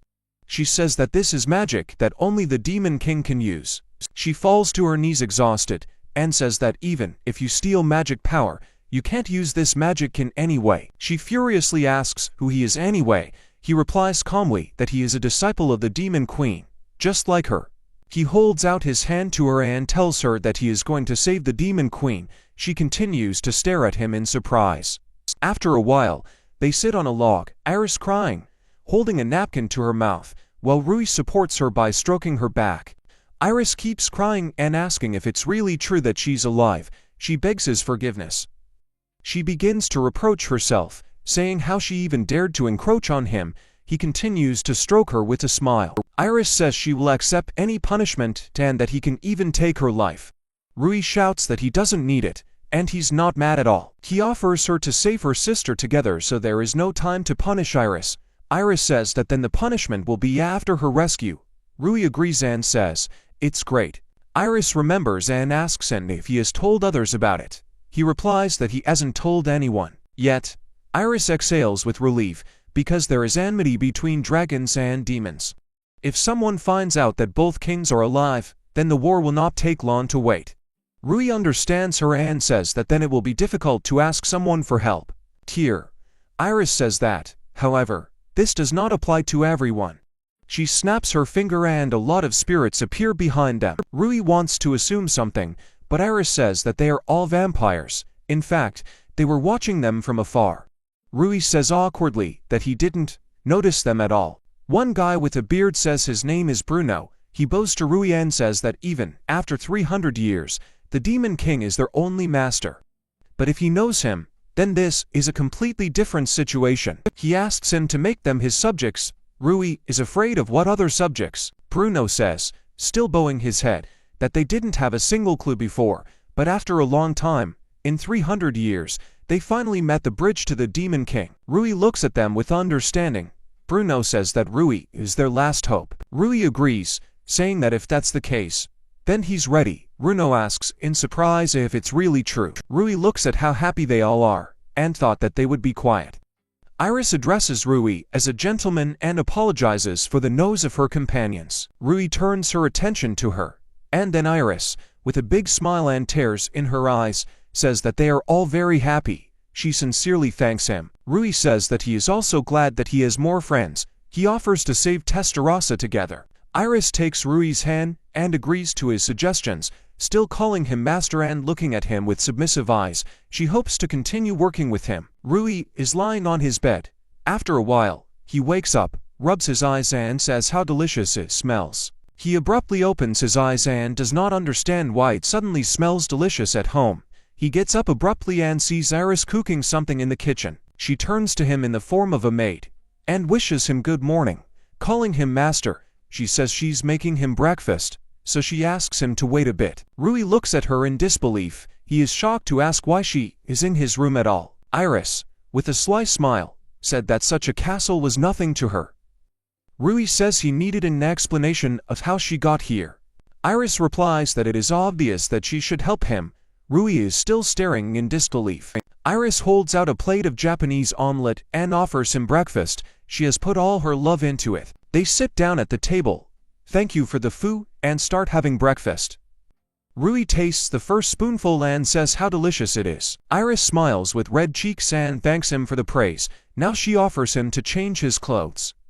Rui immediately refuses and says that he can do it himself. Here at school, Iris says that she will introduce herself again.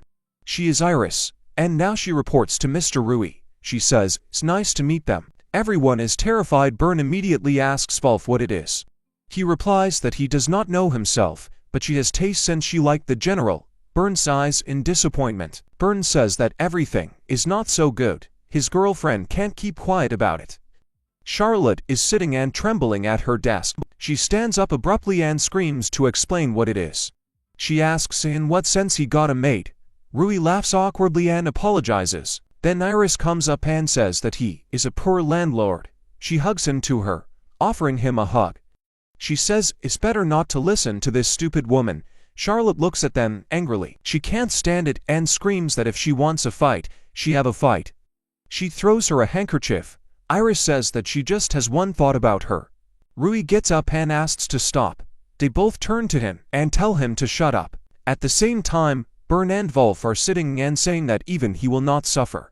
Rui hears them and thinks that they themselves have been fighting recently. The teacher conducts the lesson. Rui writes everything down in his notebook.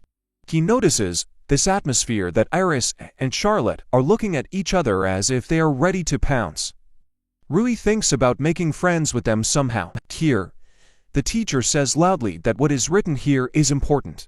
He thinks they already know that regardless of race, those who have overcome the wall of power receive a special mark. Its first form is the silver general's mark. After its owner becomes stronger, it becomes the golden royal mark. There is also a special royal mark. About this mysterious royal mark, he asks if they know what the mark is. Then raises his hand. The teacher asks him, then thanks Legis for choosing him to answer. He replies that when talking about a special royal mark, the Dragon King and the Demon King come to mind. These two kings are completely different. Previously, it was believed that there are other special kings, the King of Devils and the King of Fairies, but their existence has not been confirmed and they can be discarded. The teacher says that Ben is doing well and that everything is right. The Demon Kings become the force. The participants of the martial arts tournament fight the previous Demon King, and if the participant wins, he becomes the next king. Everything is as it should be for demons with high magical power, and the Dragon King by family ties is the one who is born into the royal family, is born with a well-aimed king. From that moment on, he becomes the king of dragons.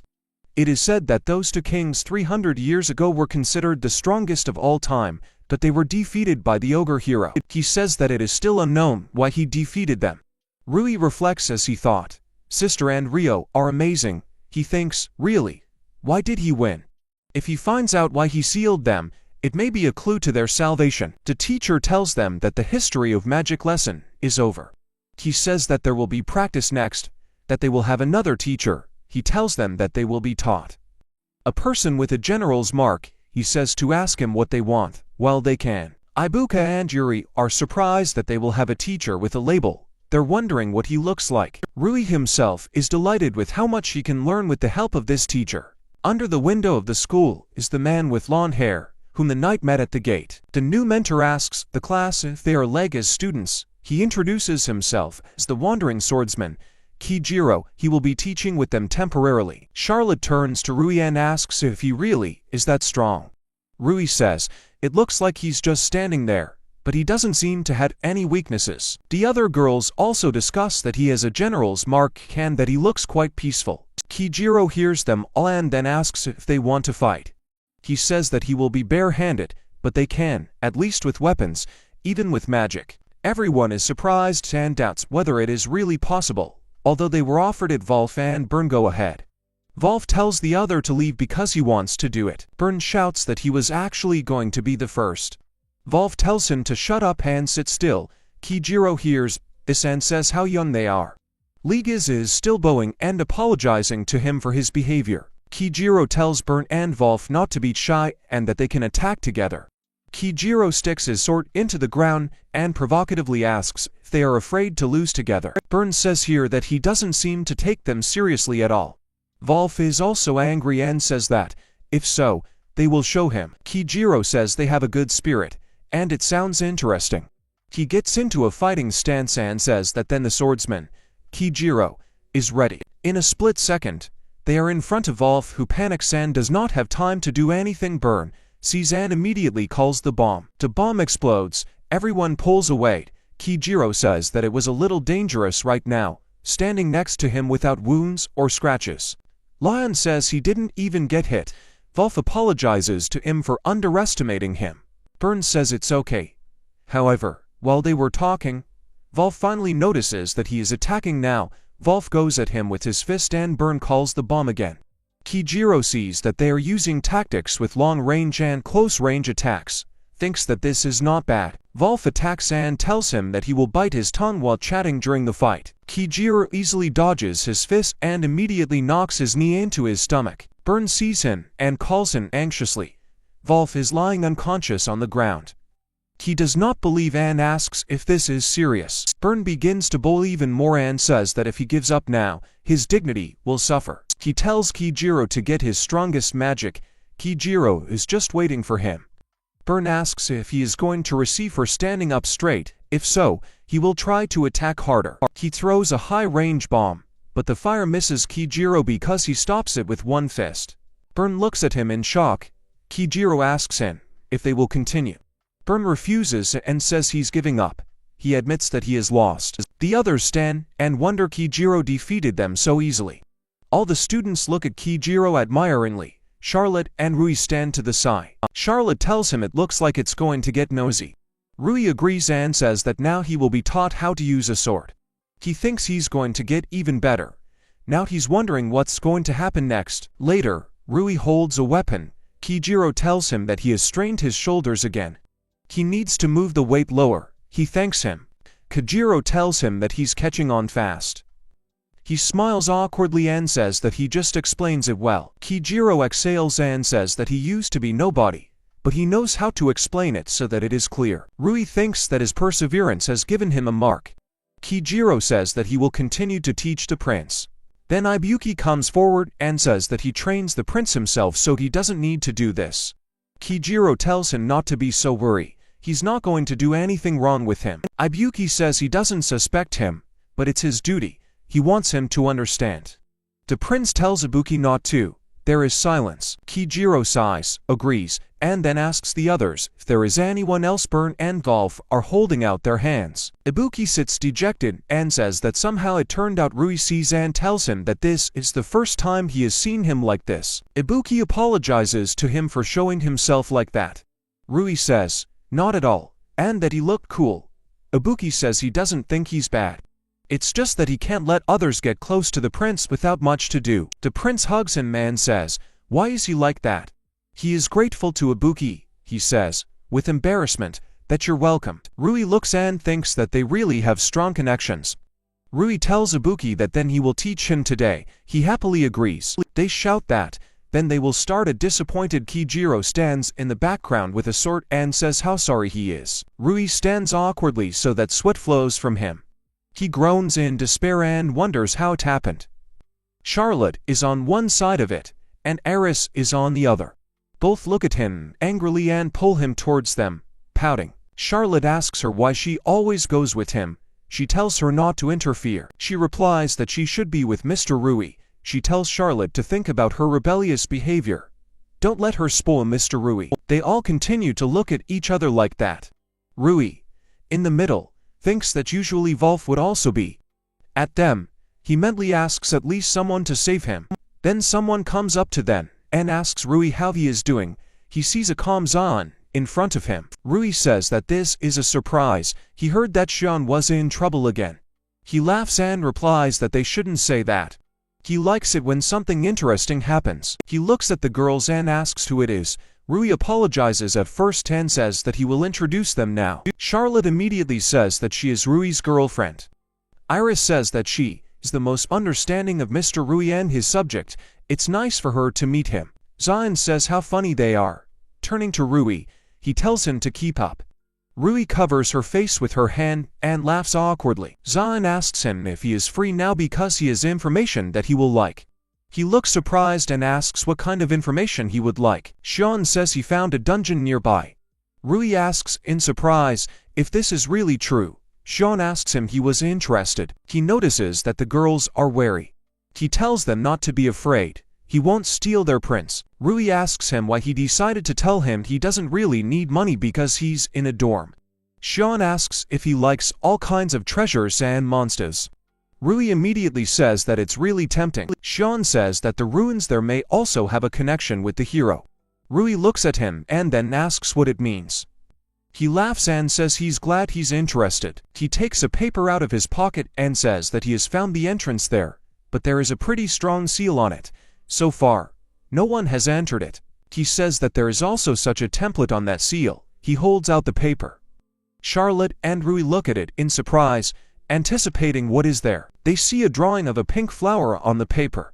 Zion asks Charlotte if there is anything in this pattern. Charlotte looks and replies that this is the family label of the hero family. There is a high probability that this dungeon has some kind of connection with the hero. Zion turns to Rui and asks what he thinks about it. He remains silent, considering his words.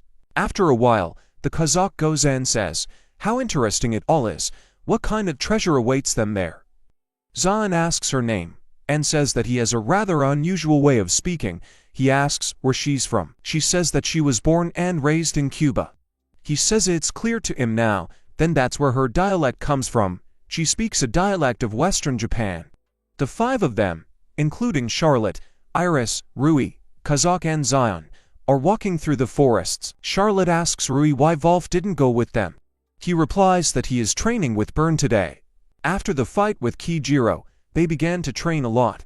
He believes that he also needs to not give in to them. Rui notices Kijiro gathering something in the forest. He immediately asks him why he is here. He turns and sees the students. Kijiro says he was told that effective medicinal herbs grow here, so he was looking for them. He also asks why they are here. Rui says they're actually going to see what's ahead of the dungeon. He asks in surprise if they are really going to the dungeon. He immediately says that it is dangerous there, especially since he is new. It is unknown what kind of monsters and traps are there. Rui says that, of course, they do not go there to play. If it is dangerous, they will immediately leave. He says they need to get there no matter what. Kijiro looks at them excitedly and then asks them to at least take something with them. He gives the bottle back. Rui asks what it is. He replies that it is a homemade regeneration potion. It acts on abrasions and bruises. He tells them to be extremely careful again. They obey him. Rui thanks him for the potion. Kijiro turns away and leaves, and Rui says how kind he is. He then suggests that everyone pack up and go further forward to the dungeon. After a while, Zion says that they have come. Not that this is a new dungeon. The ruins have always been here. He thought they had already been looted, but about a week ago, they accidentally found the entrance down there. Kazakh sees people and asks who they are. She says they look unpleasant. People turn around and look at them with their evil eyes. They rudely ask what they want. Those men who first came to the dungeon say that they thought someone had come, but it turned out that they were just children. They turn to the girls and pretend to say that it is dangerous here. If they walk here, they will be caught by bad adults. Charlotte openly shows her disgust for these men. Iris picks up and immediately agrees with her. She tells them that if they want to flirt, they should start by taking care of themselves. The man is angry. One of them, with stubble, points his dagger with his hand and shouts that he is, by the way, a professional adventurer. He will make them regret that they don't take him seriously. He attacks Rui and suggests starting with him. Rui easily evades the attack. The man does not have time to react as Rui attacks him from the foot. On the ground lies this man who just boasted and was angry at them. His other friends are outraged at who these children think they are. Sion tells Rui that it looks like they won't get inside so quickly. Rui agrees and asks Sean if he will help them. Sean winks and says that he knows that he likes fun. Those men are shouting that there are more of them, so let them attack. Shen holds out his hand using magic, and says that sometimes you need to show yourself as a senpai. He uses a clay creature, namely a magic doll. Huge stones come out of the ground. A huge golem appears, and everyone is horrified to wonder what kind of magic it is. A man with a trembling voice tells his men not to back down. One sticks his spear into this doll and screams that he got hit. However, he immediately realizes that he cannot bring it back. He says that he cannot get it. Sean continues to smile and then commands the golem to act. Here, the golem just hits this man with his fist so that even the earth shakes. This man is lying unconscious on the ground. The others are looking at him in fear. Here, one shouts at everyone not to move from their place. One man grabbed Kaheza and held a knife to her. He says, if they know what will happen to her if they move. The girl stands in front of him without emotion. Rui and Charlotte sigh wearily, as if they are disappointed. The man gets angry and asks if they even understand what's going on here. He begins to say that, then he uses this knife. He does not have time to finish his knife, namely, the blade is simply cut into pieces. The girl cuts it with her sharp paw. She says with a sigh that her baby woke up because of the nose. Suddenly, a huge mantis appears from her sleeve. The man is horrified. Is it really a big mantis? The mantis hits this man. He falls. The Kazakh woman apologizes to the boy that is the mantis for waking him up. The mantis is fawning over her. Then the men realize that they are already finishing. Zion inquisitively says that he did not know about it. Next time, in his opinion, he will have to ask to see it. The girl tells Senpai, it's better to do something else. Now the men try to attack Zion. They panic. One yell at the other to calm down, because he is alone, and there are many of them. The Kazakh says that the boy has already woken up, then she suggests waking up. The others, numerous different monsters come out of her sleeves. She says that now they are equally divided. They are horrified where such huge machines came from, and even monsters are unfriendly to people. She gives the command to attack all the monsters can easily cope with them. After that, she praises everyone, and the monsters feel pleasure from it. She thanks everyone. She suggests moving on. It seems that everyone has figured it out too. Charlotte tells Iris again not to snuggle up to Rui, and she asks him if he's hurt. Charlotte says they beat them, of course, but it would be bad if they remembered them. Rui agrees and says that's why he will make them forget about them. He starts doing something to the man's head. Everyone looks at him in horror and does not understand what is happening. They ask what he's doing. Rui says this is what he learned from his teachers. If you run it electrically through your head, you can control your memories. There's an explosion going on here. After a while, the electrified man gets up and asks where he is, if he has seen them somewhere. Everyone looks at them awkwardly. After a while, they come up and wonder if this is really a dungeon they pass by.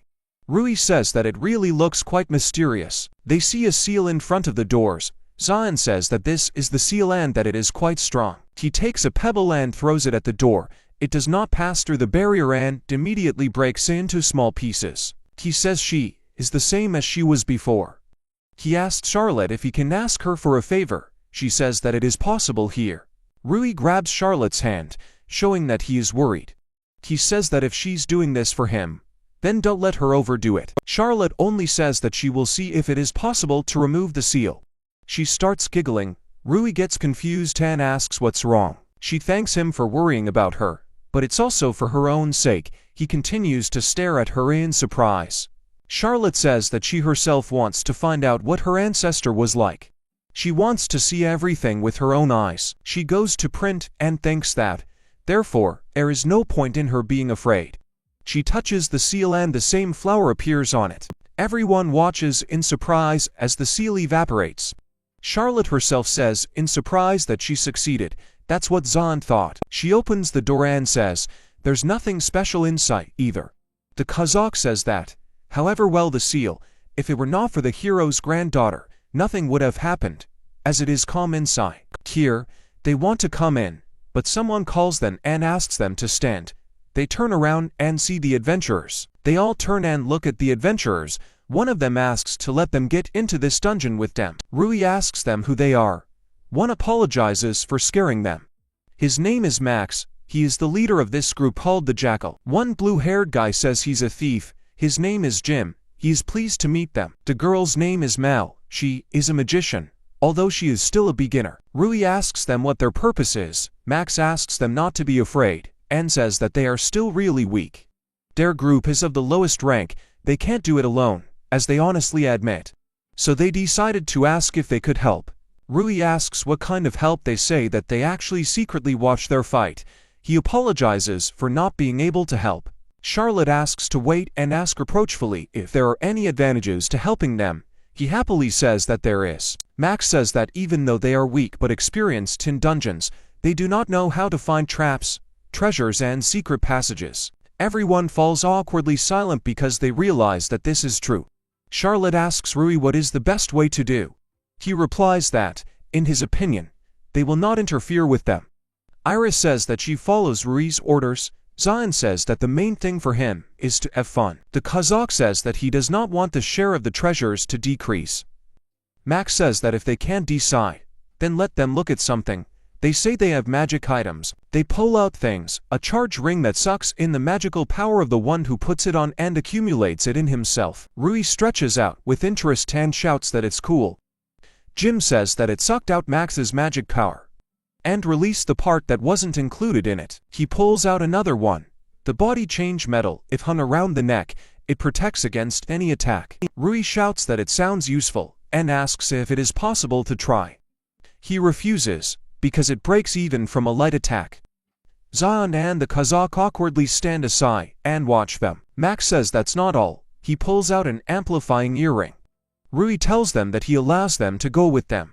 The three of them react joyfully and ask if this is really true. Charlotte stands next to Rui and asks doubtfully if everything will be okay. Later, they all walk down the hallway together.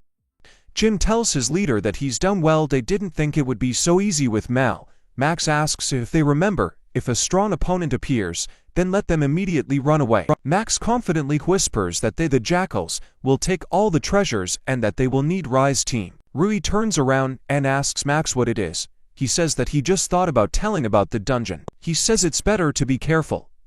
There should be a trap in such a corridor. Rui asks what the trap is. He says that, for example, spears emerging from the floor, or arrows, there may be a button in the floor, so they have to be careful.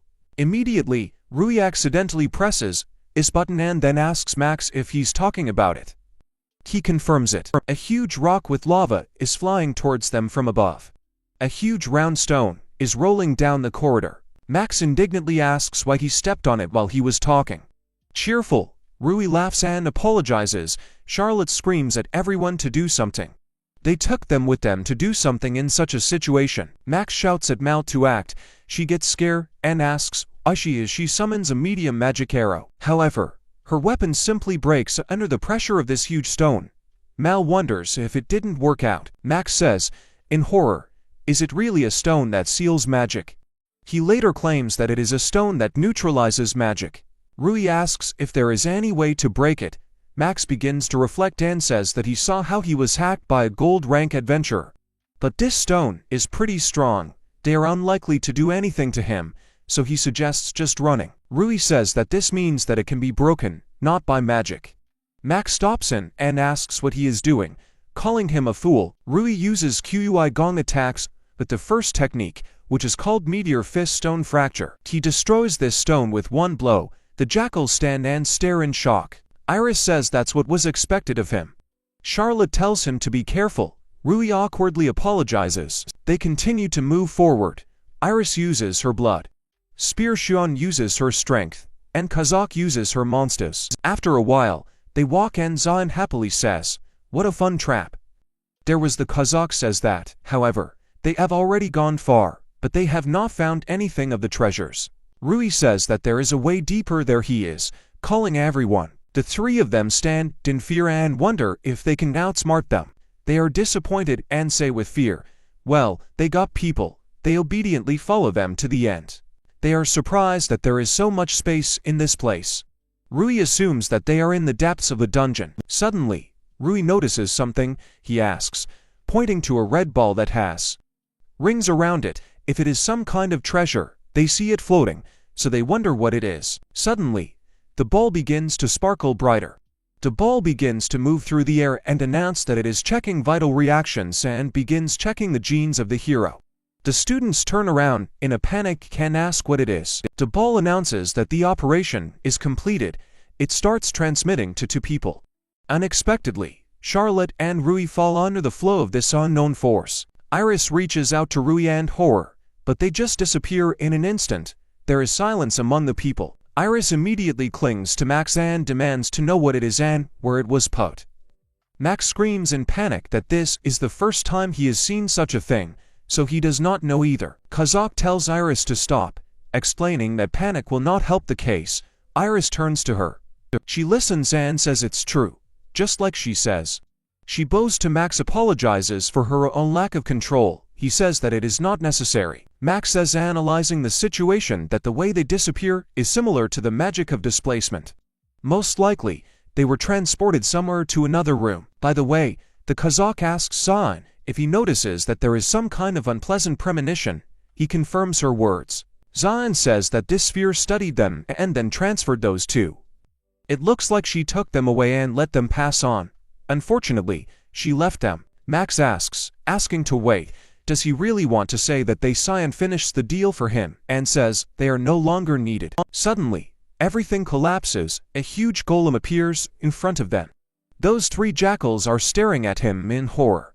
Sion asks, without emotion, what they will do now without Rui. Rui opens his eyes elsewhere. He wonders where he is being next to Charlotte. He says that apparently, only he and her were transported here. Charlotte hopes that everything is fine. Rui exhales and says that, by the way, they better take care of themselves. Charlotte says, it's probably a lot more dangerous here. She's getting ready to grab her sword. Rui sees that her hand is starting to shake. He puts his hand over hers and tells her not to do that. He tells her with a smile that he is with her. Charlotte blushes. She starts saying that she will protect herself, but if he wants to, then so be it. She will let herself be protected. Rui agrees and says that it will be as she says. They hold hands. Rui tells her, further embarrassing her, that he will become her knight. They walk down the hallway together. They stop as soon as they see a silhouette in a dirty raincoat. They are on guard. They immediately take out their swords. Rui says that before they entered the ruins, there was no one here. So why is he here? Rui asks the stranger who he is. He says he was waiting for them. He says they are the ones who will inherit the hero's intentions. Both look at him in surprise, not understanding what he is talking about. The stranger tells them that he is not an enemy to them, and then walks forward without showing his face. He asks them to come with him. Rui tells Charlotte that he does not feel any danger from him. He asks her what they will do. Charlotte says there is no other way, so they will try to follow him. They follow him. As soon as they enter, their eyes immediately widen. A stranger stands by a huge wall where different races are painted. Rui sees and says that one of them is an ogre hero. The stranger says that this is true and that a third-generation ogre is depicted here. Rui asks where they are and who he is, in general. The stranger says that, okay, he will answer them one at a time. As soon as they see him, Charlotte involuntarily clings to Rui out of fear. They were scared by what they saw. The stranger says that they will be surprised for sure, because his face is so rotten. Charlotte and Rui stand in a stupor and look at him. The stranger begins to say that his name is. Suddenly, he thinks about it and wonders what his name is. He hides his face with a hood. Charlotte and Rui stand awkwardly waiting for him to remember his name. He says that's why he hates this zombie body.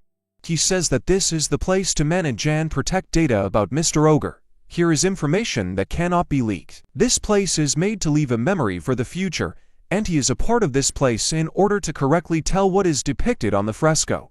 He waited a long time for the right people for this. Rui asks him, anxiously, if he has decided to become like this himself. The stranger replies that everything is correct. He turns slightly. It is clear that his face, without a shape, looks flowing. He says he became immortal at will.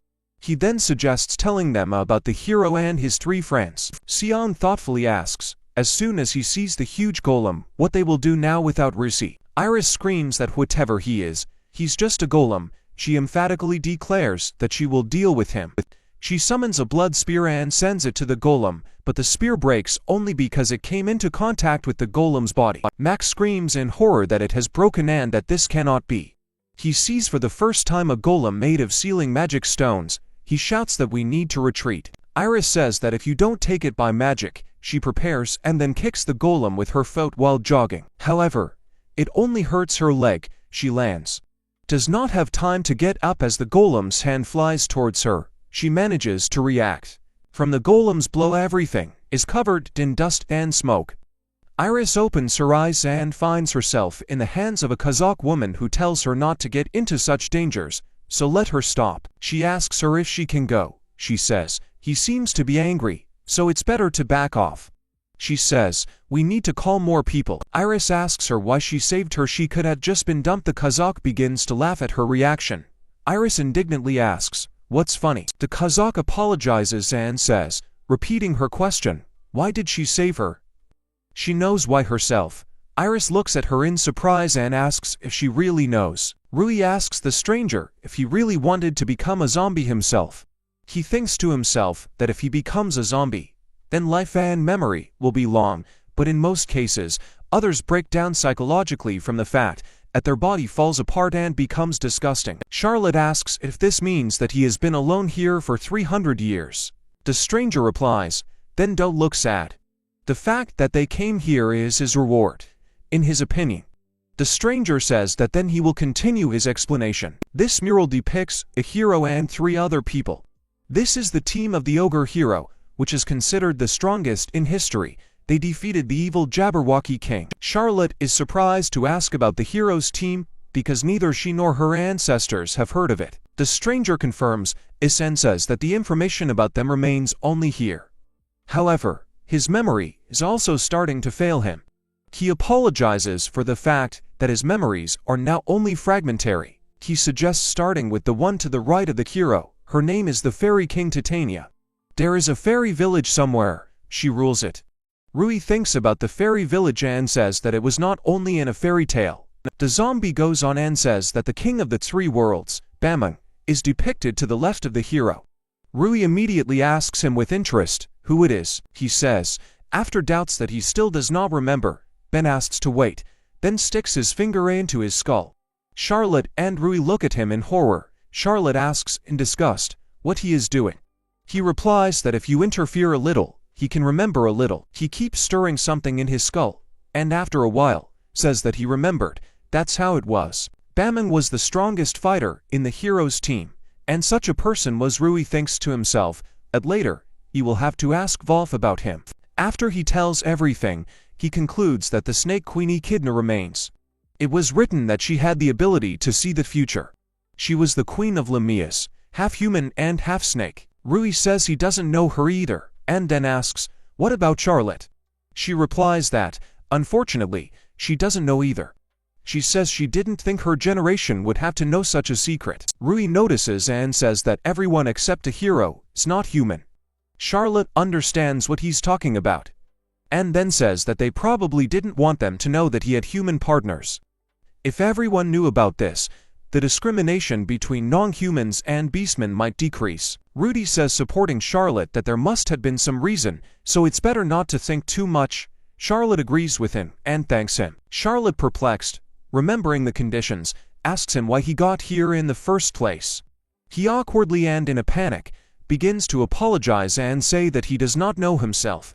He himself wonders why. He thinks to himself that it's probably because he's been in an endless hell. He remembers something. His eyes widen. He says that exactly. He just got into such an important room. He believes that it is possible to find a clue how to remove the seal from the endless hell. Rui turns to the stranger and asks him if there is anything else he needs to tell him. The stranger asks and thinks, what else could be? He asks to wait, and then remembers. He quotes the hero what he said. Then he said that if the one who got here was in trouble, let him tell them to ask for the help of his partners. Rui asks if they really need to ask the hero's teammates for help. The stranger says that if there were anyone else with them, they also need help. Someone was attacked by a golem. Rui screams in fright that she should have said it earlier. He starts to move abruptly. His body glows with green magic. He apologizes to Charlotte and says that he is coming back. The stranger asks Charlotte who he is. She sighs and replies with some pride that she would like to know herself. The stranger says that's all he needed to tell. He had been waiting for this moment, but when it came, he suddenly felt lonely. He stretches out his hands and puts them on Charlotte's pawn, and thanks her for everything. She hugs him and says, he's probably a hero too, even a better hero than her. The stranger tells Charlotte that his blood flows in her. He is very grateful to her. He wants the world to be at peace. After these words, the body of this zombie crumbles, and right on Charlotte's hands. One continues to stand in silence. Her hands drop. She scoops into her pawn and says she will inherit his desire. She claims to be the fourth hero. Kazakh woman. When asked by Iris why, she saved her answers with the question that she understands it herself. Iris continues to stare at her in surprise and bewilderment. Then Max turns to them and tells them to run with the help of his pet. The Kazakh walks away from the blow. Iris jumps back. Max looks scared and delighted at the same time. He says, "This is the power for invulnerable to attacks." He says he has the strength of a rank. Jim and Mal tell Max that they have to quietly run away. They shout that they cannot cope with him. They have objects with which they can get out. Jim says they've already tried, but for some reason, they don't work in this room. Mal then suggests just standing in the corner of the room, otherwise they will just get in the way. Max turns around and sees Iris in the Kazakh coping with the golem. He tensely wants to say something. Iris pushes off from the golem and jumps back, after which she accelerates and goes to attack him. The golem attacks her. Iris' leg breaks so she can move. The fist flies towards her. She covers herself with her hands and freezes in anticipation of death. After a while, she opens her eyes and sees that the golem was stopped by some goo. Max comes up to her and asks if she's okay. She replies that she is fine. Iris asks him if he really stopped him. Max says, "It's him." Something similar to chewing gum sticks to the golem's leg. Max says that this is a special item of adventurers, which is called a sticky bomb. It only works for a few minutes, but skillfully stops big monsters. Jin comes up to Iris with a potion and tells her to drink. She looks surprised at this time. Mal ties up Iris' leg and asks her to tell if it's too tight. Iris is embarrassed to thank them for putting a bandage on her, but she asks why they are here. It would be smarter for them to just run away. Max says that everything is as she says. Iris is surprised. Max says that, in fact, they always ran away. They tricked other adventurers and made decoys out of them.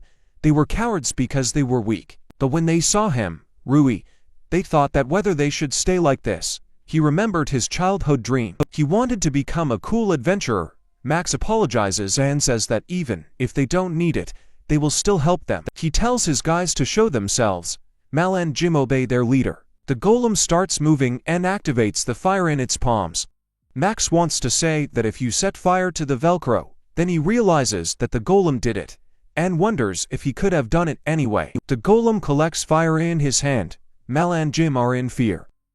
Iris looks confident, and Max says with a smile that there is nothing to be afraid of. He pulls out his racket and says to rely on him, calling him a partner. Iris, horrified, asks if he is going to fight this. He asks her to just look at it. Max pulls a rope and puts a ball there, saying that he saved it many times. He throws it away, saying it's a smoke bomb. Mal and Jim say the leader is doing well. Val comes up to the Kazakh woman with the potion. She says that he is just right. Jim approaches Zion, who drinks a potion from them, thanks them, and honestly says that he did not expect help from them. They want to say that this is the end, although it is unlikely. The golem is still standing whole in front of them. Iris and Max look at him. Max pulls on his racket again and says that then he will have to show his best. He shoots a kind of slippery ball. This ball falls on the golem's leg and envelops it. Jim also throws balls, which he calls a special lubricant, and shouts at him to get them. The golem is standing in the mud. Jim shouts at Mal to act. She shoots her magic weapons, telling him to rely on him. She attacks him with a fiery arrow. The golem starts to burn completely. Max claims that even in a class monster can't resist such a combo. Nothing harms the golem. Max stands in front of him in a stupor in his thoughts that all this did not work remotely. He is told to run. Already, a bloody spear is flying to the golem here. Iris pushes Max to the side while the golem gets hit. He is already fully up and confidently thanks her for saving him, saying that now he owes her here. Iris says that she just did a natural thing for her. She stops talking and tries to say something, fighting herself. She remembers Kazakh's words why she saved her. She understands why she thinks that when she was rescued, she couldn't think of anything. Iris says she doesn't need a reason to save someone. She just wanted to say it. She says it's mysterious. When she fights with someone, her feelings get stirred up. She wonders if Mr. Ruisha felt it too. Iris stands up and confidently says that it's her turn. Now she sticks this sword right into the eye of this monster. after which she immediately jumps back. The monster does not react in any way and attacks her with his fist. Iris falls to the ground with a groan. Max runs up to her and asks if she's okay. He immediately gives me a bottle and tells me to drink a regeneration potion. The monster approaches them. Max apologizes, saying that he is useless after all. Iris says that's not the case. She says that it was thanks to them that she was saved. Rui stands in front of them, and then turns around and says with a smile that he is back. Rui uses his magic analysis, but immediately wonders if he has beaten it off. He suspects that these are magic seal stones. He says that now he understands why it was not possible to defeat him. He decides then to kill him with it. He summons his sword through the earring. He waves it and cuts through the space. The golem falls apart with a groan. Rui exhales and says that they are safe now. He runs up to the guys and asks if they had any wounds. That trio of jackals admire him, and asks to be allowed to call him their bro. Max asks to take him on as an apprentice. Rui doesn't understand what's going on. Sean says you won't get bored with him. Rui sees him in the Kazakh and is glad that they are okay. Kazakh says that if he is going to praise, then let him praise her. That is Iris. They turn to her. She looks at him with bleary and submissive eyes. She says, folding her hands in front of her, that she believed in him. She believed that he would return. Rui comes up to her, takes her hands and says that he believed in her too. He thanks her for protecting them all. Charlotte comes in and says, it looks like they've already dealt with him. While Marl treats Iris' leg, Charlotte sees the wounds and says that apparently they didn't get him easily. He tells Rui that he great. They start shaking. The Kazakh asks, but aren't they shaking? Even Zion is a little worried. Stones begin to fall from above. Max shouts that the dungeon is collapsing. If they don't get out, they will be buried alive. He says that usually, if you go through the dungeon, there will be a way out. So why is there no way out? This time, Rui remembers that this dungeon is a building made to keep the secrets of the hero. If the infiltrators defeated the golem, then the whole dungeon will start to collapse. It's such a double trap. He shouts to Max, maybe they have some kind of object. He answers uncertainly, as if there is. But he turns to his team and asks if they agree. They voluntarily not in agreement. Max tells his bro that this is a magical item, a magic moving stone. He hands him 3 red stones. He says that if you work magic on him, he will transfer them outside. After defeating the golem, it can be used to this. He only adds, sadly, that there are only 3 stones left, so he has to choose only 3. Max holds out everything and asks him to do it because, unlike him, they were only cowards, and he can choose who to save. He claims that he is greedy and he doesn't want anyone to die. Rui shoves these stones back at Max, who asks, then, how will they get out? Rui tells him to believe in him. He uses magic. A huge light sphere appears in his palms. Everyone looks at him in surprise and admiration. Iris even cried a little at what she saw. Rui uses a powerful beam which then explodes and illuminates everything inside. This beam is driven into the ceiling and collapses it. Iris watches and thinks to herself that she now understands that a powerful ray can cancel magic. If the dungeon is created from magical power, it can simply be erased with a powerful beam. Rui exhales, loses his balance and tells the guys that everything is up to them. Iris catches him and thanks him for his work, holding his body. Iris turns to the Kazakh and asks her if they can somehow take off. The Kazakh woman raises her hand and says to rely on her 18-year-old baby and on her respectively. She calls a certain radish, and they say that they are going to fly now. They all fly away with the monster holding on to each other. Sean happily says that they somehow escaped. Jim says from below that, thank God they were saved. Sean is just as happy to talk that he had fun. The guys indignantly ask him if he's serious. In the dead of night, everyone says goodbye. At the hostel, Rui barely walks down the corridor and whines that his whole body hurts. Then he meets someone. Kojiro's teacher shouts loudly that he's finally back. Rui is surprised to recognize Kojiro's teacher, and immediately asks him why he is here at all. He says worriedly that he found out from the head of the hostel that he has not returned yet. He didn't think that he would come back so battered after they talked to him in the woods. Rui awkwardly and guiltily apologizes to him. Kojiro asks him if he has used his potion. Rui takes out that bottle again, as if he had forgotten it during the battle. Kojiro then demands to give it back. Here they're sitting in the room. Kojiro treats his back with this potion, and Rui screams that it stings a little. Then he screams, pinches already, and even pinches very much. After a while, Rui examines himself and says that it has already become much easier here. Kijiro says that his potion works great. He then adds that, however, it is good that he is fine. He believes that children should not take on such a thing. He gives instructions, then, after lying in the bath and sleeping, everything will pass. Then he says goodbye and tells him to rest, after which he leaves. Rui thanks him. Rui reflects that he was really worried about him and was waiting for him. He thinks we should thank him at school tomorrow. On a bright day, Rui exercises, breathing in parallel to the beat. After a while, he falls on his stomach and says he's tired. A bird flies into his window and says something to him. Rui sees him and shouts his name. He takes what he was steaming and says, "It's a big fruit." He asks if he really brought it to him. He makes a sound, after which Rui thanks him. After a while outside for practice, Kijiro apologizes to the guys for being so sudden. But today will be the last lesson with him. He says they didn't spend much time, but it was worth it. Rui notices, Isan continues to look at him suspiciously. Charlotte turns to Rui and asks him if something has happened. He apologizes and says that nothing happened. Rui wonders why his mood is worse than usual. Today during training, Kijiro tells Ibuki that he is squeezing too much.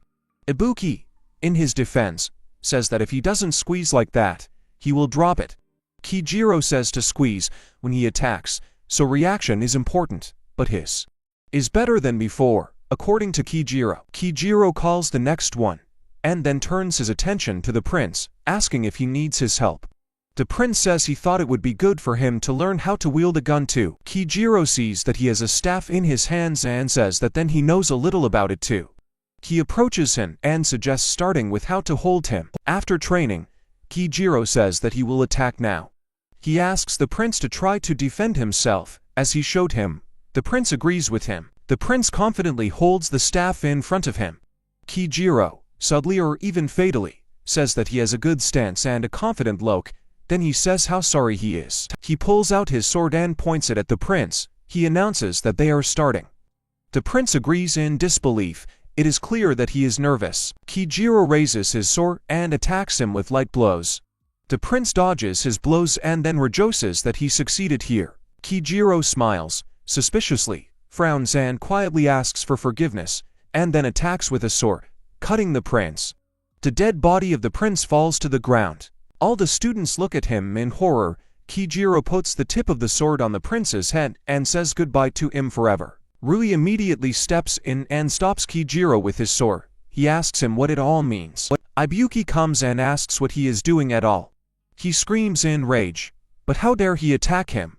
He convulsively repeats the question and shouts that he will kill him. Rui tells Ibuki not to submit to anger. He yells not to stop him, claiming that he will kill him. Rui tells Ibuki that actually, he whispers something in Ibuki's ear. He calms down and asks if this is really true. Rui stands in front of him, confidently pointing the sword at Kijiro, who, on the contrary, puts the sword back in its case. Iris is standing next to them.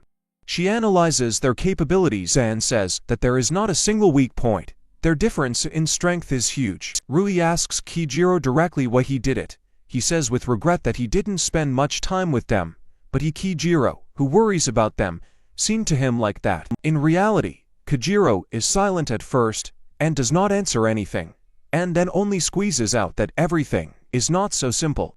After a pause, he says they won't understand.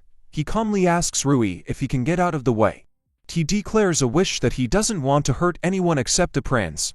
He adds that the blow seemed fatal to him, but he needs to make sure that his breathing is stopped behind them. All the classmates are trying their best to cure the prince. Rui tells Kijiro that he won't let him leave the man who maimed his friend, and he also has no reason to attack him. Kijiro does not look him in the eye and says that he is partially right, and it is not easy to understand why he needs to kill someone. He pulls out his sword again and says that, however, he has his own reason. He sets a condition for him that if he blocks his way, he will pass by force. Kijiro points his sharp sword at Rui. Rui does not go anywhere and does not give up his chose. Kijiro understands. Isan disappears from Rui's field of vision in a moment. In a split second, Kijiro is right in front of Rui with a smile. brandishing his sword and attacking Rui. He attacks horizontally, which Rui manages to dodge, sit down and get away from the blow. He declares that he will not lose so easily, after which he attacks cleanly with his fist down, but Kijiro easily gets away from a side kick. In the same second, Kijiro gets up and attacks him with his foot, but Rui deflects his blow with his forearm, which earns a large wound. A huge ball of fire forms in his palm.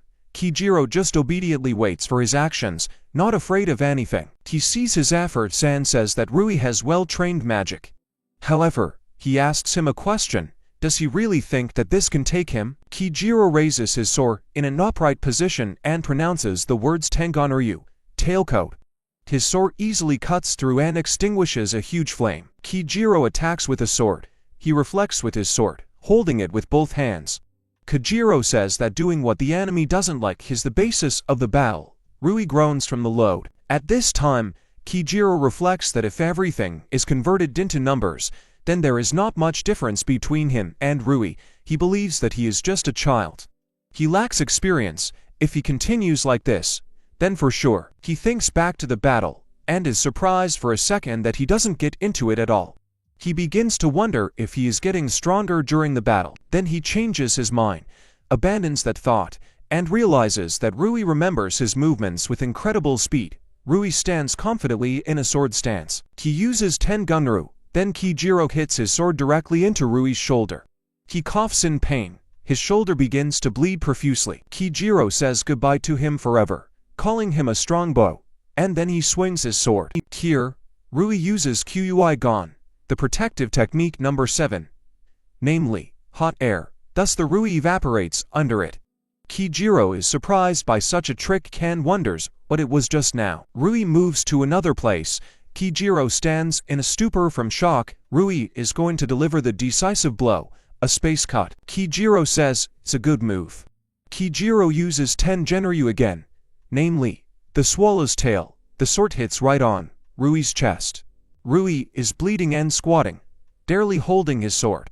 Kijiro wipes the blood off his sword as it groans in pain. Kijiro looks and says he's not losing consciousness.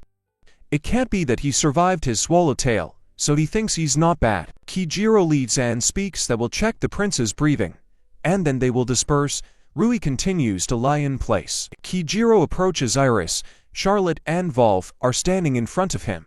He says he doesn't like to kill without a good reason. If they leave, he won't hurt them. They do not obey and only maliciously tune into him. Rui slowly comes to his senses and only begs to wait. His eyes slowly close. He remembers the days in endless hell. Rio told him that he had become stronger, but he still lacks something. Rui asks what it is. Rio says that he lacks determination.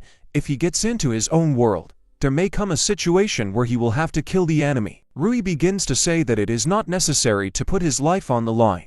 If we talk, then he can understand.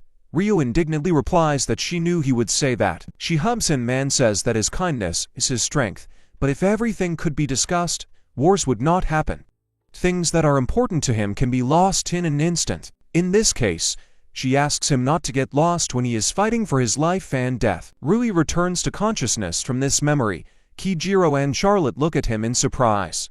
Rui apologizes to Rio and says that he remembered. Rui gets up from the ground and straightens up. Rui found the strength and motivation to get up and continue the fight. Kijiro did not expect that he would have the strength to fight with such wounds. The guy is shaking all over, but is still ready to continue the fight with the teacher. Rui was determined. He wanted to put an end to this lawlessness. Kijiro asked for forgiveness for treating him like a child, and will now accept him as an obstacle to his goal. The teacher was ready to strike Rui again, but to the surprise of everyone, the guy was able to easily repel this attack without using a weapon with his bare hands. Kijiro couldn't understand how Rui managed to do it so easily.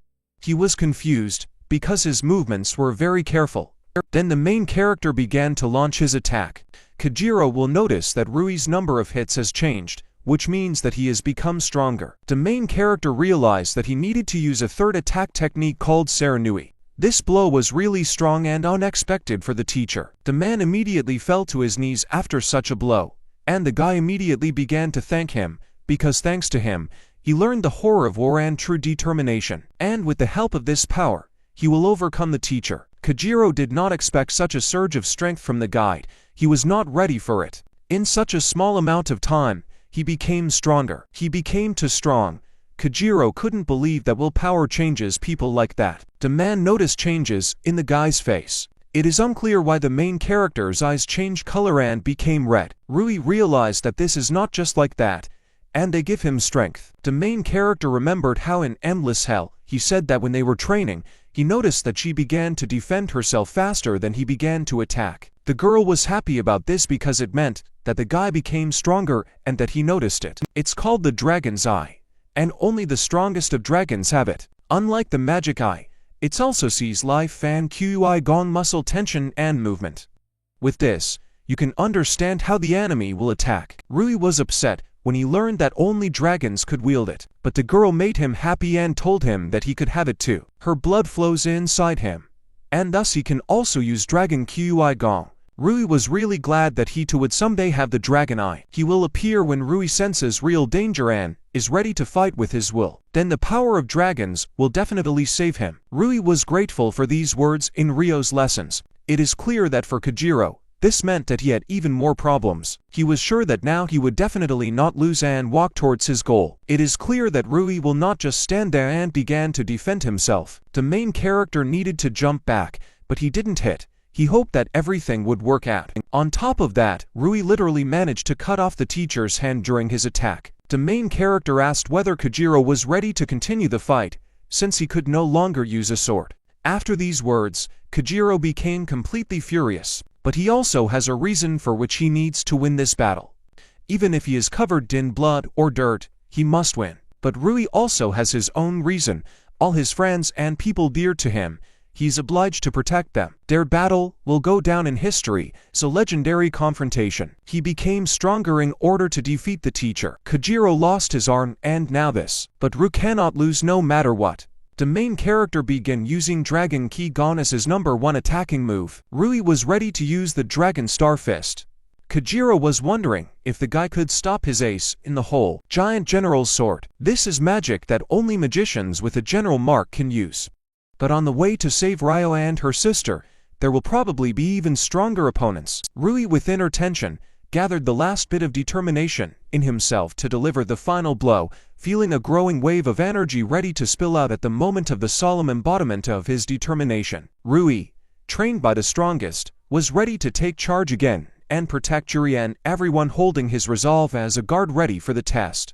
Kajiro admitted that the guy turned out to be much more complex than it seemed at first glance, and agreed with this.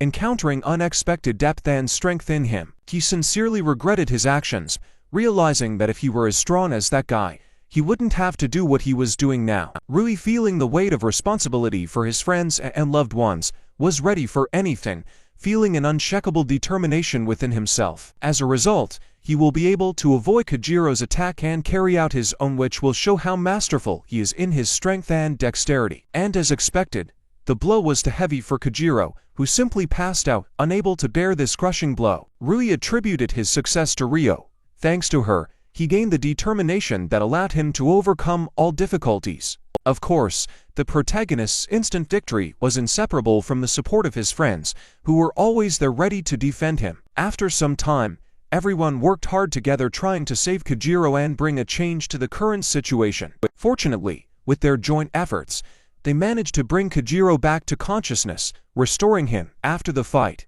the guy apologized immediately after waking up, having previously warned that the next moments would be painful, asking the girl standing next to him, Lona, to begin the necessary process.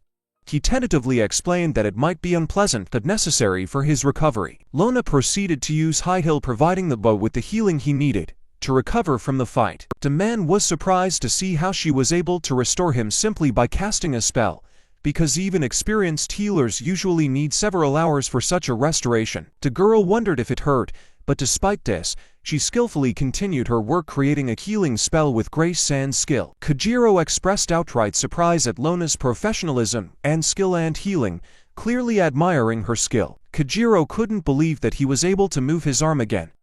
Now new prospects were opening up for him, and he realized that he would be in debt. The teacher could not understand why Rui decided to save him after all the events that had happened and the actions he had done. but the guy himself also seeks to understand what the point is. When Kojiro, at the end of the battle, found himself under his protection, it was as if he had conceded, as if he was deliberately aiming for defeat, giving the impression that his goal was to concede in this battle. Then Kojiro realized that his deception had been figured out, and even the children noticed this cunning move. Having lost the battle, he realized that the most important thing now was to take the prince to the hospital, because the chances of saving him were extremely small. Approaching him, Yuri asked him not to worry, trying to calm him down and support him despite the current situation. In fact, the main character gave him a magical artifact revealing a secret that could change the course of events. Thanks to the substitution medal that the adventurer in the dungeon provided him with, he managed to escape, avoiding the danger that awaited him. The blow was so powerful that he still temporarily lost the feeling of recoil, switching off from the intensity of the moment. It was clear from his expression that he was enjoying this, enjoying the moment of recovery and peace from the intense events. Then Kojiro, realizing his mistake, knelt down, beginning to beg forgiveness to those whom he had upset with his actions after such changes. I don't even want to respond to words, but it is clear that the upcoming punishment will not be easy. The teacher, realizing the current situation, was ready to accept any punishment. He only asked to be given a chance to tell how everything came to this. Her gaze changed sharply, as if she was preparing for something big. A second later, the man fell to the floor, as if conquered by a wave of pain that overwhelmed him, depriving him of support. Lona could not understand what was wrong, because she was treating, but the temperature continued to rise, as if the rebellious organism did not want to agree with her efforts. After some time, the man began to feel better, as if the shadow of pain was gradually dissolving under an invisible ray of relief. Well, nothing can be done about it.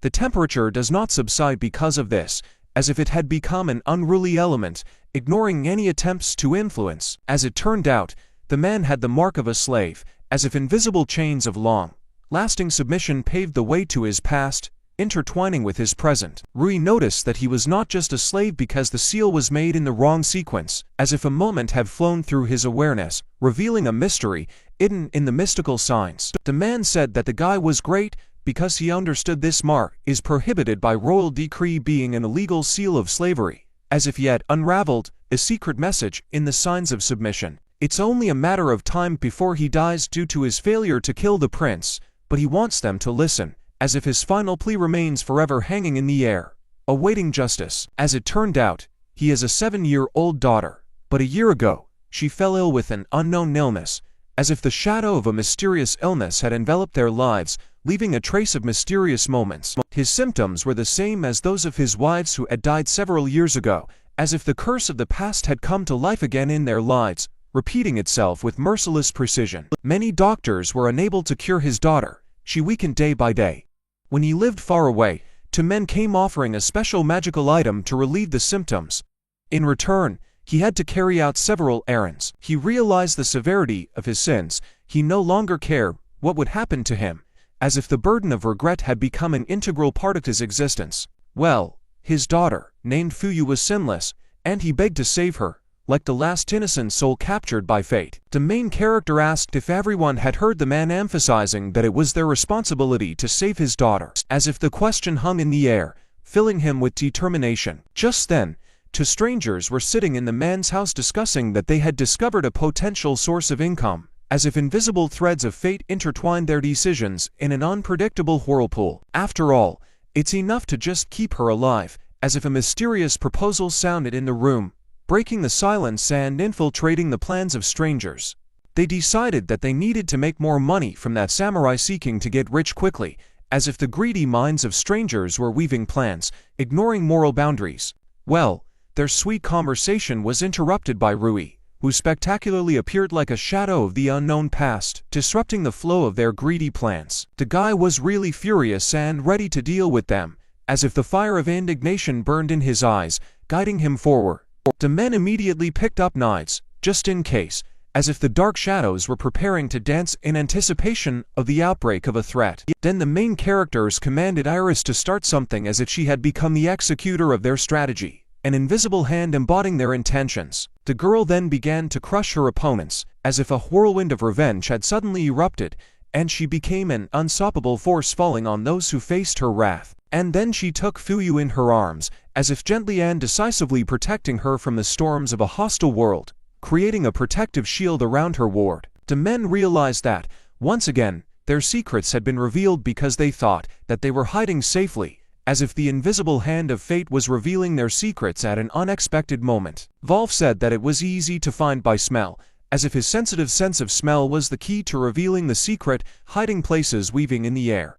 Well, the guy said that he was the first to analyze everything, as if his mind became a spearhead penetrating secrets and solving their riddles. The man said that they were strong and offered to measure their strength with him, as if a challenge had been thrown and tense anticipation of a fight hung in the air. Well, the guy would not forgive them under any circumstances for disgracing the man's efforts and his strength, as if his pride were a piece of shrapnel cutting in the air. Then, as expected, he struck the enemy, as if the moment of truth had arrived and the sound of the collision of hostile waves filled the air. With such a force of impact, the wall simply could not stand it and broke through, leaving behind a destroyed hole. Kajiro's prediction came true. The girl's heart flared up as if a passionate flame had flared up in her heart, illuminating everything around with its warmth. This was something beyond an ordinary disease, and the healer seemed powerless in the face of an unknown illness that required unusual means of healing. Some kind of resourceful method was needed that could put an end to the disease,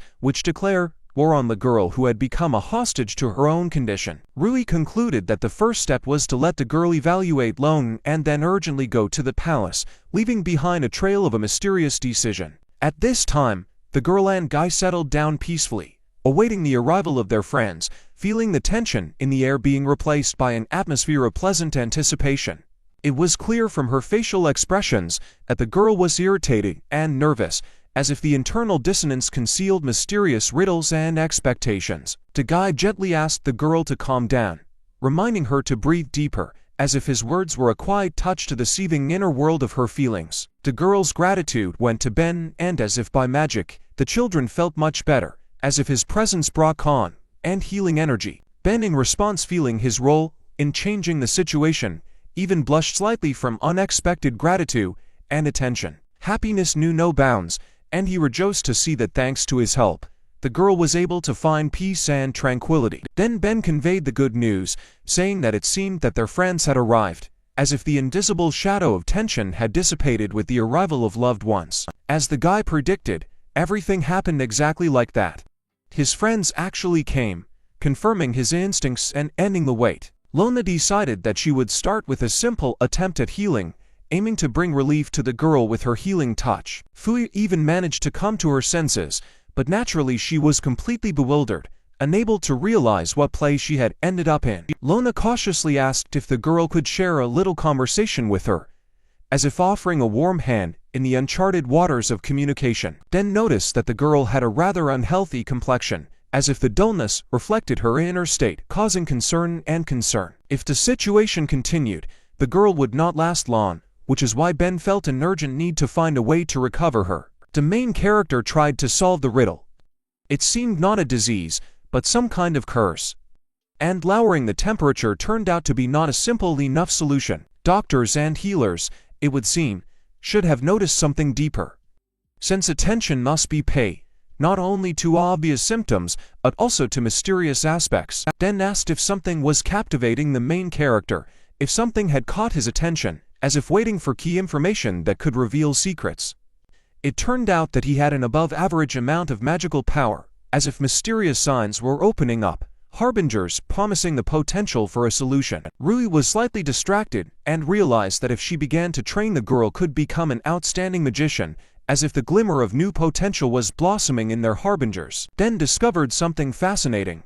Her mother also had a significant amount of magical energy, as if the mystery of magic permeated their family ties. The amount of this magical power meant only one thing.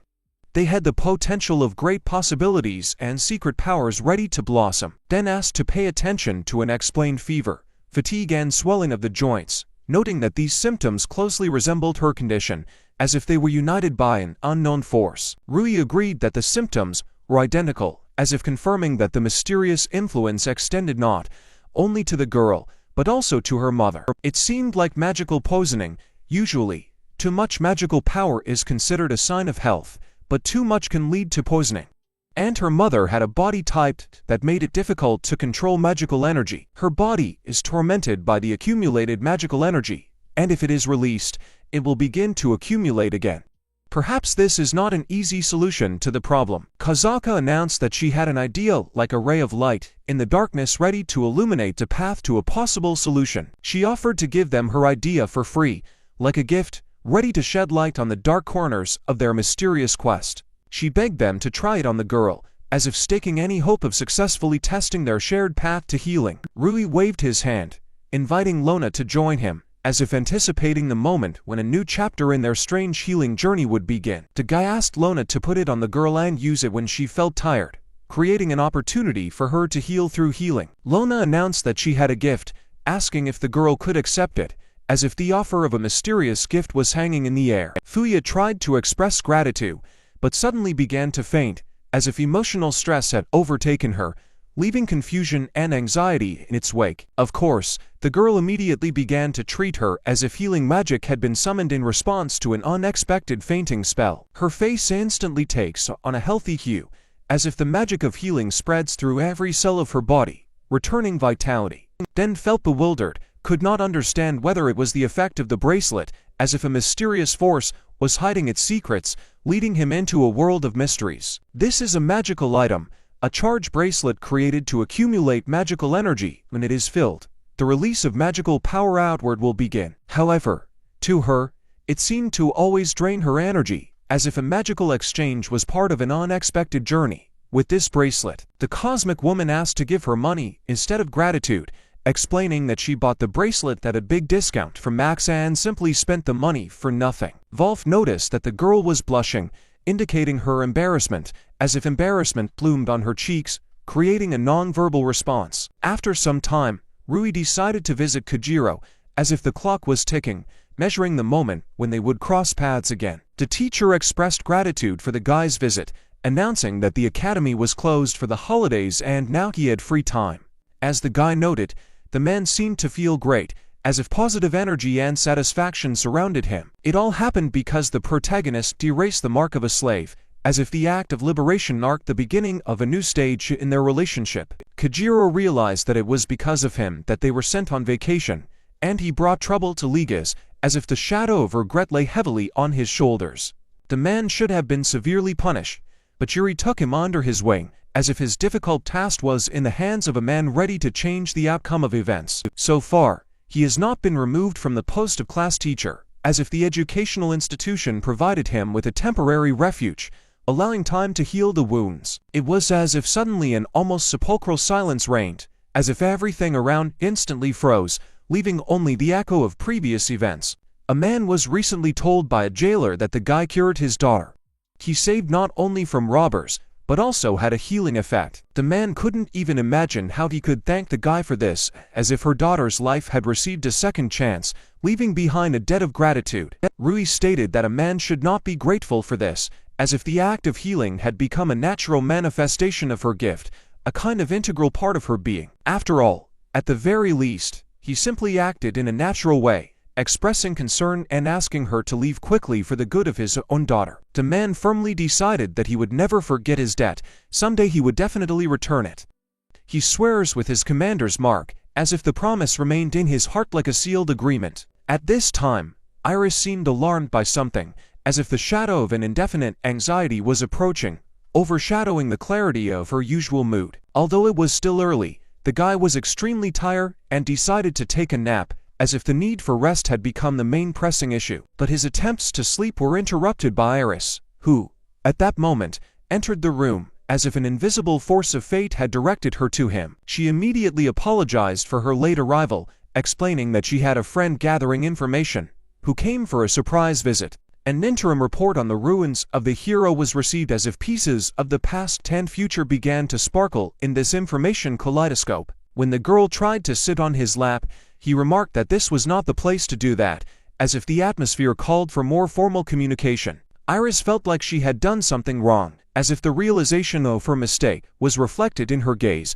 creating unnecessary tension in the air. Then she pressed herself as close to the guy as possible, as if trying to smooth out the previous awkwardness and restore communication on a closer level. She even wondered if it was all too fast, as if trying to decipher the fine line between the speed events and her comfort. The main character realized that this was indeed too close.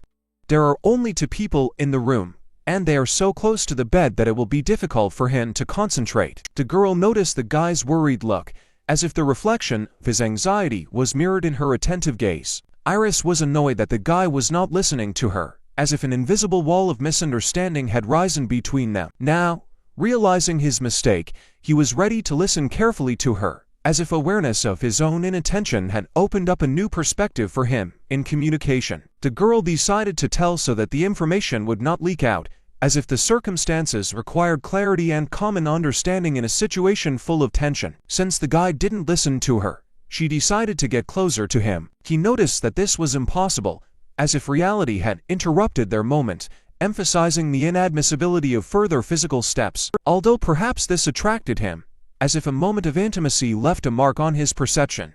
Iris wondered if their relationship was a servant-master relationship.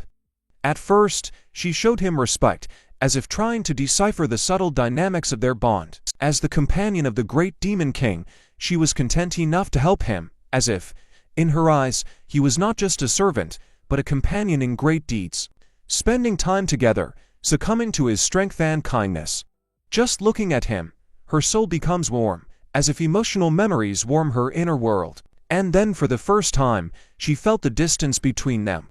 She began to feel jealous of the hero's granddaughter, as if the new element of interaction brought with it difficulties. She realizes that she may not be worth it, but she decides to try anyway, as if the desire to cross the border of her feelings became too strong to resist. She asked if the guy wouldn't mind he could return her feelings. Then she kissed the guy, as if this moment had become decisive in their relationship, filling the space with new, unknown emotions. To my surprise, the guy didn't try to resist at all, as if at that moment, he decided to indulge in the flow of feelings, leaving questions and doubts behind. He noticed that it was unusually pleasant, as if in this kiss, he had found something that he had been missing for a long time. The girl said that she was very pleased, as if the confirmation of her feelings added warmth to the air and blurred the sharp edges of their misunderstanding. Rui reciprocated. He was flattered that such a girl had feelings for him, as if mutual recognition brought them even closer. Iris asked if she could come down, as if the question became a bridge to return to more mundane questions and activities. Rui said that this was not necessary, as if he gave her freedom of choice, creating an atmosphere of mutual respect and understanding. In fact, she didn't tell him anything, as if a secret was hidden in her eyes, adding heightened interest to the moment. From their first meeting, she fell in love with his sweet face, as if the facial expressions of his face became a magical guide to the world of her feelings. She apologized for ignoring him the first time she met the guy because she felt embarrassed and insecure. Then she thought that someday they would have to be enemies, as if the first impression left its mark on her perception of the situation. Fate is a strange thing. Back then, she didn't think their relationship would develop into this, as if a path that began with uncertainty led them to an unexpected turn. She couldn't stop looking at the guy's sweet face, as if she found something in his features that made her heart beat faster. For a long time, she had wanted to make him blush, as if in this embarrassment, she saw a peculiar charm and inexpressible tenderness. The guy only asked to be more gentle, as if his request sounded tender and trembling. Iris apologized for disobeying his request for more gentleness, but then defying this order, kissed the guy passionately, revealing the reciprocity and her own passion. Meanwhile, Charlotte was sitting in her room, unable to understand who Iris thought she was, as if a mysterious shadow of misunderstanding had passed through her thoughts. She didn't know what she was doing, because if she was attacked, she would come back, as if a mysterious threat lurked in her ignorance and uncertainty. She noticed a brochure from a harvest festival she had attended often as a child, as if memories of past joys had resurfaced in her mind. And in this she saw some kind of sign from the universe. She understood what was needed, as if the random find had become a reminder and direction for her from the cosmos. While the guy was sleeping, it was time to enjoy his sweet sleeping face, as if these moments of peace brought joy and peace. Using her long nails, the girl decided to sneak into the room, as if her determination and dexterity were the keys to the secret corners. Carefully opening the doors, she immediately asked for forgiveness and wanted to ask something, as if her sudden appearance was accompanied by sincere intentions. To her surprise, she did not notice anyone in the room, as if the emptiness and silence became her silent testimony. And only on the table did she see a note, as if the mysterious message had become her only guide in this quiet emptiness. It was a note from Charlotte where she said that she had taken the guy and asked everyone to go to his room, as if mysterious courses of events were developing under her leadership. There was no longer any warmth left on the bed, so that meant that they had since left, as if the empty bed was evidence of their temporary absence. She agreed,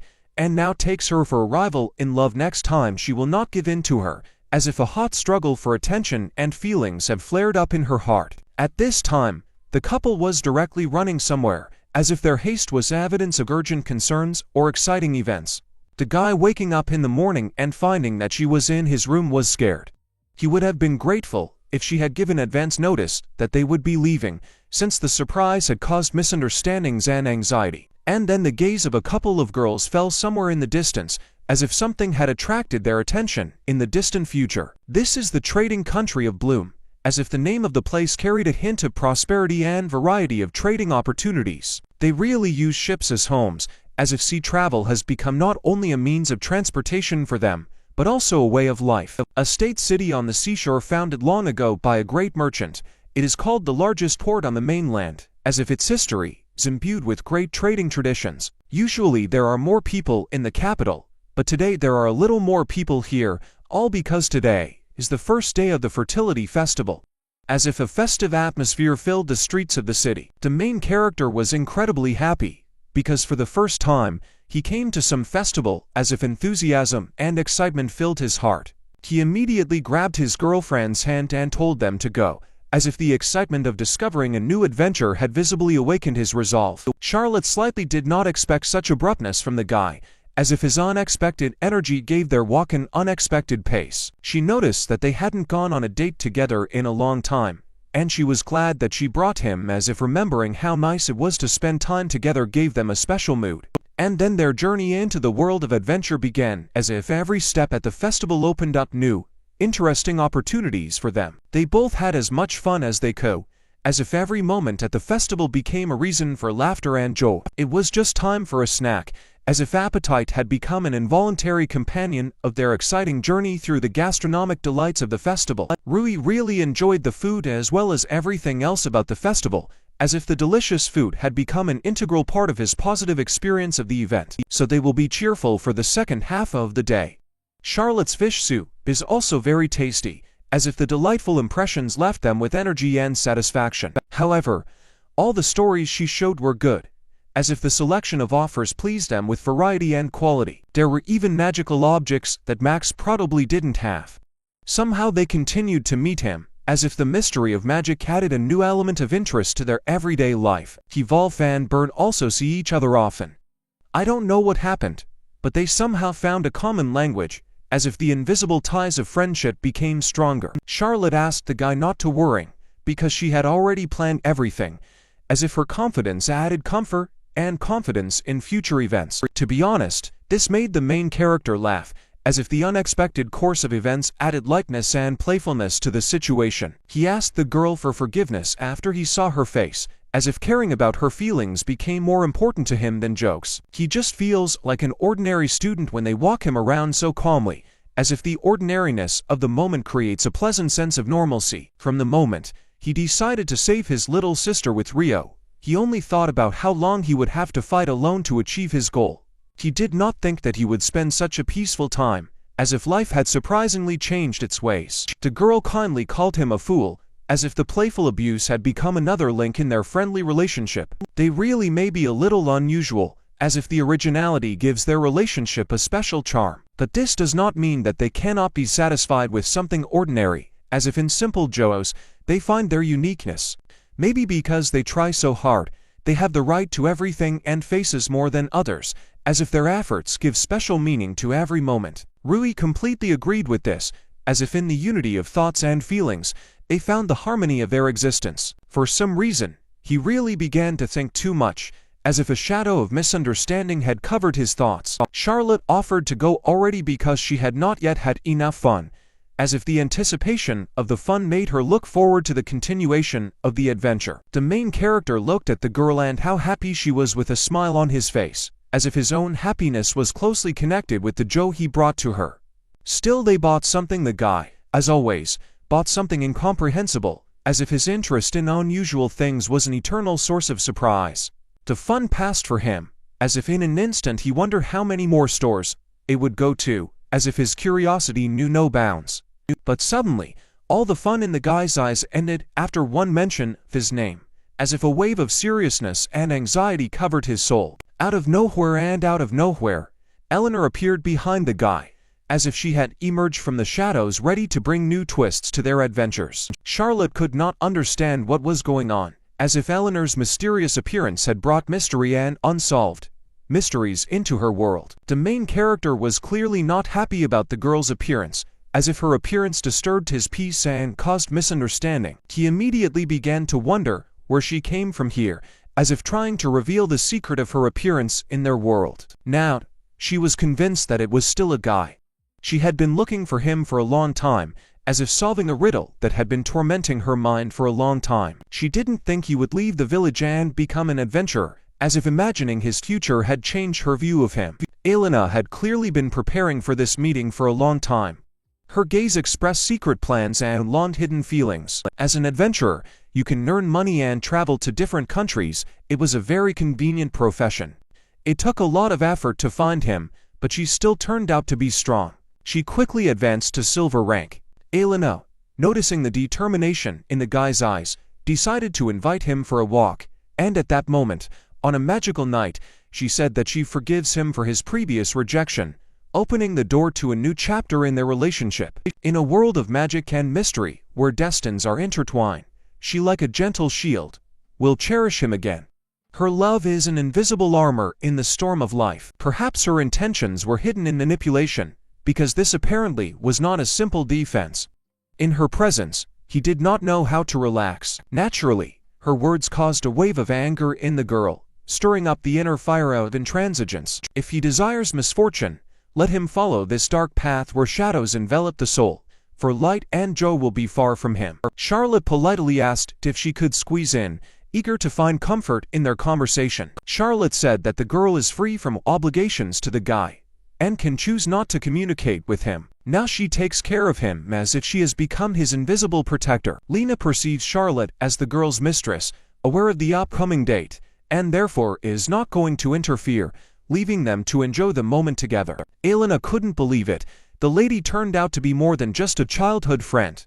Charlotte's gaze embodied something deeper and mystical. Earlier, the guy mentioned her to Charlotte, but she did not imagine that he was dating such an unusual girl, as if he was revealing the secrets of the world to her. If Alina wanted a fight, then Charlotte was ready, but if she was afraid, then it was probably best for her to return to her village and avoid conflict.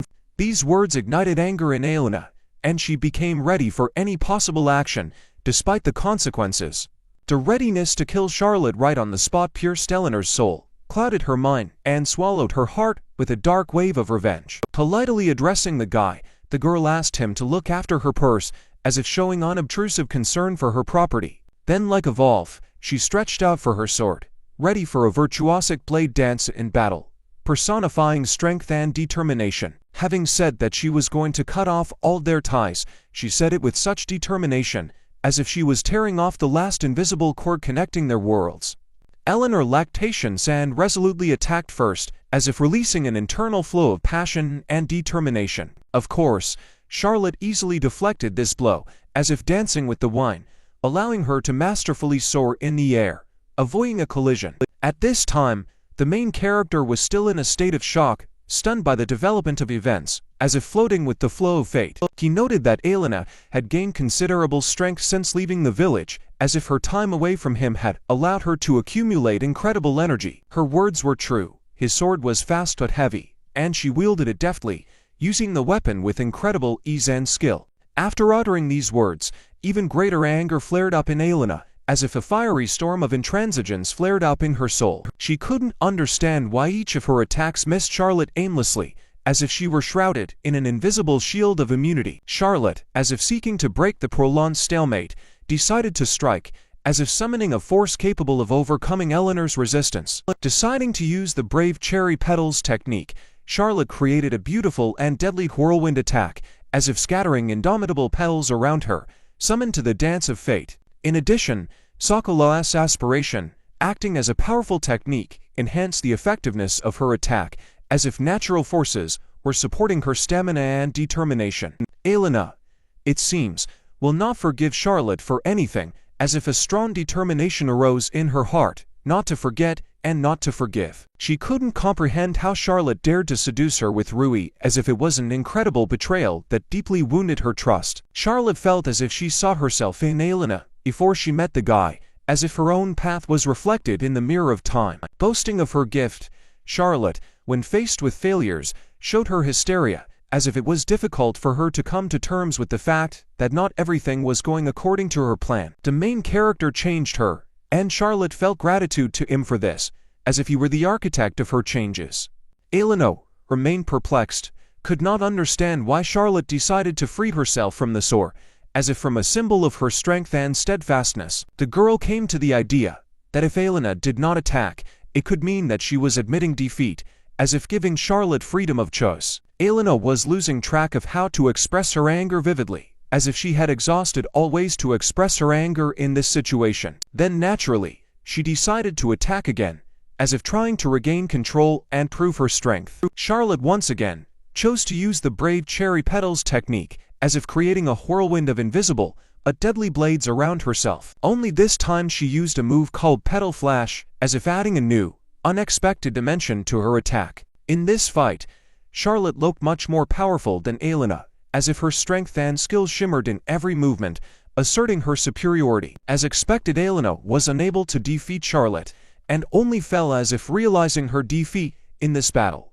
Rui just watched all this ups and downs in silence, shocked, as if trying to comprehend all the chaos unfolding before his eyes. Charlotte clearly expressed joy at being able to protect not only herself, but also the guide, as if she had found satisfaction in her determination and strength. Then with a smile on her face, she waved her hand to the main character, as if to sign her gratitude for his role in this unusual theater of events. The guy admitted that the situation seemed frightening, as if he was aware of the seriousness of what was happening and its impact on their world. Even after explaining what had happened, they were still pursued, and it was lucky that they were somehow able to return to the capital as if carried away by a whirlwind of incomprehensible events. The girl began to apologize for disrupting his first festival, as if feeling responsible for the unsuccessful conclusion of events. But the main character did not think that there was any problem in this, as if appreciating the importance of the moment and looking at the situation with optimism. Plus, he added that she was truly amazing, as if finding great qualities in her that outweighed the bad parts.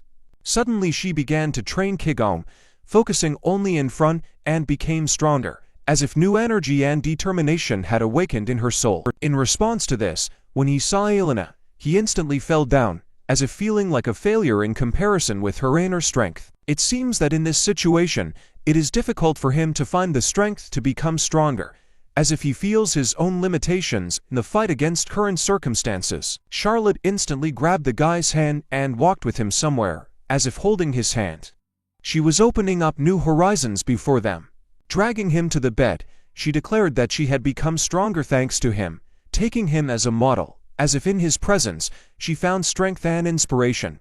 Although the main character did not expect such a turn of events, he felt touched by this, as if something unexpected and pleasant had awakened in his heart. He was only frightened by such a girl, but this does not change who he is, as if his own stable personality traits remained inside him. Rui was glad that a person appeared in his life whom he could trust and discuss everything, as if he had found his support and understanding in this regard. Although it is difficult for him to admit, simply forgetting this girl turned out to be a difficult task for him, as if her influence had left a deep mark on his heart.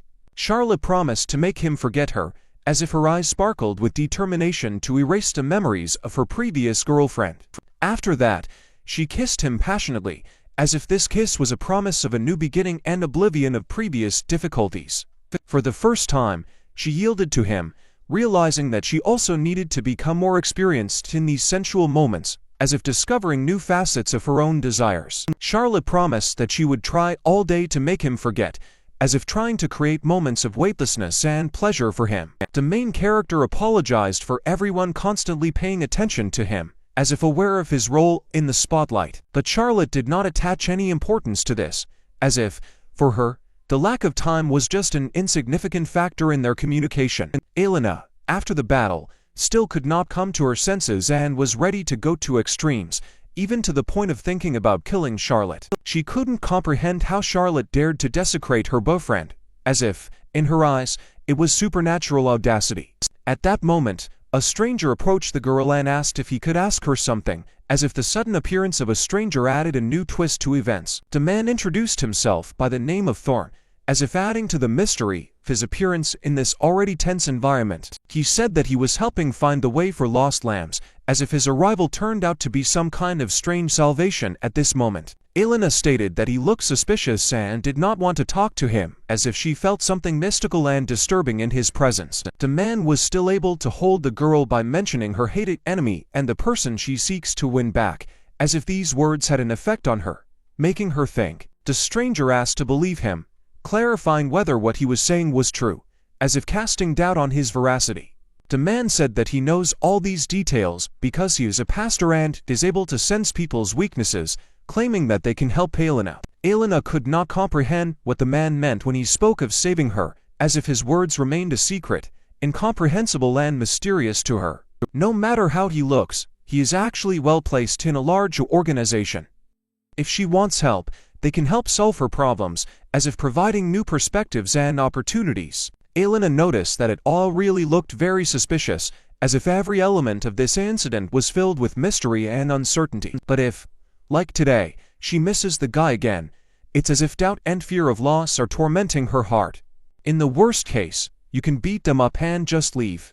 She is just going to use them and nothing more, as if her goal is to survive at any cost.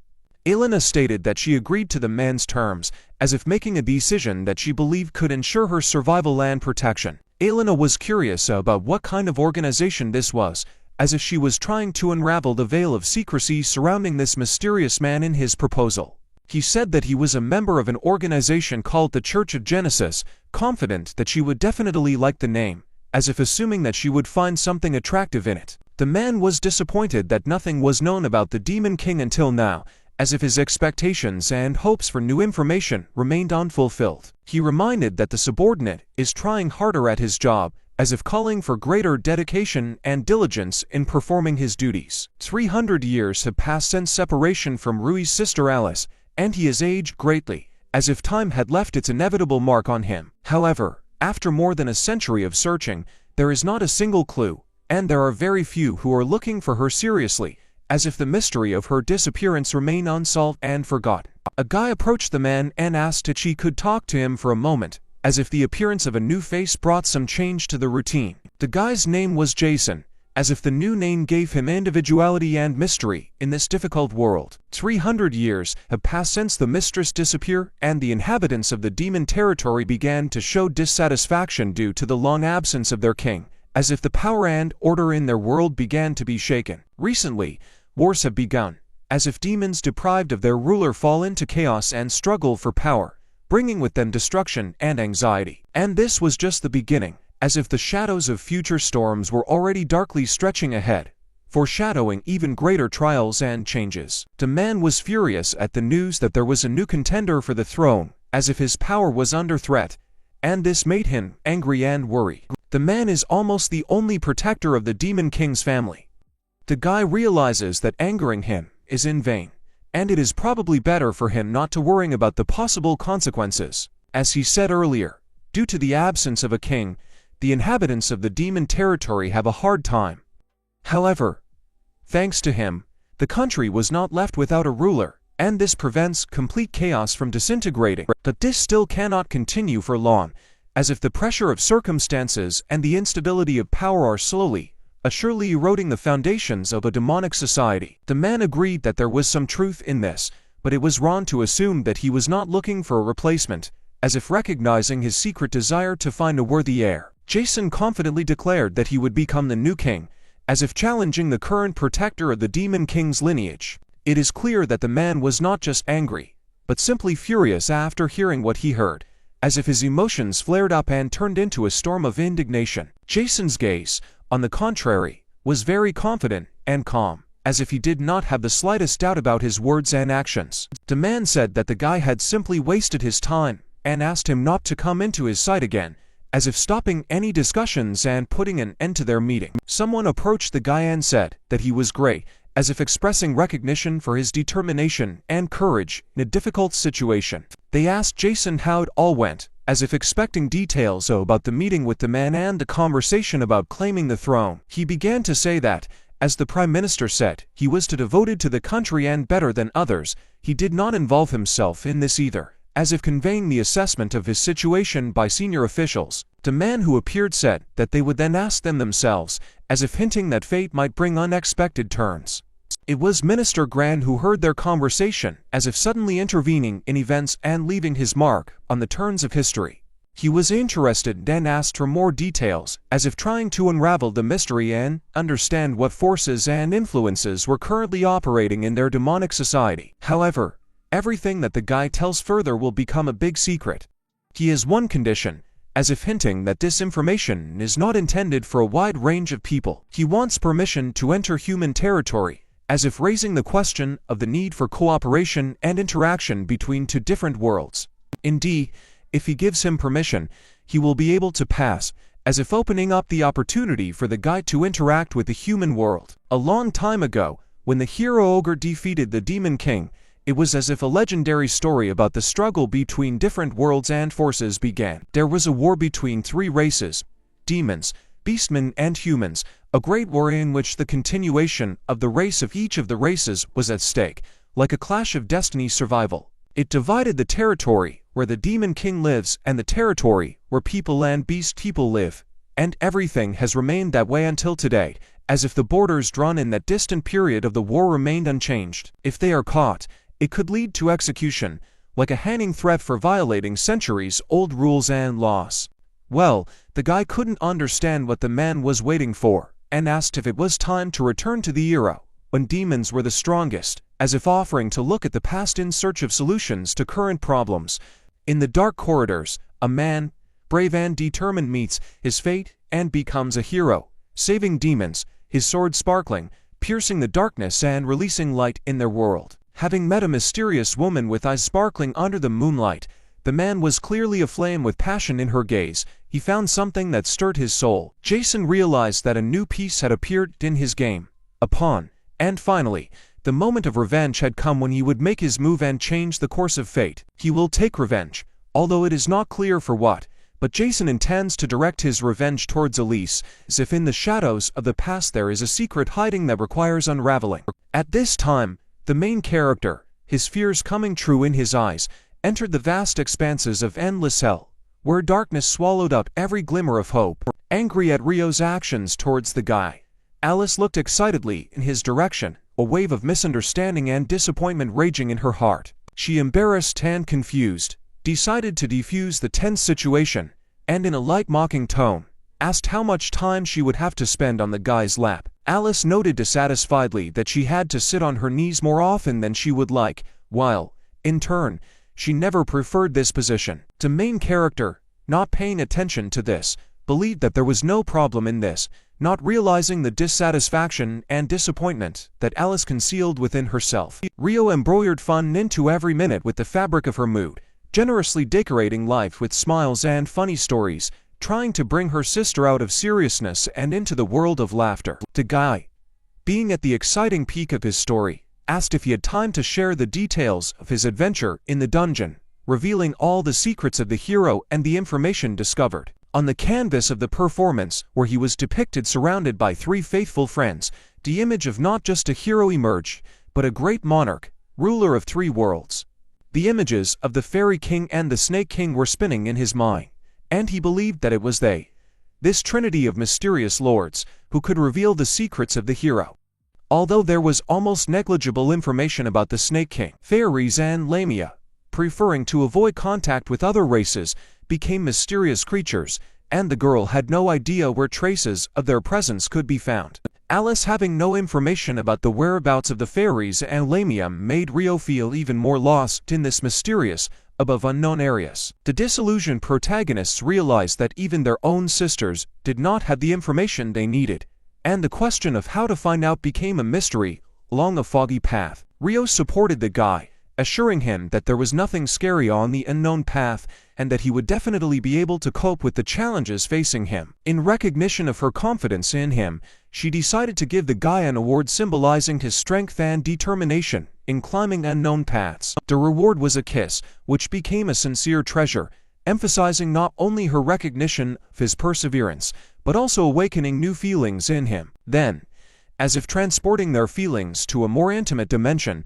they easily found a more comfortable position, plunging into the world of ascent together. For Alice, this became a clear sign of the beginning of a war between her and her sister in the struggle for attention and recognition, which so suddenly found itself in the arms of a guy. Rio, due to her own desires, asked not to interfere with the act of love, which became a kind of response to the challenges thrown by their sisters to each other. Alice, deciding to use a technique called high fire, attempted to change the dynamics of the war by introducing an element of surprise and force into her strategy. The next morning, the guy was almost all aching after a serious reception from his sisters, and he realized that the war between them had added its share of emotional intrigue and incredible intensity. Iris, penetrating the guy, showed concern and interest, asking how he was feeling and how he managed to sleep after an unusual evening full of passion and struggle. Iris, entering the guy's room, expressed concern and interest, asking how he was feeling and how the night was filled with passion and surprises. Rui was surprised that Iris showed up surprisingly early this morning, leaving him somewhat amazed at the unexpected change in routine. Iris, having shown her caring nature, turned out to be so devoted that she was even ready to take care of even such little things as wiping up after a guy. Rui, having reconsidered the situation, invited Iris to join them in the library, creating a moment of possible unity in this stream of unusual events. Iris had a meeting planned with friends who were collecting information from various regions of the mainland, which created an important and obligatory activity for her. The main character shared his desire to learn more about the hero's friends and expressed his intention to read something in order to better understand their stories and characteristics. Iris reported that as far as she knew, there was a vast amount of material in the capital's library archives that provided information about the hero's friends that might be of interest to them. He realized that this represented a difficult task, but he firmly believed that he could find all the necessary information and solve the mysteries buried in the library's archives. Still, it turned out to be really difficult, and the main character went deep into research, reading several volumes with the same tenacity and determination. Den and Lona were also in the library at the time, and their presence created an atmosphere of collaborative searching and sharing of information, somewhat resembling a team effort. Den felt anger as Rui constantly searched for subtext in their presence in the library, seeing it as something deeper than just a general search for information. The main character noticed how serious Ben and calm Lona, despite internal tension, began to move closer to each other, creating invisible connections in this world of knowledge. Without thinking too much, Ben expressed his willingness to help the protagonist, creating a moment of solidarity and understanding between them. Rui expressed his desire to learn more about the Lamias and fairies, emphasizing his interest in expanding knowledge about these mysterious creatures. Den advised Rui to read a specific book and went after it, showing his concern and willingness to share his knowledge. Den reported that there are no records of anyone seeing Lamia and fairies, but it seems that the book in question contains several hints and information. In this regard, Lamia are a mysterious race with abundant abilities matched only by demons and a unique ability only available to them. Queen Lamia has a unique ability called the Third Eye, which allows her to see into the future, several centuries into the future, making her the owner of an amazing gift of foresight. After treating his wounds from a poisonous snakebite, the Lamia instantly disappeared into the dense jungle, leaving the recovered hero alone with the mysteries of their mysterious world. But if you think about the fact that their unique ability can be used for malicious purposes, then it is probably better for everyone to stay away from connections with these mysterious creatures. Unfortunately, Ben doesn't even know anything about fairies. He doesn't even know if they really exist. Ben assured the guide that if he needed any more information or help, he could safely reach out, revealing his willingness to support in his search for knowledge. Rui decided to make an effort and aim to actively strive to achieve his goal, engaging in a struggle with secrets and riddles. At this time, the stranger also seemed to be holding some kind of book in his hands, creating the feeling that each of them held in their hands the key to unknown knowledge. Before entering the gate, the guard demanded to stop and grant permission, creating a moment of tension in anticipation of the important entrance. The permit turned out to be genuine, but they also needed to check the contents of the carriages following behind, increasing attention to detail and ensuring security inside the gate. A colossal horse towered in front of the guy, creating an impression of grandeur and power, like a living guardian, the entrance to this mysterious world. 5 giant horses, rare even among demons, along with 10 carriages, were heading into human territory, creating an impressive and mystical caravan full of unexpected mysteries. A guy named Jason revealed that the purpose of the visit was related to something outside of human territory, creating intrigue around the intentions and nature of this mysterious appearance. And to be precise, outside the capital of the Kingdom of Escador, Jason added, revealing a more specific direction of his mission and stirring up the interest of others. Jason asked the man if he understood everything correctly, clarifying the details and confirming his intention to head outside the capital. The subordinate conveyed information to the commander that all other carriages also had permission to enter, eliminating possible obstacles to their passage. The commander instructed the guy to tell Mr. Portofino about this, just in case, warning against possible misunderstandings and emphasizing the importance of timely information. The subordinate approached Jason and asked if he could have a conversation with him, expressing his desire to exchange information or ask questions. He noticed that the boss was in a great mood as he even played a melody under his nose, creating a cheerful and light atmosphere.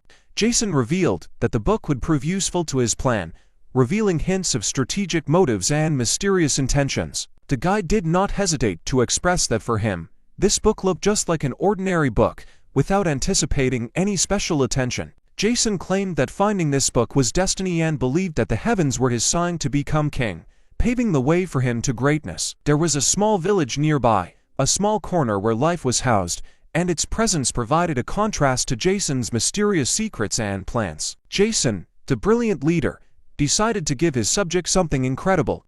He planned to capture a neighboring village in order to stage a spectacular show of destruction and panic, bringing a dose of unpredictability and adrenaline into their everyday life. He summoned all his strength to prevent the capture, for he understood that in this clash, not only his own well-being was at stake, but also the fate of the entire village. The guy, having heard such news, expressed surprise and stated that Jason, in his opinion, turned out to be unexpectedly kind, sometimes hidden under the guise of an imperious leader. Spide was assigned to go down, and he, accepting the challenge, stepped down, preparing for a new test, despite the possible difficulties and surprises that could await him below. The guy openly stated that Spide had the right to do whatever he wanted with them, giving him power and control in this situation, as if submitting to a kind of game or test. Spide was left in shock, unable to believe what had happened, his mind rejecting the idea that he had been given such unlimited freedom and control. He is well aware of how the demons have been enjoying the fun of late, using their sinister abilities, and this knowledge has filled his heart with worrying and caution. Thus, this marked the beginning of a new, unpredictable fun war, where every moment promised to be filled with excitement and laughter, but at the same time riddled with uncertainty and risk. Spide really enjoyed this, enjoying the fun of a new war where every move brought him indescribable joy, giving him intense emotions and adrenaline. It was great for Jason to sit back with a glass of wine and watch the fun war like an epic show, where each demon fighting became an actor in this amazing and bloodthirsty production. The man flared up with anger, unable to understand how the guy's subjects could afford this, because it caused bewilderment and anxiety in his soul. This wasn't a problem for Jason. On the contrary, he enjoyed chaos and unpredictability, seeing it as a source of fun and entertainment. Jason suggested that if a man was so afraid of being discovered, the guy could arrange everything so that there would be no evidence left, promising that the traces would disappear unseen and his secret would be preserved. Then, in the midst of the village's devastation, Jason himself joined her, adding his mark to this chaotic mosaic of fun and destruction. In just a split second, in the literal sense of the word, there was nothing left of the village. It disappeared, becoming an entertainment field of destruction under the rule of Jason and his subjects. Indeed, Jason was a psychotic capable of madness, and his potential to become a demon king was enormous, reflecting his strength and untamed nature. However, it seemed like it wasn't enough to cause chaos in just one small village, and Jason had already begun to think about how to expand his power and chaos to a larger area. He hoped that the capital would be the ideal place for new entertainment and an outlet for his unbridled desire for fun and chaos. As a result, the main character did not discover anything about the Snake King or the Fairy Queen, with the exception of the book that Ben recommended to him, leaving the hero waiting for new mysteries and adventures. Charlotte suddenly appeared in front of the guide, adding mystery to his quest and causing excitement with her unexpected appearance. Charlotte revealed that she met the girl and Ben in the city, and they told her that he was in the library. Deciding to wait and make a joke, Charlotte seemed unable to catch him off guard. If his business in the library was completed, then Charlotte invited him to go home, warning him of a possible secret that she could reveal. He informed Iris that he needed to visit the library without revealing his plans to Charlotte and leaving her in the dark about his motives. He did not share with Charlotte the real purpose of his studies at the academy, fearing that if he told the truth, she would not believe him, which is why he did not tell Iris about his visit to the library. It would probably be a shock to her to learn that the ancestor she believed in was connected to his studies at the academy. And so he decided not to reveal this information. He discovered that his ancestor was the one who sealed the good demon and dragon kings, putting him in a difficult position and forcing him to hide the truth from Charlotte. If Charlotte found out that he was seeking to release the sealed good demon and dragon kings, it could put her in an unpleasant position, so he chose to hide his true intentions. Charlotte also noticed that the guy was thoughtful and anxious, which caused her concern, the feeling that there was something hidden in his soul that he was not ready to reveal. But he assured that everything was fine, and suggested not to continue the conversation, as if trying to close a topic that he did not want to open. Charlotte stopped abruptly and stated that although she did not know what he was hiding, she did not intend to persuade him to reveal his secrets, respecting his decision. Charlotte once again emphasized that he was completely free to say nothing if he didn't want to, reaffirming her respect for his privacy and chose to keep secrets. Sincerely expressing her faith in him, Charlotte assured that they trusted him, supporting him in any decision, and accepting him without conditions. If he believes it is better not to reveal his secret, she's ready to simply listen to him, recognizing his right to personal intimacy, and chose to remain silent. The guy was surprised by the girl's reaction, but at the same time, realized that he could continue to manipulate her, so she had to be prepared for this and closely monitor the situation. Yuri was curious what happened, since his father had not invited him to his place for a long time, creating a mysterious atmosphere and raising questions about the reasons for such a long silence. However, instead of inviting him into the common room, his father called him into his private room, emphasizing that the conversation should be confidential and secret. A few seconds later, Yuri and his subject entered his father's room, ready for a secret conversation and attentive to any possible details. Now it became clear who Yuri took after they were like two peas in a pod, with his father reflecting the similarity of character and behavior, which could not help but attract the attention of others. The father said that he would now make tea and invited them to take a sitting position, creating an atmosphere of comfort and preparing for a frank conversation. A few minutes later, the tea was ready, filling the room with a pleasant aroma and creating a cozy atmosphere for continuing the conversation. The atmosphere between father and son was pleasant and kind, filling the room with warmth, as if they were enjoying their moments together. Recently, there was a message about the arrival of a messenger from the country of demons in the capital, which, despite the usual, gave the event a special mystery and interest. It is clear that after such information, both guys were in complete shock. Faced with unexpected and potentially dangerous circumstances, Yuri was curious to know what the goals of the envoy from the land of demons were and when he intended to arrive in the capital, creating a sense of the unknown and mysterious in the upcoming events. Yuri did not know where to put his nerves after learning that the messenger from the land of demons intended to arrive tomorrow, filling his feelings with tension and anxiety. The father asked Yuri to remain calm, claiming that he hoped they could maintain composure when faced with the arrival of an envoy from the land of demons. Taking into account the risk of attack, you will have to invite the envoy to the palace and then move away from the city with him, avoiding potential dangers. This is all just guesswork for now, but apparently this is solely the decision of the minister, who is showing a belligerent mood. The father asked Yuri to carry out the evacuation, emphasizing the seriousness of the situation and the need to safely leave the possible conflict zone. The most important thing now is that the royal bloodline is not interrupted, even if something unexpected happens to the father. Emphasizing the importance of maintaining the chain of inheritance, the man immediately apologized to the guide for his unusual request, recognizing the possible emotional and moral burden associated with such a request. The man announced that he was transferring responsibility for the future of this country to his subject, doing this with special solemnity and hope for prosperity. The guy assured that he would protect Yuri, even at the cost of his life, expressing devotion and determination in protecting the future of the country and its leader. The father realized that he had raised his sons correctly, and there was nothing better for him than to see them show loyalty and responsibility at a critical time. He thought to himself that even if the demons attacked, his sons would still not let the country fall, expressing confidence in their ability to protect and preserve the country's prosperity. Some guard at the gate expressed a desire to return home, expressing his feelings of fatigue or dissatisfaction with the current situation.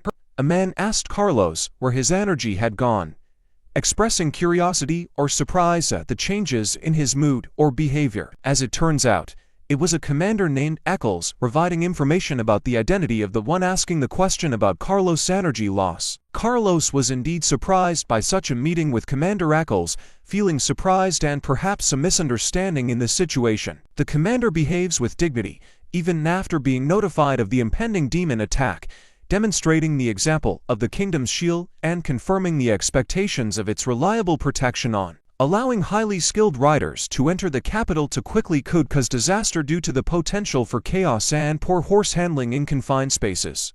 The commander issued orders to assemble all of the country's carriages in preparation for evacuation or mobile deployment to ensure rapid and efficient transport if necessary. Jason expressed his gratitude for his willingness to receive them and introduced himself as a subject of Minister Grass named Jason, establishing contact and demonstrating his willingness to cooperate. In response, the commander thanked them for their journey, expressing recognition and respect for those who are ready to take on the challenge in conditions of uncertainty and tension. The commander introduced himself, oddly enough, as the commander of the Knights of the Royal Escador named Eccles. Having never expected a meeting, the man realized that in front of him stood the shield of the kingdom.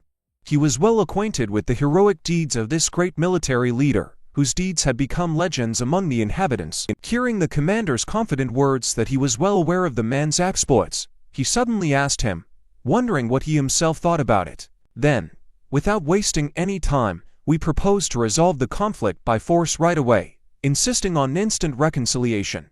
Jason intervened in a timely manner, stopping and offering an apology to the commander, to which he replied with a smile that he did not see any problems in this and was ready to forgive. The commander offered to take us to the palace in these carriages, leading our horses, and promised us his own supervision at the guard gate. The relieved commander expressed his joy that they had managed to temporarily avoid disaster, while his main goal of protecting the country and the king remained at the very center of his concerns. At this time, the main characters, Charlotte and her companion, were in the classroom, immersed in the fascinating world of knowledge and discoveries. The girls were surprised why the guy knew nothing about demons and began an interesting conversation, revealing the secrets of the supernatural in the world that surrounded them. By the way, Charlotte was uncomfortable with the fact that demons had appeared in the capital, and she sincerely wished that her friends would quickly return to confront this evil sign together. By the way, before he met his sister, he himself thought that there might be good ones among the demons,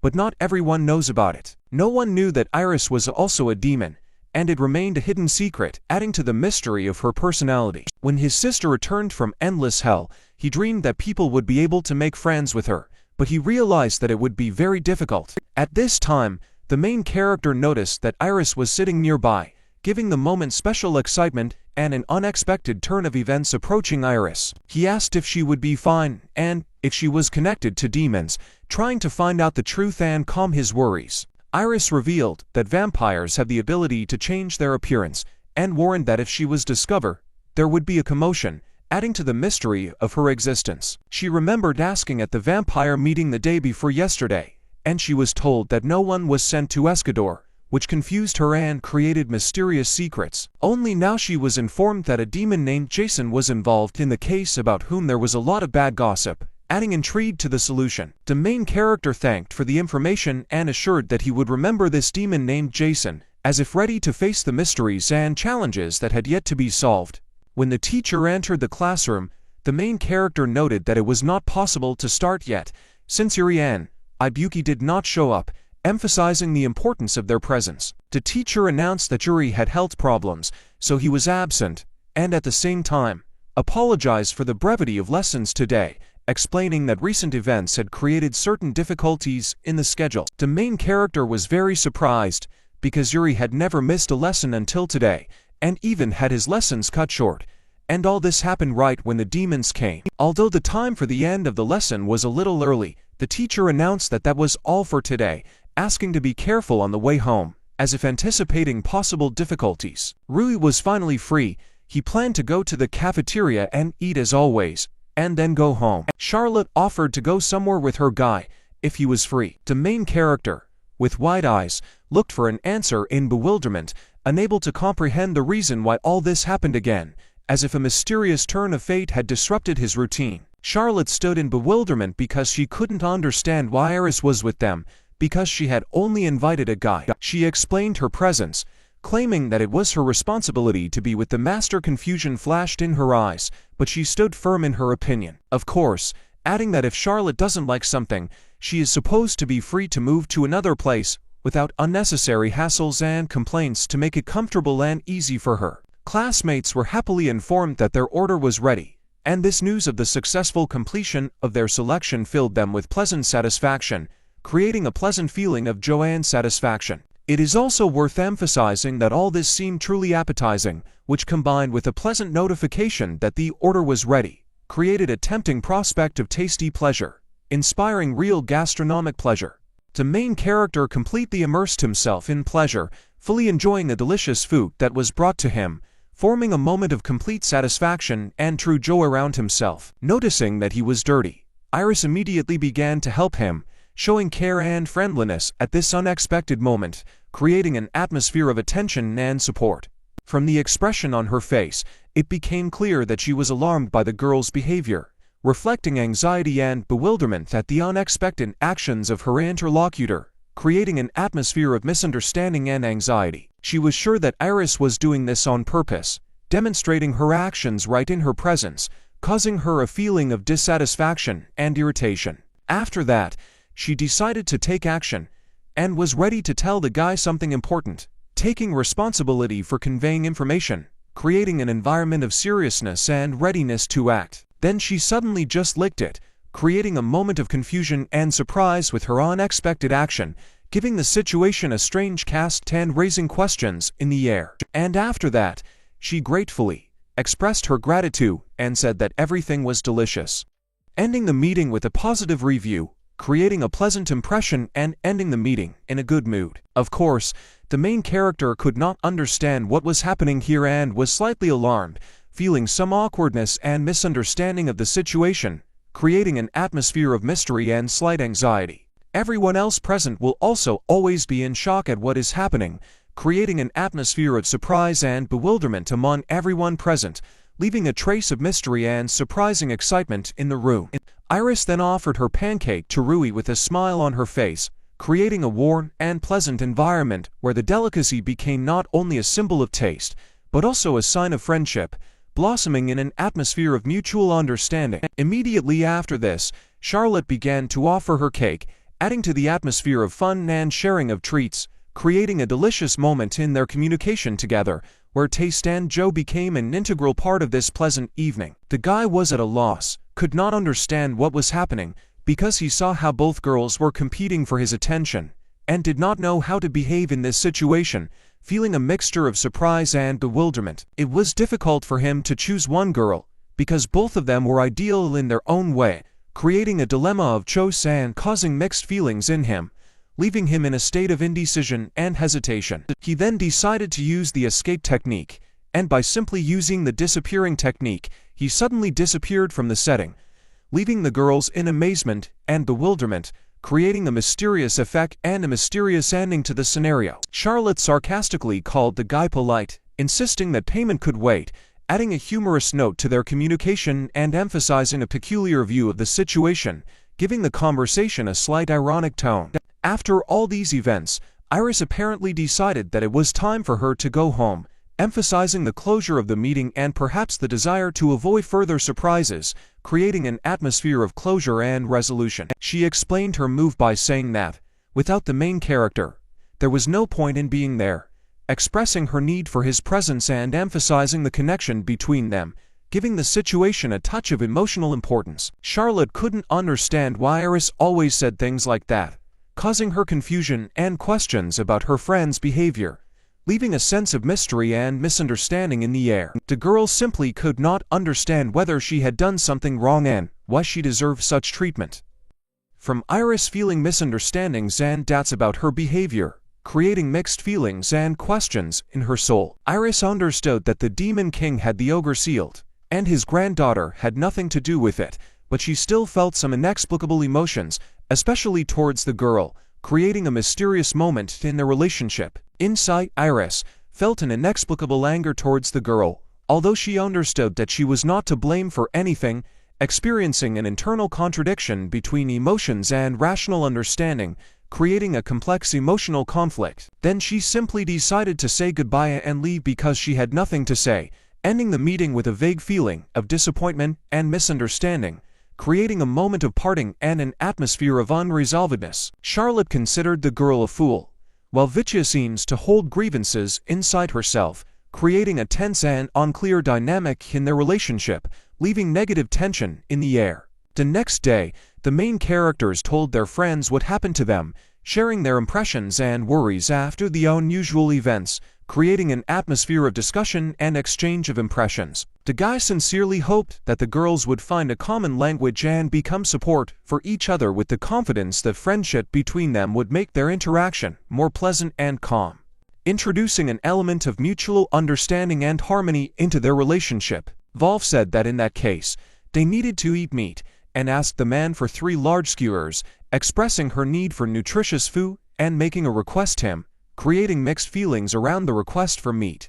The man decided to please the guide, and said that he would give him more, showing friendliness and willingness to please his guests in a pleasant moment, creating an atmosphere of cordiality and hospitality. Volf believed that his meat was different from others, considering it the best among all, expressing pride and confidence in the quality of his product, creating an atmosphere of passion and gastronomic enthusiasm. Michael felt that there was some uncertainty in the city, and more mysterious events were happening every day, making her feel wary and eager to unravel the mysteries that mysteriously developed around her, creating an atmosphere of intrigue and mystery. In addition, there is some kind of unpleasant atmosphere in the city, and he does not like it when everything is so gloomy, causing him an additional feeling of discomfort, creating an atmosphere of indignation and even anxiety. Even the seller noticed that since yesterday, the number of buyers has become significantly less, emphasizing the impact of strange events on the general atmosphere and life in the city, creating an environment of decline and uncertainty. There are also adventurers who fled the capital. He was interested in the question of what would happen to this country, creating additional mysteries and worries about the future, adding an element of unpredictability and uncertainty. Volf felt it was strange not to be afraid of demons, expressing his surprise and pondering why some people do not naturally feel uneasy about demonic entities, creating an interesting conversation about the perception of fear and mystical phenomena. He explained that beastmen are excellent at close combat, but have absolutely no magical skills, making them incompatible with demons due to their inability to use magic, adding an interesting dynamic to their struggles with mystical forces. Michael could not understand why demons were considered so scary, expressing his confusion regarding their terrifying reputation, raising questions and speculation about the nature of fear of such entities. The guy firmly decided that he would not allow magic to become his weak spot. His ideas on countering magic had just begun to take shape and were in the development stage, but he was determined to bring them to specific and effective methods of protection, creating an image of determination and desire for self-defense. Michael reported that this was exactly what he expected from the guy, expressing his unsurprisingness and confidence that the guy would take such a strong stance towards magic. Emphasizing the conformity to expectations and reinforcing the guy's image as a stoic and determined individual, Rui noticed that they were getting stronger, and he felt that he should not lag behind them, encouraging himself to constantly grow and develop to match the level of his interlocutors, creating internal motivation and desire for personal success. Wolf suddenly felt a vague anxiety, which caused him to sharply tense. Despite the absence of obvious reasons, his attention was drawn to something invisible, creating a mysterious and exciting moment, filling the situation with mystery. He attributed his wariness to the fact that he thought there was a strange smell around him, adding an element of mystery and emphasizing his attention to detail that others might miss, creating an atmosphere of suspicion and interest. Of course, his friends could not understand what he was talking about, greeting his explanation with bewilderment and creating a comic situation around smells and premonitions, adding an element of humor and discrepancy of perceptions. In addition, Michael reported that he smelled only the smell of me and nothing else, specifying that his sensations were limited to a specific aroma, which added mystery to their discussion. Emphasizing the limitations of perception and causing interest in the nature of his senses, Rui noticed that the situation had become strange, and accordingly, his curiosity was aroused a little, creating interest and a desire to unravel the mysterious events happening around him, adding an element of intrigue and exploration. Then the main character decided to try to discover magical power, opening a new path for himself and introducing himself into the world of secrets and magic in search of answers to his questions, creating an atmosphere of intrigue and desire to understand the unknown. The people who were around turned out to be really just ordinary people, adding mystery and bewilderment to the strange incident that caused such anxiety and interest, increasing the inner feeling of mystery and uncertainty. A second cut suffocated the situation, and the guy with a wary gaze drew attention to someone, creating tension and increasing the feeling of mystery in the air, adding an element of intrigue and surprise to what was happening. He noticed three people, and if he looked closely, their magical power was shaking strangely, creating strange vibrations and raising further questions about their unique abilities. Perhaps, of course, it seemed to the main character, but just in case, it is better for him to follow them, leaving the question of what is happening open and not excluding the possibility of something more mysterious. And literally, in a split second, they took off, adding mystery to the scene and giving the protagonist a sense of urgency to follow them. Well, Michael abruptly stopped the seller and said he wouldn't let them leave without paying for the meat, creating a tense situation and emphasizing the importance of honesty in this context. In the end, with an incredible effort, he ran to three strangers despite all the difficulties, and they finally found themselves together, creating a mysterious picture of the evening city. As long as they behave as usual, apparently, they really are just ordinary people, and at this point, there is nothing to suggest anything unusual in their behavior. Wolf noticed that the boys were hitting on the girls, and his attention was drawn to their smiles and joking conversations, creating a cheerful atmosphere in the crowd. And then, as if out of nowhere, the guys started dragging the girls into some alley, adding mystery and excitement to the city night scene. Three strangers reported that the girls were brazenly resisting, all because they thought they looked human, creating funny misunderstandings in an unexpected situation. The guys were in anticipation because they had never had sex with a person before, and excitement was mixed with inexperience, creating a special tension in their expectations. But Rui could no longer stand it, and decided to help the defenseless girls by taking action to change the situation and prevent possible problems. He then very intensely asked the girls if they were safe, expressing concern and a desire to protect them from possible troubles. Of course, both were very scared, but they said that everything was fine with them, trying to calm down the worried Rui and emphasize their well-being in this situation. The protagonist told them not to run, warning them that it was dangerous here, and tried to convince them to stay in a safe place where potential problems could be avoided. One of the strangers approached the guy, arousing his attention, and began to ask questions or express his thoughts, creating interaction in a mysterious situation. Because he ruined their fun, one of the strangers promised to kill him, creating a tense moment at the climax of the story and threatening serious consequences. Michael asked if they were going to run away, expressing his concern and desire to help them in such an unpleasant situation. The strangers were determined and not understanding with words, They decided to explain their position to him through bodily actions, creating a tense moment in the exchange of hostile emotions. That the main character and Wolf were also very serious and were ready to fight, preparing for a possible clash with determination and resolve. The guy had low magical power and weak defense, creating a threat and adding an element of danger to his participation in a possible clash. On the contrary, he would definitely not lose with an ordinary sword, giving the situation a certain epic feel and emphasizing his chances in the fight. And so it happened. In a split second, he simply broke the stranger's sword, demonstrating his strength and causing surprise among those around him. Wolf was very angry, because he could not tolerate such behavior from the guys, and his indignation added tension to the already existing situation. He met one of the villains head-on, delivering a powerful blow that sent him crashing to the ground, emphasizing his willingness to protect and fight for justice in this unpredictable conflict. After which Rui himself decided to get into the fray in order to help his friend, adding a new element to the chaos of the conflict and emphasizing their solidarity in this difficult situation. He decided to use supersonic lightning, adding an element of surprise and power to the fight to turn the tide in his team's favor. And this indeed helped. At least one of them received a serious blow, emphasizing the effectiveness of using supersonic lightning in the fight. With the reinforcement of their friends in superior numbers, they felt confident in their superiority to the strangers and prepared to end this ridiculous conflict in their favor. The protagonist pathetically asked if the last remaining guy was ready to continue, expressing his readiness to end this troubled moment and emphasizing his determination.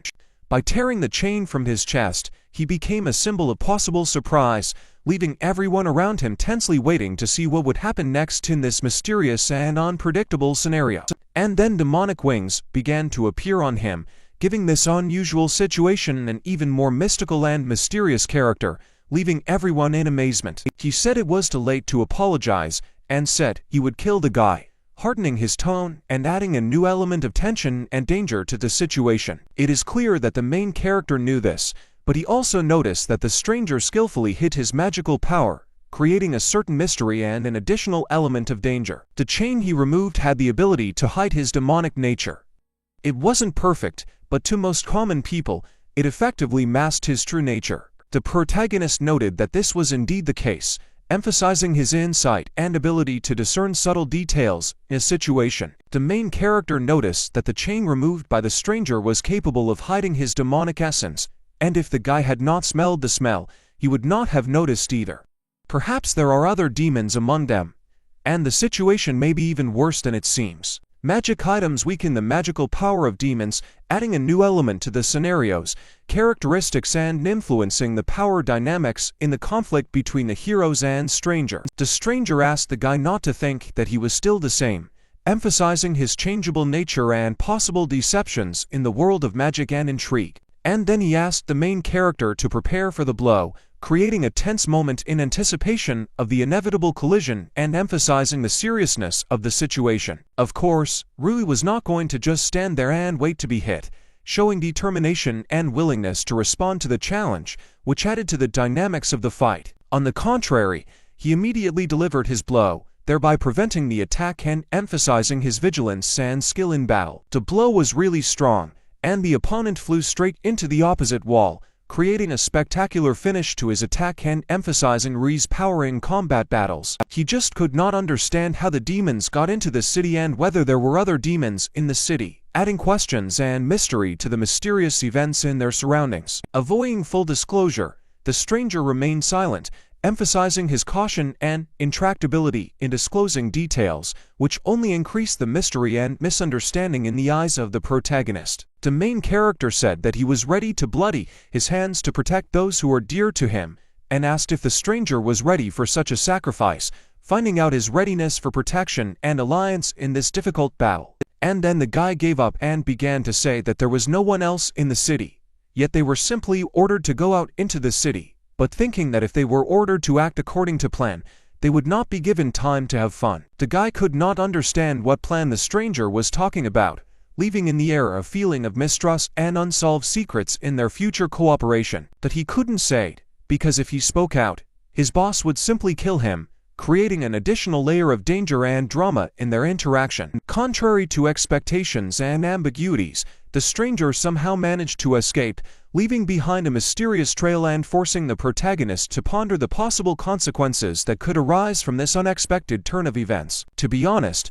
the main character could not understand how this could happen, but he needed to act, gathering strength and preparing to solve the mystery and face the new challenges that lay ahead. He then instantly remembered that there were a lot of people on the main street, causing him to become uneasy and realize that the situation might be more complicated and dangerous than it seemed. And under any circumstances, the stranger must be stopped somehow, otherwise, big problems will arise, forcing the protagonist to feel increasing tension and responsibility for the safety of the city. Just then, Michael came running in, complaining about being left without paying, adding a new element to the chaos and possible negative consequences for the protagonist's team. It just happened that Michael was so lucky that a stranger almost ran into him, creating a comic moment in the chaos and further confusing the situation, after which Michael heard him strike the stranger, bringing him up to date and emphasizing the need for coordinated action in this difficult moment. He, of course, didn't understand anything, but he got the gist that he needed to hit the guy, creating comic confusion and adding misunderstanding to the already existing situation. Immediately after this, his eyes lit up, and the idea of a secret move appeared suddenly, changing Michael's character and adding an element of surprise to the development of the fight. Next, of course, a punch called an explosive fist was thrown, creating an epic moment in the fight and surprising everyone with his unexpected skill. Of course, the blow was even stronger than that of the protagonist, adding a new level of power to the stranger's defeat and causing amazement among those around him. The stranger could not understand how this happened, because he thought that everything would go smoothly, leaving him bewildered and embarrassed by unexpected resistance. When Michael was asked if he had overdone it, the main character, on the contrary, said that he was great, supporting him and expressing recognition for an unexpected and successful technique in the fight. Well,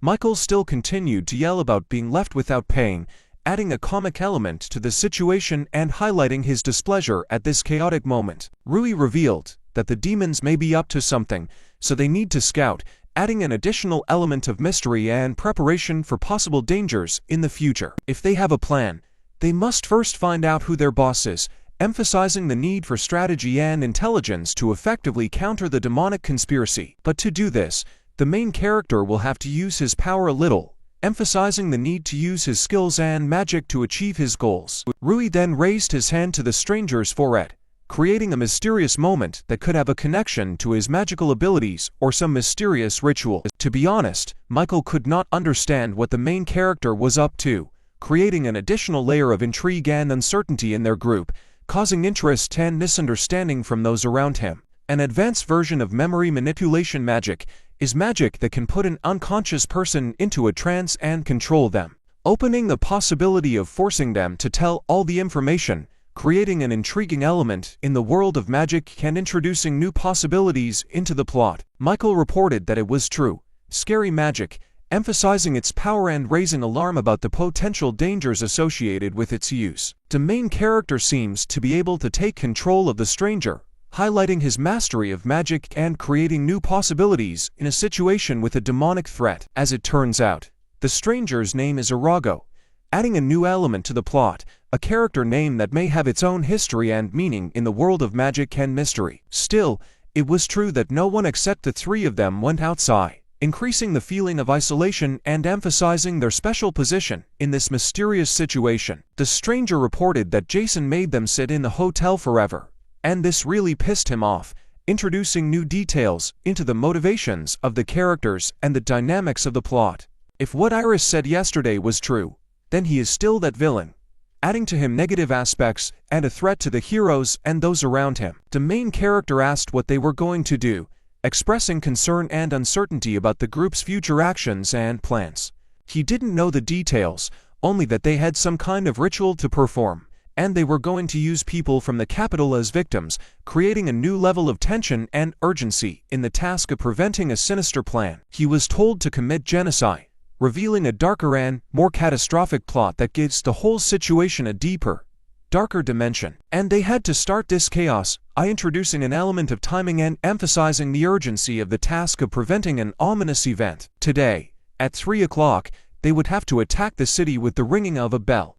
They were supposed to attack into groups, adding specific details and clarifying the villain's plan of action. I start with the hotel, and the freaks should not have destroyed the capital at once, creating a more complex scheme and attack plan that requires careful research and prevention. Of course, such information shocked everyone present, increasing tension and emphasizing the urgency of the need to prevent the upcoming threat. The protagonist decided that he would force them to sleep through sleep magic, taking decisive steps to neutralize the danger and create an opportunity for a deeper study of their plans. And then he began to run somewhere, leaving everyone in amazement and introducing a new element of surprise into the course of events, creating additional difficulties for the heroes. At the moment, it was 2 o'clock in the afternoon and 50 minutes, emphasizing the limited time before events occur and increasing the sense of urgency in the actions of the protagonist. They simply did not have time, because in 10 minutes, the demons would begin to attack the city. They needed to protect everyone from the demons, but at the same time, they needed to find out Jason's real goal, introducing poignant moments and internal contradictions into the plot. Friends reported that the guy was very strange, adding a mysterious element to the plot and possible difficulties in revealing his true intentions. And he said that he should not think about going there alone, because they are with him. They will do everything he asks, showing unity and readiness to support the main character in a difficult situation. To be honest, the huge hero was slightly shocked after such words, reflecting his surprise and perhaps an unexpected sense of responsibility for those who were ready to follow him. He decided that he would still rely on the boss, deciding to entrust his fate to the group, feeling that there was strength and unity and preparing for joint efforts in the fight against the demonic threat. He, realizing that the demons would soon begin to attack, decided to rely on his friends, armed himself with a sword and with faith in their joint strength, went forward to save his city from sinister forces. The main character decided that he would go towards the hotel where there would be many demons, demonstrating his determination and willingness to fight the threat directly. Rui, using his memory manipulation magic, decided to probe the demon's memory, hoping to learn more about their plans and goals in order to have an advantage in the upcoming clash. And Michael had to go to the royal palace and report everything to the knights, creating an additional plan of action and ensuring that the official defenders of the city were informed. If he says that he stands up for Yuri, he is listened to, emphasizing the importance and influence of Yuri in the city, and the possibility of using this to his advantage in the current situation. Michael was only interested in one thing after he reported whether he could act as he wanted, expressing his desire to maintain some degree of freedom in solving the problem. Then they had to be careful,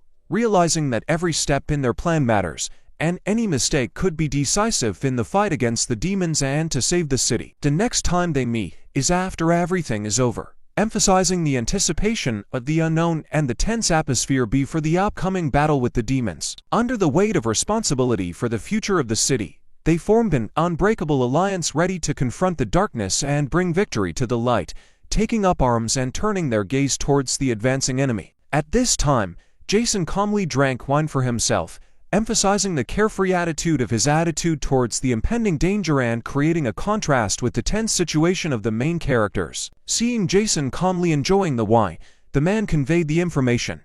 They should begin soon, making the main characters feel the pressure of time and the inevitability of the approaching clash with demonic force. Jason noticed that he was somehow anxious, and as he found out, there were no platinum-class adventurers in the capital right now, adding mystery to his behavior and raising questions among the main characters. When they got to the capital, they were already winning. It would be nice if it were that simple, emphasizing the impending difficulties and surprises that may await the heroes in their attempt to save the city. Now that the time had come, they needed to get started creating an atmosphere of tension and preparedness for unpredictable events in the near future. The man could not believe that he just had to wait, expressing anxiety and bewilderment in front of the unknown danger that was slowly but surely approaching. Since he is a warrior, he could not simply sit still while the war was going on nearby, expressing his rejection of passive waiting and preparing to take an active part in the fight for his city. Jason noted that the man was truly an old man with an old mindset, highlighting the generation gap and differences in approaches to the situation that could affect their ability to effectively deal with the approaching threat. He decided to entrust him with dealing with the commander of the Royal Knights of Jekyll, demonstrating strategic thinking and distribution of responsibilities in the upcoming struggle. The man, at first, did not understand who Jason was talking about, expressing bewilderment and emphasizing possible difficulties in communication and understanding among the heroes. After he realized who the guy was talking about, his eyes lit up, expressing determination and possible personal involvement in resolving the conflict with the commander of the Royal Knights. Jason said that he would leave him several subjects he could use them, offering the man the resources and opportunities to effectively complete the assigned task. Jason nodded affirmatively, emphasizing his confidence and trust in the boy's ability to successfully complete the task, creating additional incentive for him to show his best qualities in protecting the city. But he didn't care, because he no longer needed the man after he crossed the border, highlighting Jason's determination and his ability to get away with cooperation after achieving his goal. If he manages to distract the commander of the knight and the king, it will even be to their advantage, expressing the possibility of creating favorable conditions for the implementation of their plans and actions in the interests of the city. Although it would be best if they beat each other, highlighting Jason's strategic move to try to create a win situation for his side within the royal structure. It is better for them to concentrate on their plan now, emphasizing the need to focus on solving current problems and putting internal conflicts on the back burner to achieve a common goal. He did not think that there were people who could stop them expressing confidence in his plan and underestimating possible opposition from other individuals. Just at this moment, a giant horse runs amok in the capital, adding an element of chaos and surprise to the city's setting, which may affect the course of events and the actions of the main characters. At this moment, Max and his group were next to her, providing additional personalities and possible interactions between the characters in the developing situation. They were just trying to cope with this crazy horse, emphasizing the unpredictability and struggle with unexpected forces in the city, which can add an additional element of tension to the plot. The girls intervened in this chaos, actively helping the victims and rescuing them from dangerous situations, creating an additional element of solidarity and mutual assistance in the city. They almost completed the evacuation, demonstrating the girls' efficiency and organization in a crisis situation, and highlighting their ability to act quickly in difficult conditions. Max was fine, but ran out of flash grenades, highlighting the limited resources and potential difficulties the characters face in dealing with the chaos in the capital. He just could not understand what the knights were doing at this time, where the adventurers were, or even anyone would come from the alliance, expressing concern and bewilderment at the lack of action on the part of other groups and allies in such a critical situation. Max has already begun to lose hope that anyone will help them, emphasizing the feeling of helplessness and loneliness in the face of growing threat and lack of external support. And just when he was distracted, a giant horse charged at him, adding an unexpected turn of events and increasing the tension in the fight against chaos in the capital.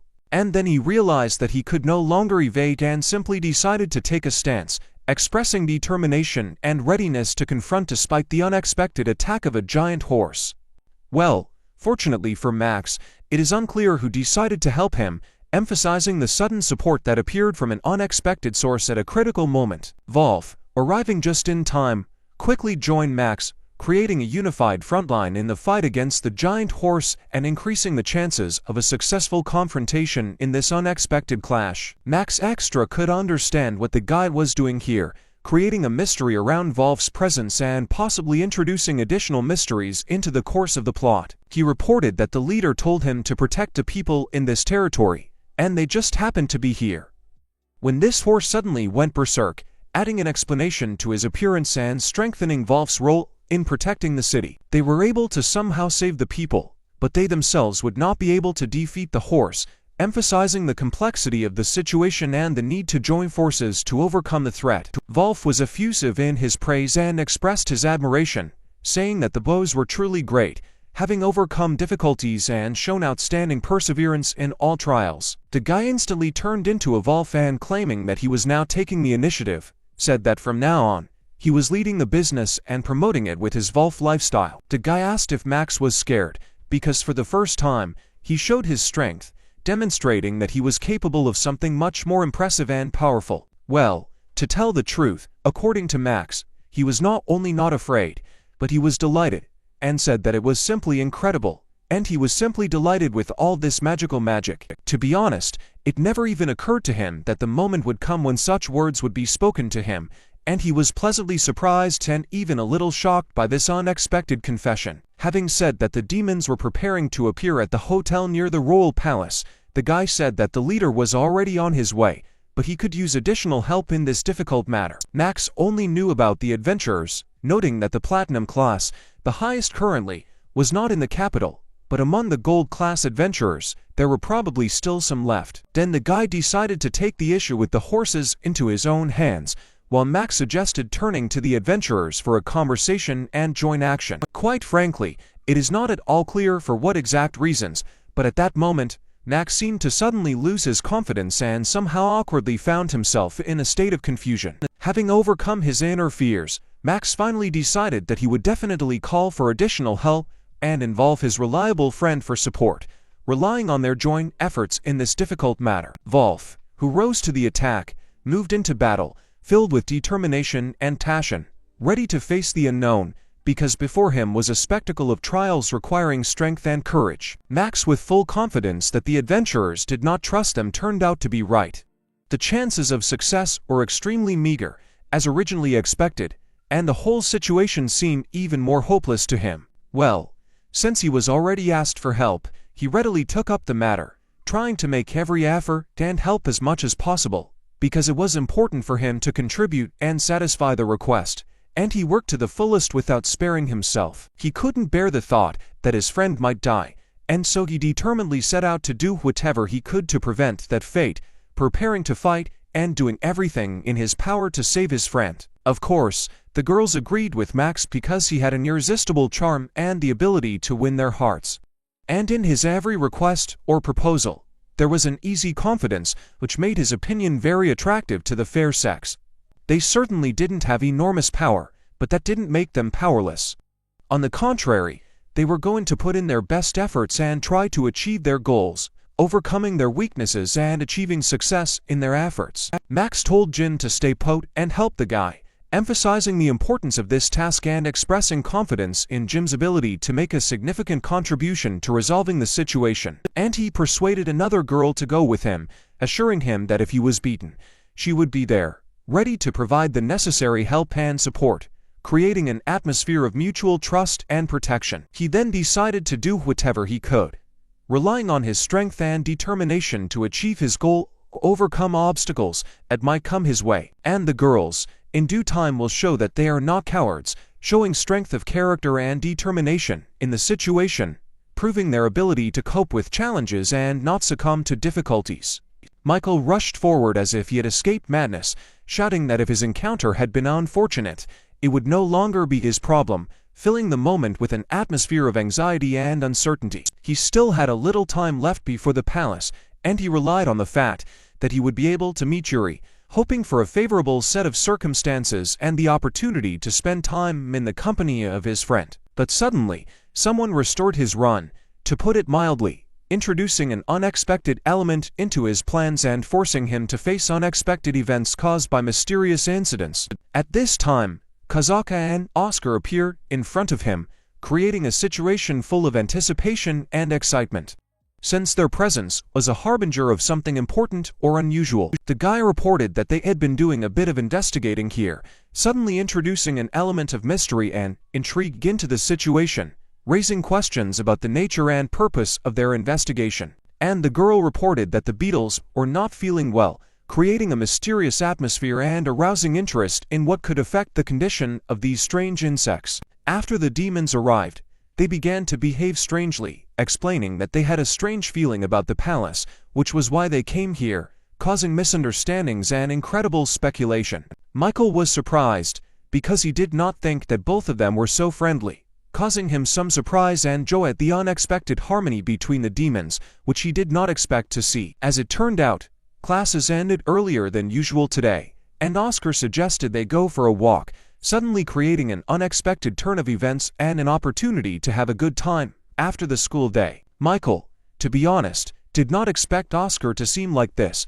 surprised by new traits of character or behavior of his friend that manifested themselves in an informal setting outside of class. He, however, turned out to be not as shy as Oscar thought, opening up in a more informal setting and showing himself from a new unexpected side. To be honest, Oscar easily fell into that couple, and Michael said that he was in love with the girl, causing surprise and joyful emotion in his behavior. The brain then decided to wonder what Michael had forgotten there, perhaps hinting at mysterious or important aspects of the past or forgotten details that might be relevant to the current situation. Then, over the course of several minutes, Michael told them all the details and events, removing the questioning shadows and creating clarity around what could have happened and how it affected his current state, and accordingly. Taking this into account, there is a high probability that the palace seems strange in the eyes of the demons, so it is necessary to quickly deal with these circumstances and find out what could cause their unusual perception. Michael politely asked for their help, emphasizing his dependence on their support and joining forces in solving the mysterious situation surrounding the strange perception of the palace. They then decided to go to the palace, oddly enough, perhaps, to unravel the mystery and understand why it evokes such strange impressions and feelings in the demons. Not far from them, Michael noticed a guard, causing him to be a little alarmed and attentive to safety, because the presence of a guard could indicate something unusual in the vicinity of the palace. Michael shouted very loudly to the guard, trying to get his attention and ask him with a request or question, creating a situation that required attention and a response. But the guard showed no attention, and Michael decided that it seemed he would have to get closer to get his attention and get an answer to his questions. Michael said that if they didn't hurry, the capital would simply come to an end, adding drama and urgency to the situation to emphasize the need for a quick response and resolution of the problem. But he was quickly stopped and told that there seemed to be something there, drawing attention to a possible source of problem or danger that needed to be investigated and resolved. He then decided to use magical analysis, attempting to penetrate the mysteries and energies of the surroundings in order to identify unusual or anomalous phenomena that could be related to the strange state of the palace and the demons. Oscar noted that this was quite high-class barrier magic, indicating the presence of powerful artificial barriers, perhaps created for the purpose of protecting or hiding something important within the palace. And not everyone is capable of creating such a powerful barrier, which is why the guard did not pay attention to Michael's presence, since usually such magical protections remain invisible to ordinary observers. This barrier appears to have a cognitive alienation effect. The guard cannot see or hear them, creating the illusion of invisibility and inconspicuousness for those who try to get close. Therefore, even if the capital were turned into embers inside the palace, it would look the same as usual thanks to this cold magic maintaining the appearance of an ordinary and uncheckable reality inside the palace walls. Michael decided that he could simply break this wall and began to literally beat it, trying to overcome the magical barrier with physical force, expressing his determination and reluctance to accept the impassibility. Yes, he decided to use the supreme bomb with the hope that it would somehow help, showing determination to use all available means and strength to overcome the magical barrier and the problem inside the palace. Well, oddly enough, nothing helped, and the guy simply sat back, realizing that the use of a higher bomb or physical force had no effect on the magical barrier, creating disappointment and uncertainty in further actions. But he is glad that he at least cracked it, leaving the hope that even small successes can lead to overcoming the magical barrier and achieving the goal. Oscar, once again, explained that this barrier was most likely created by the forces of about 10 demons, adding an additional element of mystery and complexity to the picture of the situation. If you don't use the latest fire magic on him, it is impossible to pass through, which means that Michael's blow was not strong enough, and a more powerful impact will be required to overcome the barrier. And he said that he tried to use the belt of magical power, but nothing worked, emphasizing that the magic he tried to use could not overcome the magical barrier. He did not sense Yuri's presence from the palace, which added to the mystery and anxiety, as Yuri was usually easily detected in the magical plane, and his absence created additional questions and anxiety. Michael could not understand when Oscar had learned to search for magical power, causing surprise and question as to how even ordinary personal items acquired such amazing skills. Oscar still decided to look for Yuri despite the complexity of the situation, showing determination and willingness to take the lead in solving the riddles and finding answers inside the mysterious palace. It is not clear for what reason, but he almost fainted causing anxiety and bewilderment as to the reasons for his unexpected state at this moment. The guy then reported that he was in a folding area and felt Yuri's magical power in the gateway, adding new mysterious elements and indicating Yuri's possible location in this unusual magical environment. If you get there,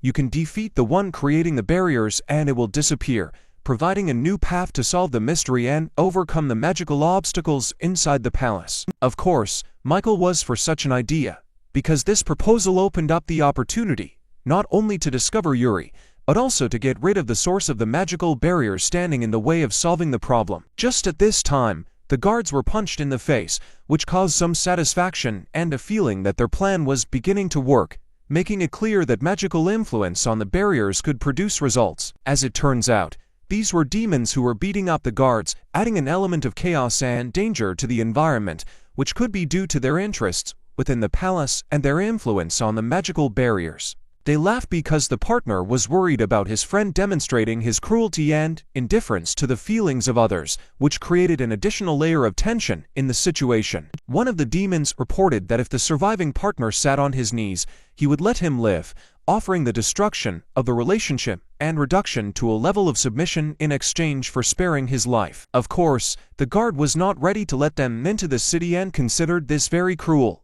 expressing his displeasure and protest against the threats and violence from the demons. The stranger hoped to negotiate with him, but nothing came of it, creating a situation of conflict of interests and possible conflict in an attempt to find a compromise or solution. It is unclear why something suddenly stopped him, creating questions and confusion as to what could have influenced the sudden change in circumstances. As it turns out, it was the main character who saved the guard, adding a twist and highlighting his role in resolving the conflict between the guards and the demons. The guy immediately asked if the man was okay, expressing concern for his well-being.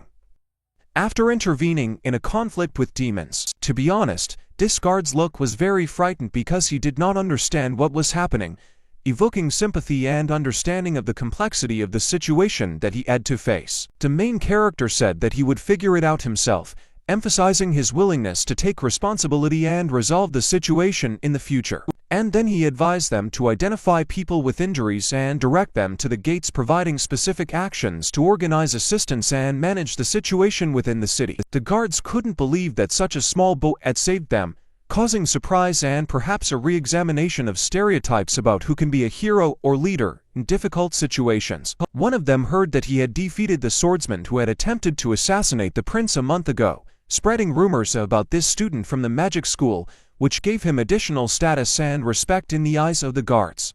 The guard said that if it became dangerous, the guy should run, showing concern for his safety and warning against possible dangers in the future. The stranger could not understand how he saved the warriors, causing him bewilderment and interest in what abilities and skills allowed him to cope with such a difficult situation.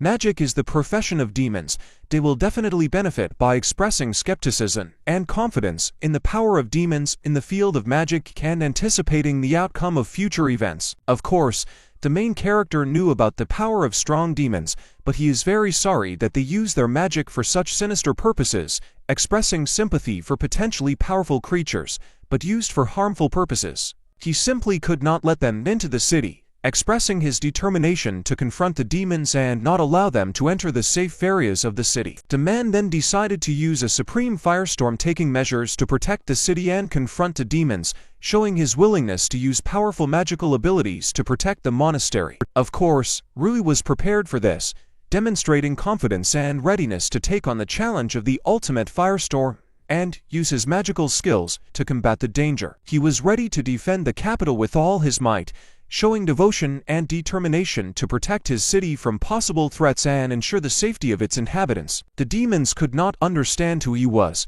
leaving them bewildered and uneasy at the mysterious figure willing to confront them with such determination. They promised him that he would not return alive, hinting at serious threats and raising tension in anticipation of an imminent confrontation. The main characters moved very elastically and professionally, demonstrating their skills and coordination in the fight, which gave an impression of skill and experience on the part of observers.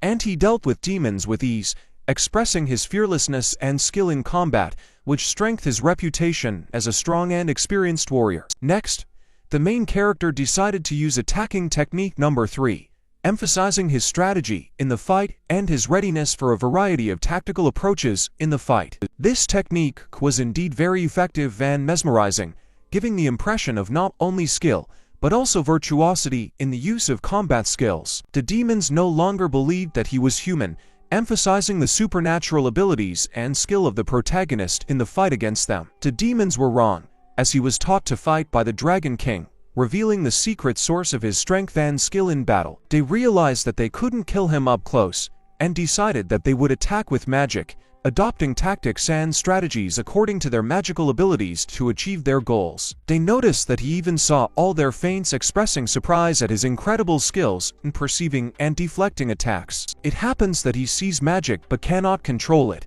adding an element of uncertainty and risk in his interaction with magical phenomena. The main character then decided to take matters into his own hands and finally start attacking, showing determination and desire to control the course of events in the fight against the demons. Rui used the highest dragon flames, instilling fear and wonder with his powerful magical abilities, creating the impression of incredible power during battle. It looked very impressive, and the demons simply had no choice when faced with the power and impressive strength of the dragon flames, which they were unable to survive. It was at this moment that they realized that they had already lost, realizing the inevitability of their defeat in front of a powerful and experienced opponent. Then, of course, they simply fell to the floor, demonstrating their powerlessness and defeat in front of the strength and skill of the protagonist. The main characters, again, pathetically, asked if they would continue emphasizing their readiness and confidence in their victory, causing submission from the defeated demons. His gaze, of course,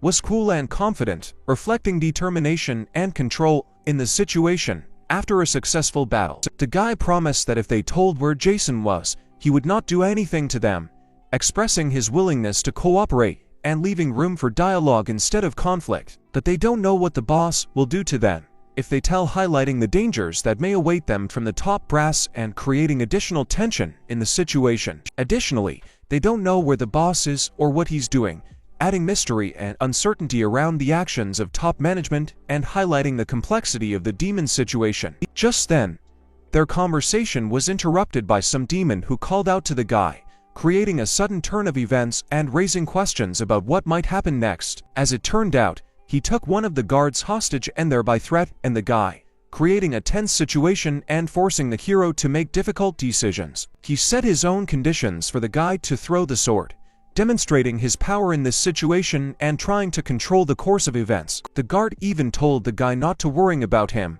expressing his determination to accept the possible consequences and demonstrating his dedication to protecting his master. Still, the main character decided to throw the sword and asked, and for this, it is enough, demonstrating his willingness to cooperate and drawing attention to the moment the violence ceases. Now everything has become different, not agreeing with the fact that he is truly strong, emphasizing the change in circumstances and possible doubt in the strength of the protagonist on the part of the demons. But this time, he was unlucky. Immediately after these words, he was hit, demonstrating that trust in the enemy can be dangerous, and emphasizing the surprise in the course of events. They didn't think he would have that look in such a situation, expressing surprise and perhaps fear at the protagonist's unexpected reaction or determination. He didn't know how long he could continue with so many demons, expressing doubt about his ability to deal with so many opponents, and highlighting the difficulty of the situation. It will be difficult for him to endure attacks from such a large number. He cannot let everything end here. He needs to do something, expressing awareness of the need for action and the desire to change the course of events. Now, this guy was left in a hopeless situation. He urgently needed to come up with something to prevent the demons from winning, emphasizing the urgency and tension of the moment.